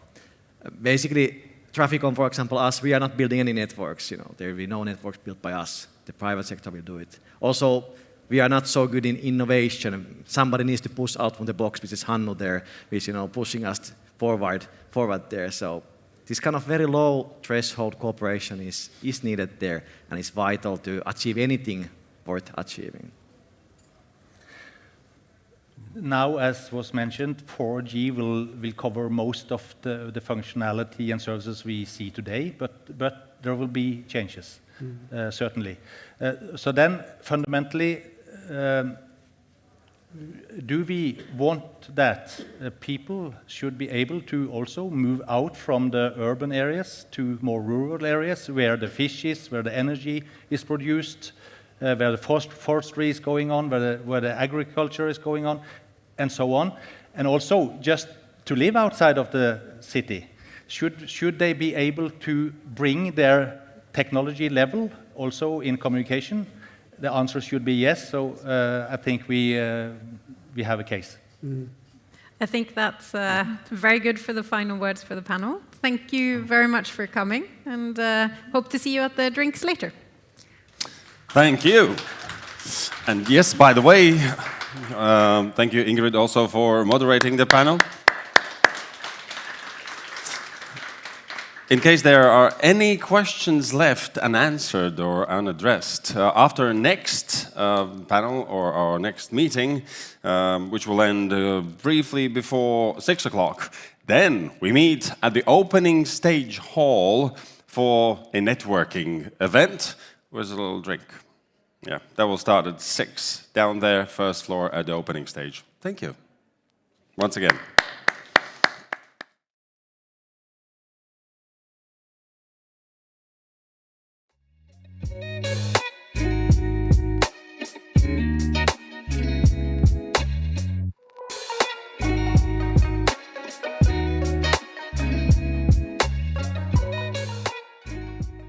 Pleased to meet you. We are the Riga Freeport. Yes, the one that is located right at the crossroads between west and east, north and south.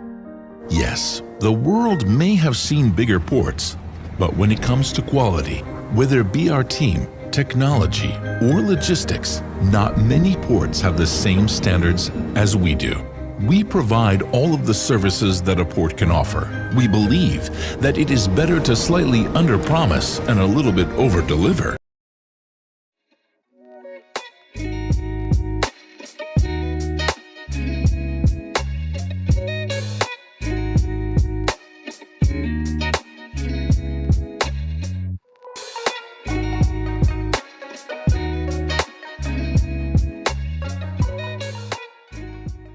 Pleased to meet you.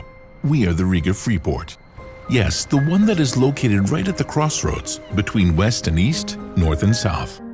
Yes, the world may have seen bigger ports, but when it comes to quality, whether it be our team, technology, or logistics, not many ports have the same standards as we do. We provide all of the services that a port can offer. We believe that it is better to slightly under-promise and a little bit over-deliver rather than the other way around. This is how reputations are built. Serving the client isn't enough. Positively surprising him is. We may not be the biggest port, but we are one of the best ones to adapt your needs as an investor, client, or business partner. This attitude is built into our DNA. You must keep up expectations. You can only afford happy clients. You simply must satisfy the highest environmental standards. You have to be on time. Your staff is trained to a level of excellence. Perhaps this is because of our Nordic mentality. Accuracy, precision, responsibility, and a genuine talent for planning. Our customers are valuable, and we will always find tailored solutions. Now, let's have a listen to what some of our clients say. When it comes to doing business in Riga compared to the other port authorities we deal with, I mean, they are 5-star compared to 2-star, 3-star in other countries. So I'm really happy to be back in Riga. I'm actually not only happy, I'm proud. I'm proud of Riga. Yes, our location really is a game changer. Everyone knows the shorter the land transport, the lower the costs and greater the profits. We're always happy to save you a couple hundred kilometers. Did we mention Riga? Yes, we did. Riga is a true melting pot for the widest range of cultures and ideas. Almost everything in Riga booms with life, drive, style, and joy. The fastest internet in Europe? Sure. The home of globally known startups? Absolutely. But we must not forget one of Riga's best features. The city is well linked to the world's major aviation hubs, which makes traveling to Riga fast and comfortable. Here at the Riga Freeport, we will be glad to work with you and support you in developing infrastructure. We will meet and guide your ships to the pier, and we will send them to their next destination. We will break the ice and clear the way during the winter, and we will definitely help you to break the ice in business. We are pleased to meet you, Riga Freeport. Big in business, big in quality.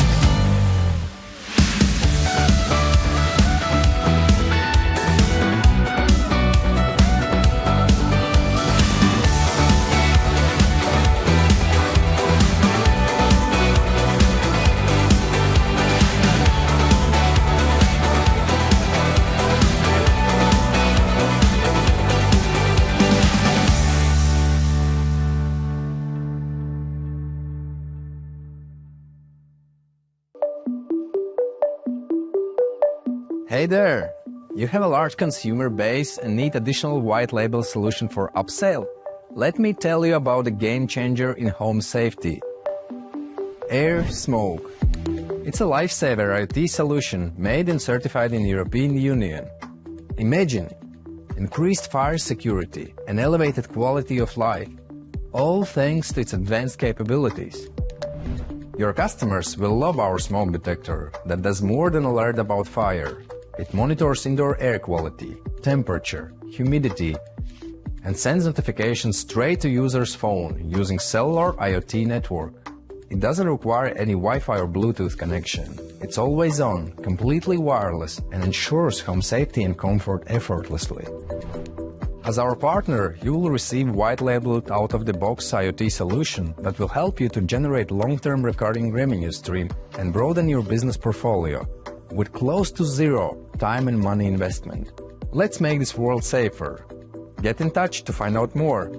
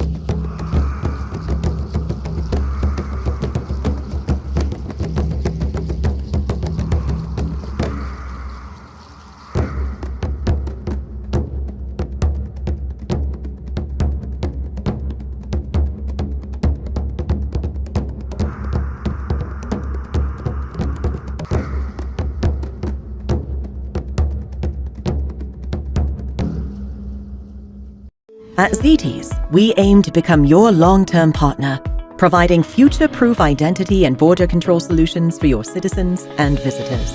We create a local company, hire local staff, and transfer expertise to ensure you get the most from your project. Our build, operate, transfer model is more than just a public-private partnership. It means you don't have to worry about a thing. We implement the whole solution at our own cost and only get paid once we start to operate. Depending on the project, our revenue could be a fee per border crossing, per transaction, per document issued, or even capacity-based model. A key differentiator of our build and operate is that you, as the government, will really not pay anything up front. ZTEs carries the entire initial investment and shares in the success of the project. From day one, we hire and train local resources, effectively transferring knowledge to ensure long-term success. ZTEs is your trusted one-stop partner for identity and border control solutions. We tailor our services to your country's specific requirements in order to provide you with the optimum turnkey solution. ZTEs, your long-term partner in identity and border control solutions.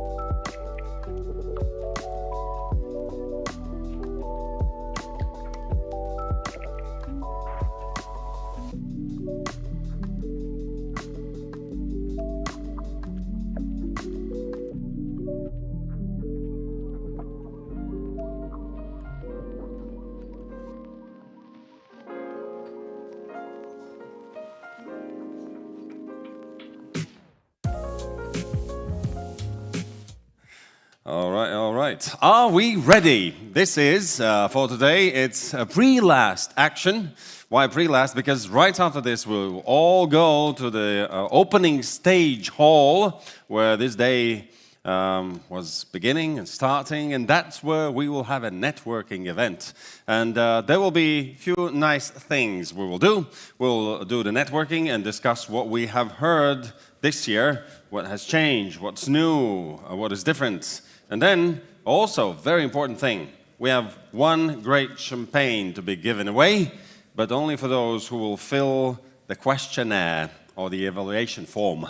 And then there will be a lottery, and the winner who will share, of course, the prize, I guess. That would be nice. But anyway, that will come right after this one. Now, digital innovation funding. What funding mechanisms are currently available to support digital innovation? What is Europe's investment culture? Because they say there's different cultures. There's American one, there's Chinese. Fail fast and then move on.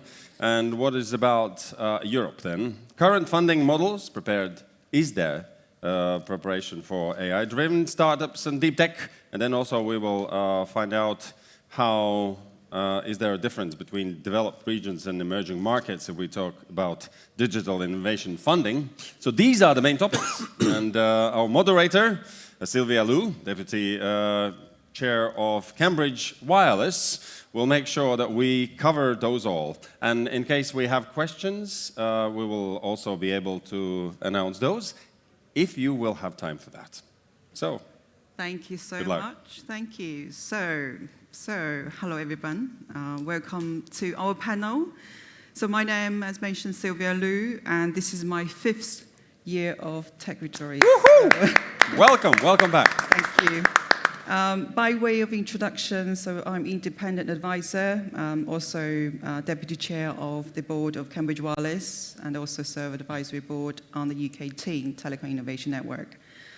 So this topic we're going to discuss later is deeply resonate with me, working across telecom, semiconductors, advising startups, but also running incubators with my colleague. I've seen firsthand the struggle, both opportunity but also struggle, especially for the funders, from navigating the public ground to attract private investors' investment, which we can touch on later. And of course, Digital Innovation Fund, it's not just about startups. It shapes how SMEs grow, corporate invest in R&D, also universities spin out IP, how public sectors digitize services. So getting this right is critical, especially in rapid evolving technological and complex geopolitics environment we are living now. So we have an impressive lineup of speakers with us today, from government, industry, but also academia. So we have Christian, Academic Director of Impossible Funders, Hamburg, and Professor of Innovation at Hamburg University of Technology. We also have Mohammed Al-Shahjahan, which is the Managing Director of the World Government Summit Organization in the UAE. And we have Yugis Mirzenis, Deputy Minister of the Ministry of Economics of Latvia. So he shaped Latvia's economics and innovation policy. We also have Elizabeth Viatori, which is the Executive Director of the Smart Networks and Service Joint Undertaking, SNSJU. And we the last one but not least, we have Michał Baranowski, which is Deputy Minister of the Ministry of Economics. So please join me welcoming our panelists. So over the next 15 minutes or so, we will focus on 3 topics. We will first look at the current funding landscape in different regions, countries, and we also will discuss the latest challenges and also opportunities. And thirdly, with the AI and deep tech, evolving technology development. So what are the new funding needs, if you like, and what's the difference between the regions? And if we have time, if we really will have time, then we have the Q&A. So now let's start it. First of all, the landscapes funding. So Jurgis, if I turn to you first to start with, what funding mechanisms does Latvia offer to the startups and SMEs? Thank you for the question, and good evening, dear guests, excellencies, interested parties, and I would say companies as well. Latvia has a wide range of different support mechanisms. You already mentioned there are more than one party involved in the story of success in startups and in especially in digital transition. So I can start with the education part, like the academia. We have different support for long-term researchers here in Latvia. We have direct support for digital acceleration of digital skills, the skills part for the companies here. And overall, from the available funding from the Ministry of Economics, I could call a number of 477 million euros that are either directly or indirectly with the innovation on digital transition. But the thing with the startups and innovation, they all are different. And we try to be very flexible, and we try to tailor our programs to the needs of the region, to the needs of the Latvia. For example, we have a very high priority for dual use, for defense. These are the products that the market requires. So the first step for a success in business, give the market what it needs. So if there is a need for defense industry, let's try to boost it. Let's try to scale it. This will be the low-hanging fruit. Green transition, the same as well. We need new solutions for many things. Digitalization in government institutions. I would say Latvia is one of the most digitalized countries in the world. From the government point of view, we are not a huge country. Thus, it gives us an advantage into this. And we are working currently very hard on streamlining the processes, even. For example, in building, all the building regulation is digital in Latvia. So yesterday, the parliament, the committee in parliament accepted even easier way how can the building documentation be passed through the system. So it will be basically from start to finish, in some cases, a couple of online forms or documents. And everything will go through the system streamlined. It doesn't require anyone to walk around and do the things manually or go to different institutions. So I would say it's quite complex, but in Latvia we have very competitive offer for any type of startup.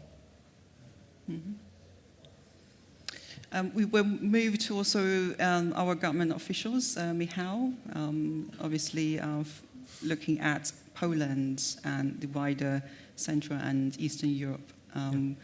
Can you share a little bit more of funding mechanisms currently available to support digital innovation and how accessible they are to startups and SMEs? Sure, great. First of all, great to be here. This is actually my first conference, so exactly. You see, only you though. I guess I'll have to come for more times to get the real applause. I'm actually, I'll share some of the programs we have, but unless you are a Polish entrepreneur in the audience, you might not be able to benefit from all of them. I'm here to get also a sense how Latvia, how Estonia, how Lithuania are doing some of the both funding and Minister also mentioned this, something that we are looking at is how to figure out better defense funding. And I know we are not talking about defense only, but that's something I would love to hear from also other panelists and members of the audience. Poland has a great startup scene, but I will actually start with some level of self-criticism. We talked about it today with my colleagues in my ministry, that we actually are not digitized enough. There is about 30% of small and medium enterprises that are not digitizing their operations. So we have some good programs, and I have a whole list of them, so I'm not going to do all of them, but I will highlight a couple also with the scale, because the scale is there, but it's not, there are two that I wanted to highlight in particular because they harness both national and European funding, and that's the European Funds for Modern Economy and the European Funds for Digital Development. And I was just looking up, because in my notes I didn't have the scale of those funds. The first one is at 8 billion, the other one is at about 6. Those are good, but we were talking before the panel. I'm going to Silicon Valley next week to get a sense of their funding, VC specifically, environment, and startup scene. And I'm meeting with 2 funds that between the 2 of them, they have funding at level of $62 billion, right? So these are still very modest, and these are very public funded, right?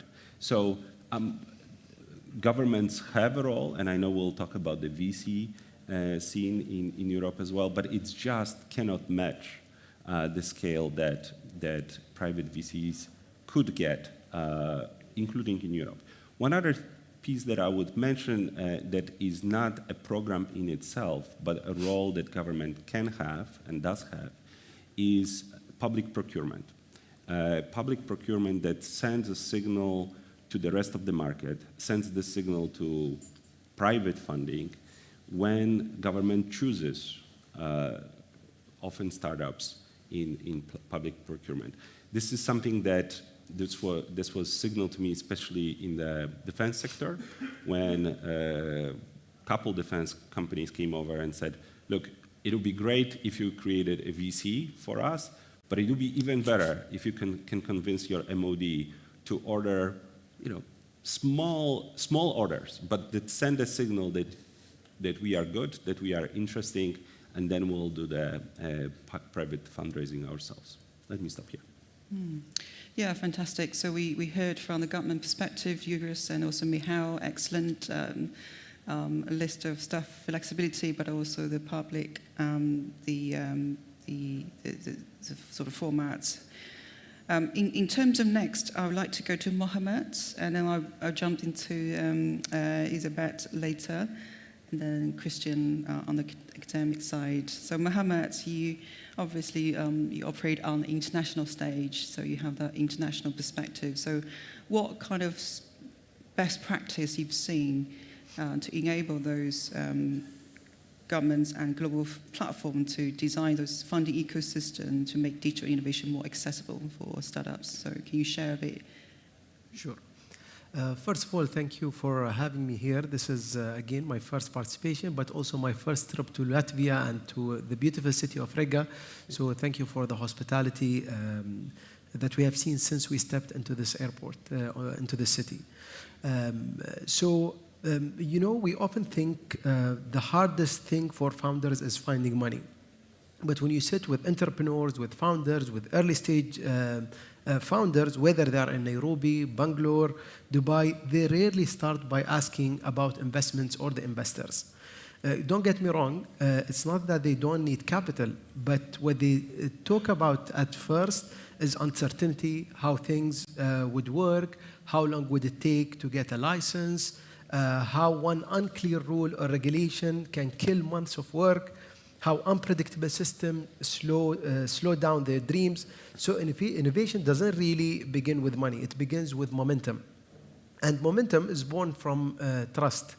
When governments are fast, predictable, and open-minded, capital flows naturally. That's exactly what we have seen in the UAE. And I'll give you an example. When His Highness the Crown Prince of Dubai met with 40 Indian entrepreneurs and founders of unicorns last week, it wasn't a photo opportunity. It was a signal. It was a signal that Dubai and the UAE wants to be the place where founders can test their ideas and scale it globally tomorrow. During that meeting, His Highness asked for one thing from each of the founders and the unicorns that were sitting on that meeting. He said, what is one thing Dubai or the UAE can do so your valuation double by next time we meet here in the UAE? So the question captures the spirit of our ecosystem. It's not about control. It's about collaboration and partnerships. A few days later, Dubai has launched the Unicorn 30 program, a very aggressive initiative to support 30 of the most 30 of the world's most promising startups and help them grow to become $1 billion companies from Dubai. It's not about attracting talents only, but it's about building platforms of scale, connecting founders to regulators and investors, and to global markets through the market of Dubai. Let's also not forget how essential it is to provide that safe environment for entrepreneurs to operate and test. And that's why initiatives like the one we have in the UAE, the Regulations Lab, exists. It's a safe space for innovators to test ideas, shape policies, and even help to write the rules. Of course, that would create trust, but it's not enough. So capital still matters, although it's not the first thing that they would ask about, but it still matters. And that's the continuation of that equation, and that's why in the UAE, for example, we had a fund, the Dubai Future District Fund, that was established as a 1 billion dirhams evergreen fund, blending public foresight with private agility. So it doesn't really chase quick returns, similar to other funds. It invests in deep tech, artificial intelligence, and future-driven ventures with the patience they deserve. That's exactly what we're trying to do also every year at the World Government Summit, by connecting those who make the rules with those who break the rules, the innovators, the entrepreneurs. Because the future of innovation won't be decided by who spends the most or who invests the most, but it would really be decided by who builds the most trusted partnership between governments and entrepreneurs. Yeah, it's very comprehensive programs you are offering, so yeah. And I guess tomorrow you have a keynote as well, so you're going to probably talk I had more it about... this morning. Oh, you had this morning, yeah, so here you go. It means that you missed the live streaming. So next, if I turn to Elizabeth, as the Exec Director of SNS, joint undertaking, and of course yourself is a long-term leader in the telecom industry. Can you share which EU programs being currently designed to fund digital innovation, and any challenges you've seen the startups facing access those funding? Thank you very much for the good question, and thank you very much for the kind invitation. The flagship initiative of the EU is Horizon Europe, which has a very large budget in this multi-annual financial framework, only 5 billion euros. But there are also other programs like the Digital Europe program, or the Connecting Europe facility, digital, particularly for core and also for corridor, 5G corridors alongside transport pathways. So there are general tools, but also more specialized tools. The Smart Networks and Services joint undertaking, alongside some other joint undertakings, are basically public-private partnerships which are managing Horizon Europe funding, or some of the other joint undertakings, also combining different EU sources. Our budget is 900 million euros of Horizon Europe, and this is matched by the private sector by various forms of contributions. So this is really a public-private partnership. There is very strong EU investment from Horizon Europe,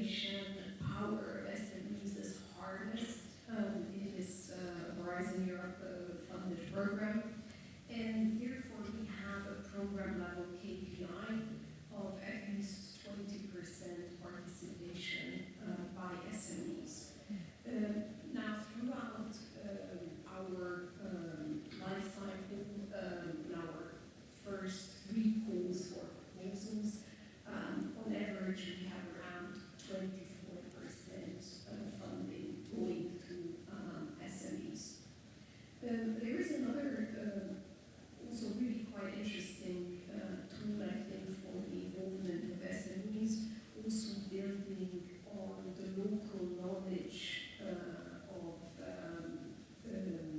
of beneficiaries, which we use as a tool, which is it's called financial support to third parties. So these are essentially mini pools managed by the projects themselves, who have local knowledge. They can manage this locally.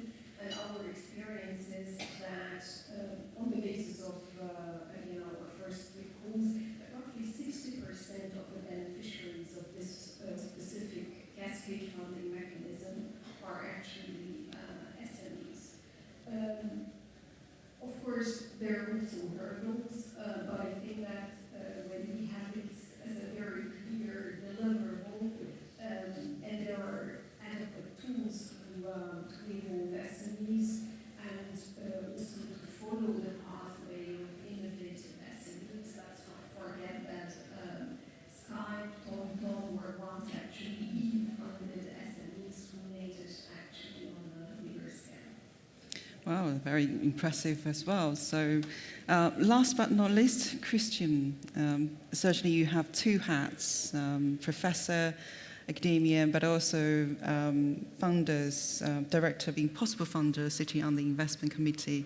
So can you share what you've seen at the first-hand experience, especially for the science-based startups or university spin out, transit from grants or public funding mechanism to the private investment?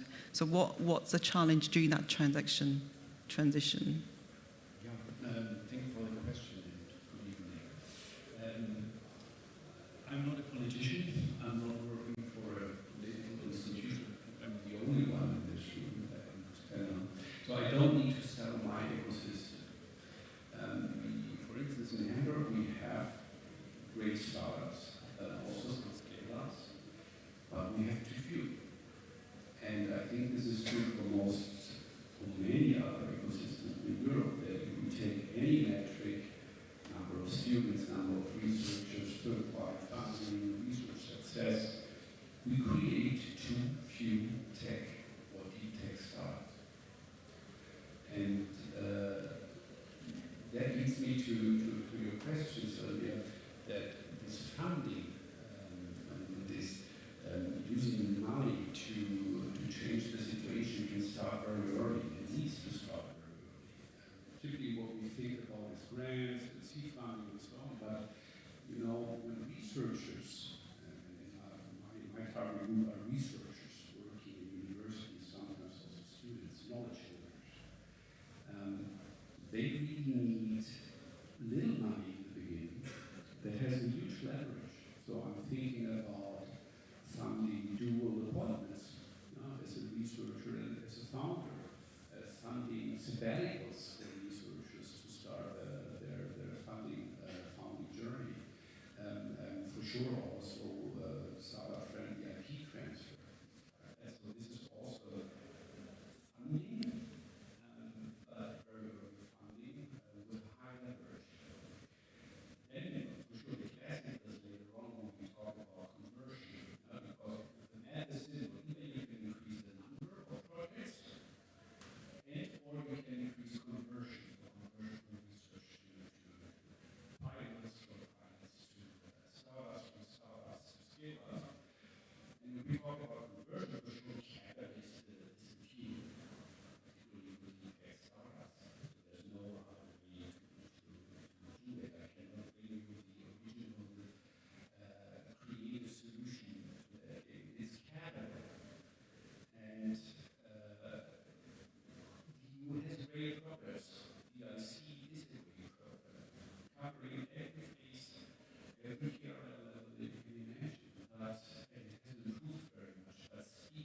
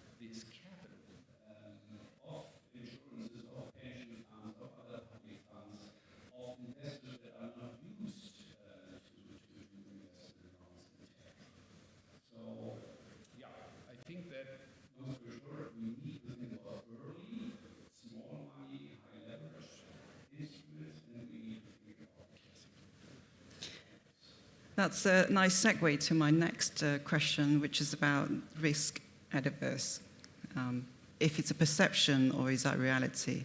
So if I can continue with you, Christian, with your first-hand experience, what evidence do you see exist for Europe? Is it compared with the US, Asia? Is it that European more risk adverse to invest in deep tech than the other places, regions? First answer, that psychologists would always say perception is reality. Right? So we perceive it as our reality. So that's first. So this is why we always need to be careful how we shape perception.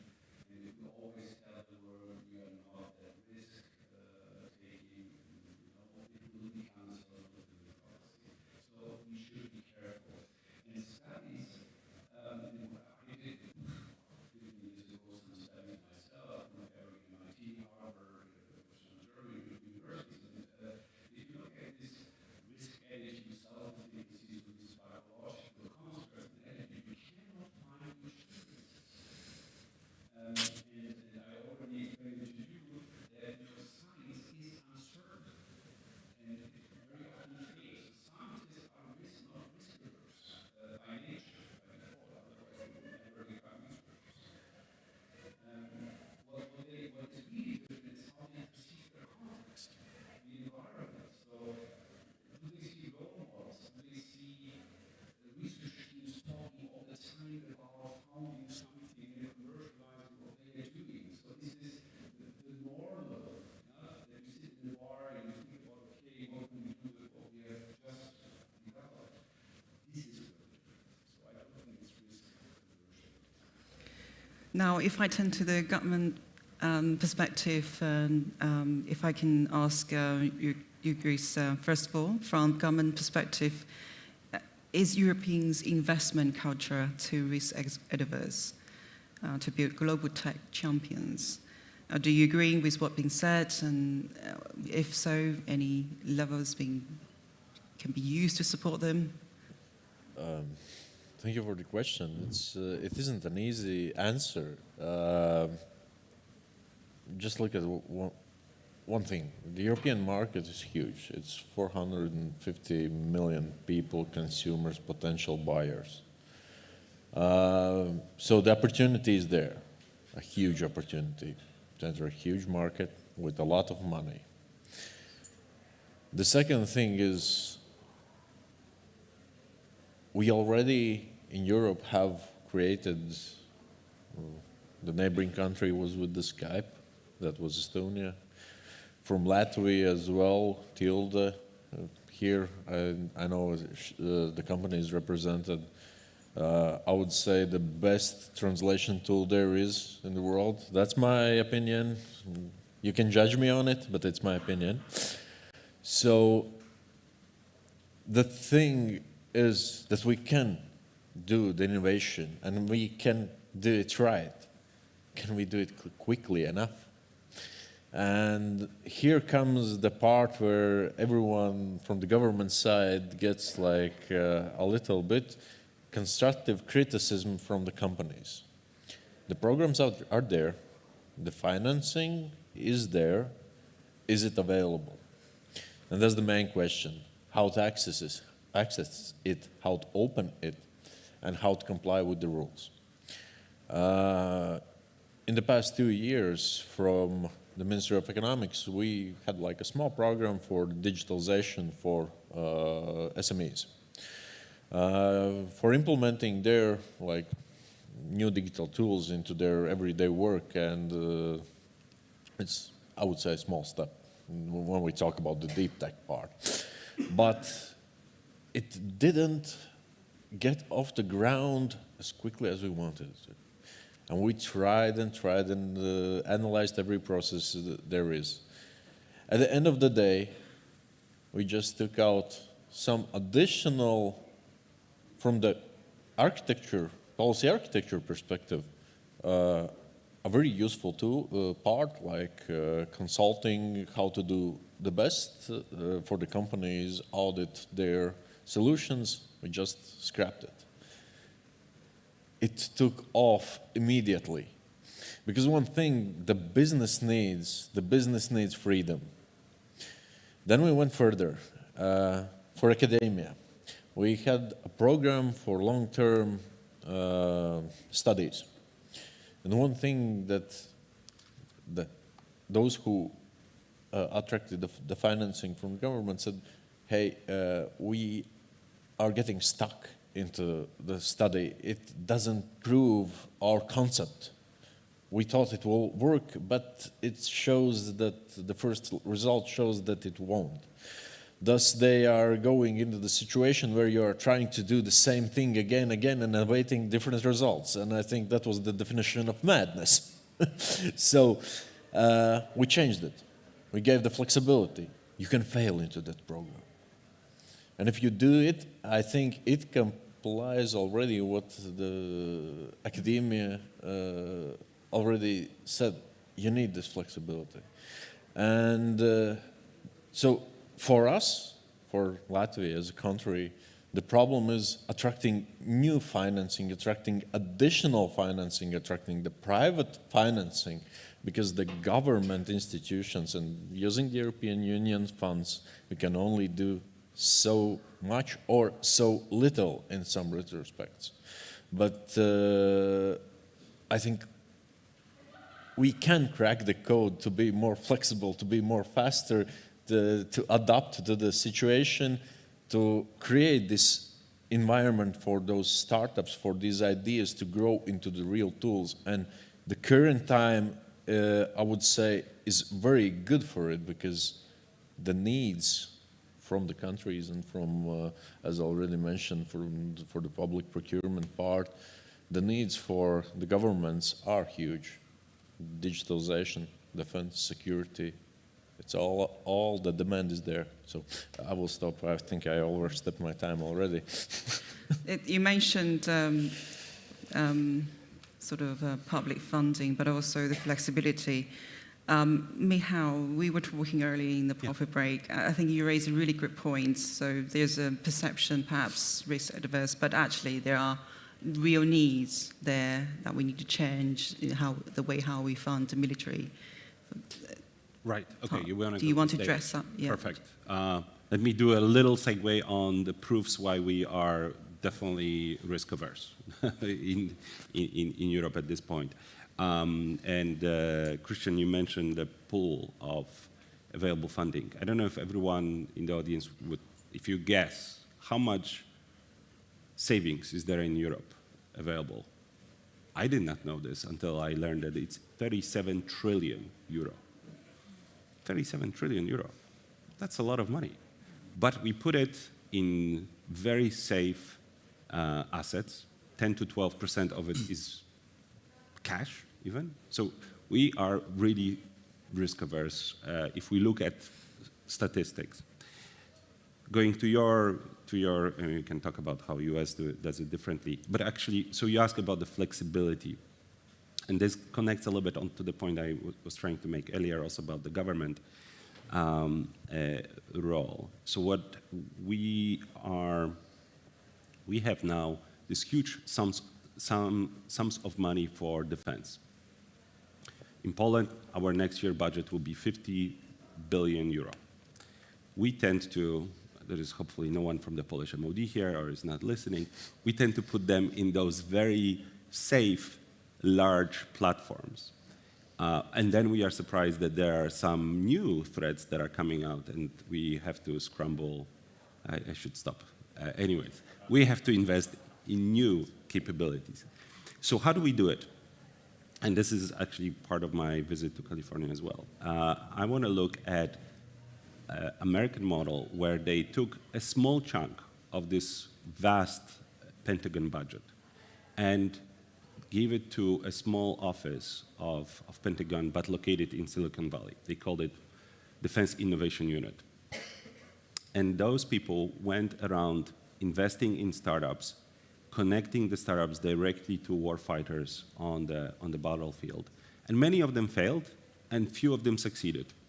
And few of them succeeded beyond wild imagination, though. And that's that kind of entrepreneurial VC-like approach also to government procurement, defense procurement, is the way to go for us in this, both to get better defense capabilities, but also have the impact on our economies. And with relatively small amount of money comparing to what we have, again, huge, vast amounts of money, not only from the savings, but also for defense.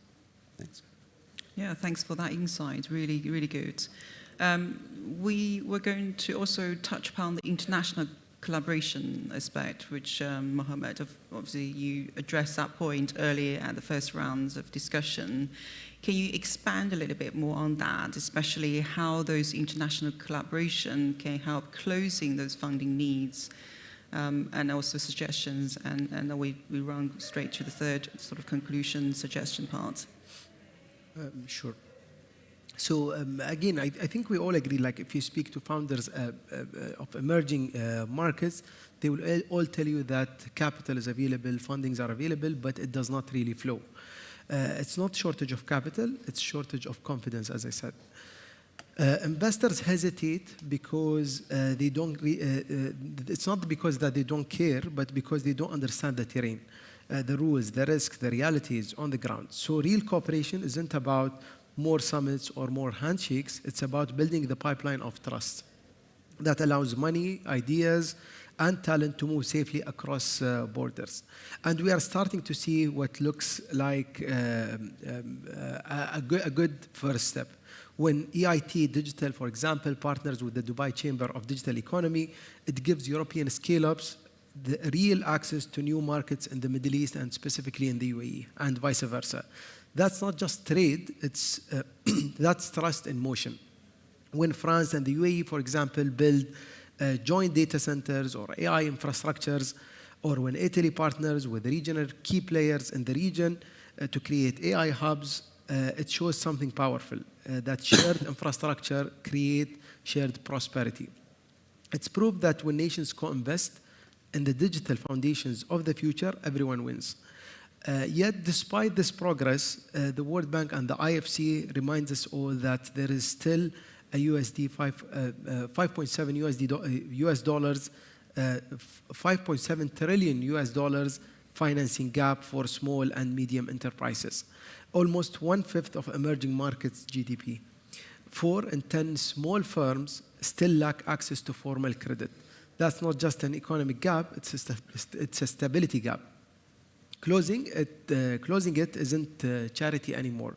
So it's a risk management for global resilience.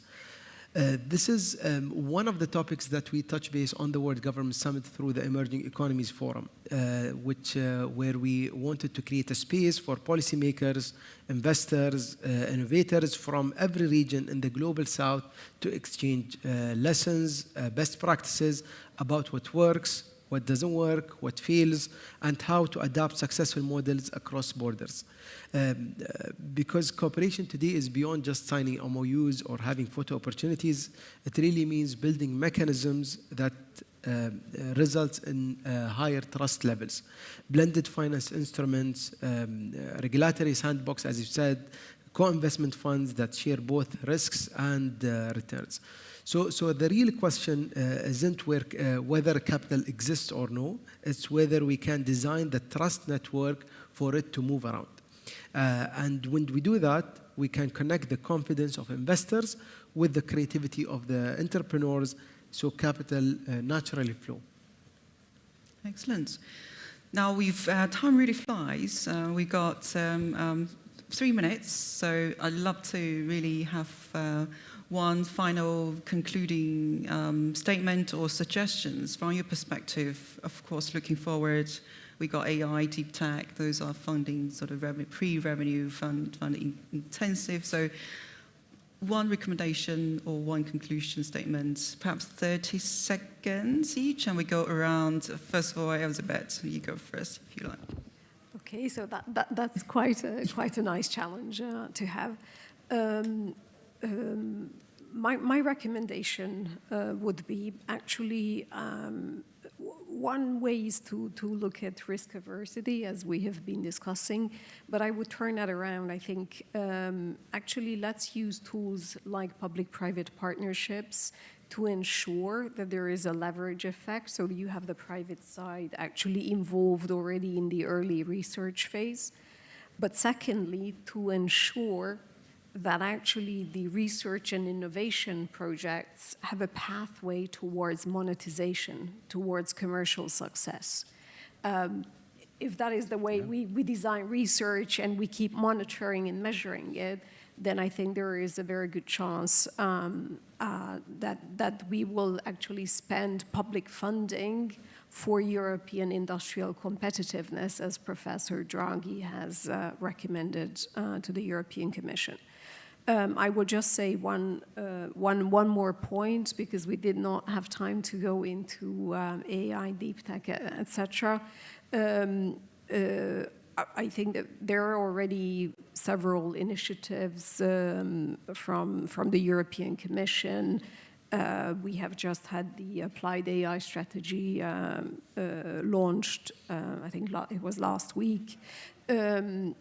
I think that what is really important is that actually technology, connectivity, advanced connectivity, my area, 6G, is becoming more and more complex. And I think that it is very important that we actually take a quite holistic view on this, because the success of different critical technologies have interdependencies. So if we look at AI, for example, to have a very successful AI continent, European leadership in AI, it also depends on success in the areas of cloud, for example, or indeed advanced communications.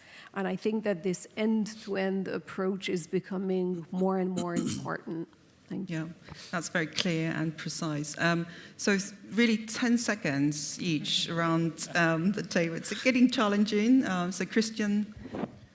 First, little money, high leverage, early things to turn researchers into entrepreneurs. Second, de-risking for private investors. Public procurement would be one important thing. Third, think about special models for high risk, high reward, first of a kind, ARPA type of investing models.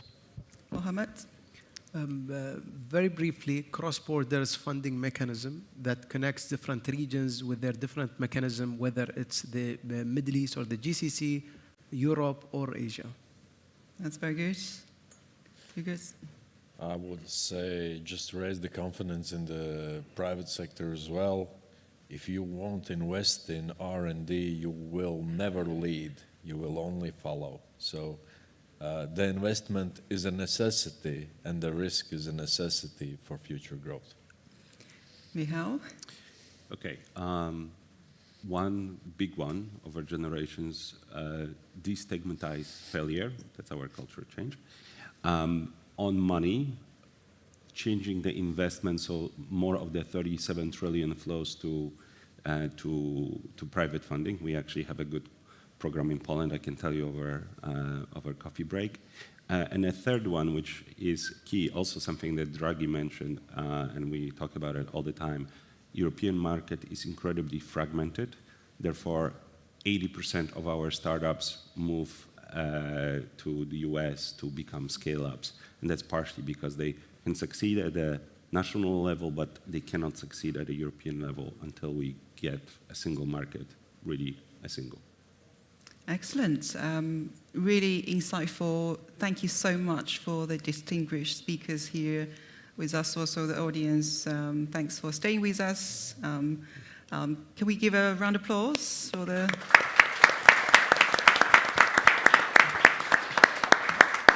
And thank you to our moderator. Yes. Sylvia. There was one, I would say, more or less general question on the role of AI in the government field and innovations, but I guess it's a great question to answer. And the question was exactly put like this. We have like a few minutes. Could you please just finish with this? AI is shaping today's world. How do you see the role of AI in digital innovations oriented towards the government sector? Is future regulation necessary? Any thoughts on this? So I can say it is a valuable and tool and a necessity for the future to implement the AI models, agents within the systems, governmental systems, because of how much time it can save. And it can save, you know, time is money. And if you save time, you save money, and you save money in two parts. The first, the one who uses the system, and the second, the one who's paying for the system, and that's the whole population through taxes. So, is that the safe playing field? Again, if we won't try it, we won't know it. But from the perspective of legislation, in Latvia, we have already implemented quite a lot of sandbox principles, so we can play with it and we can implement it safely. If you go crazy, of course, it's dangerous.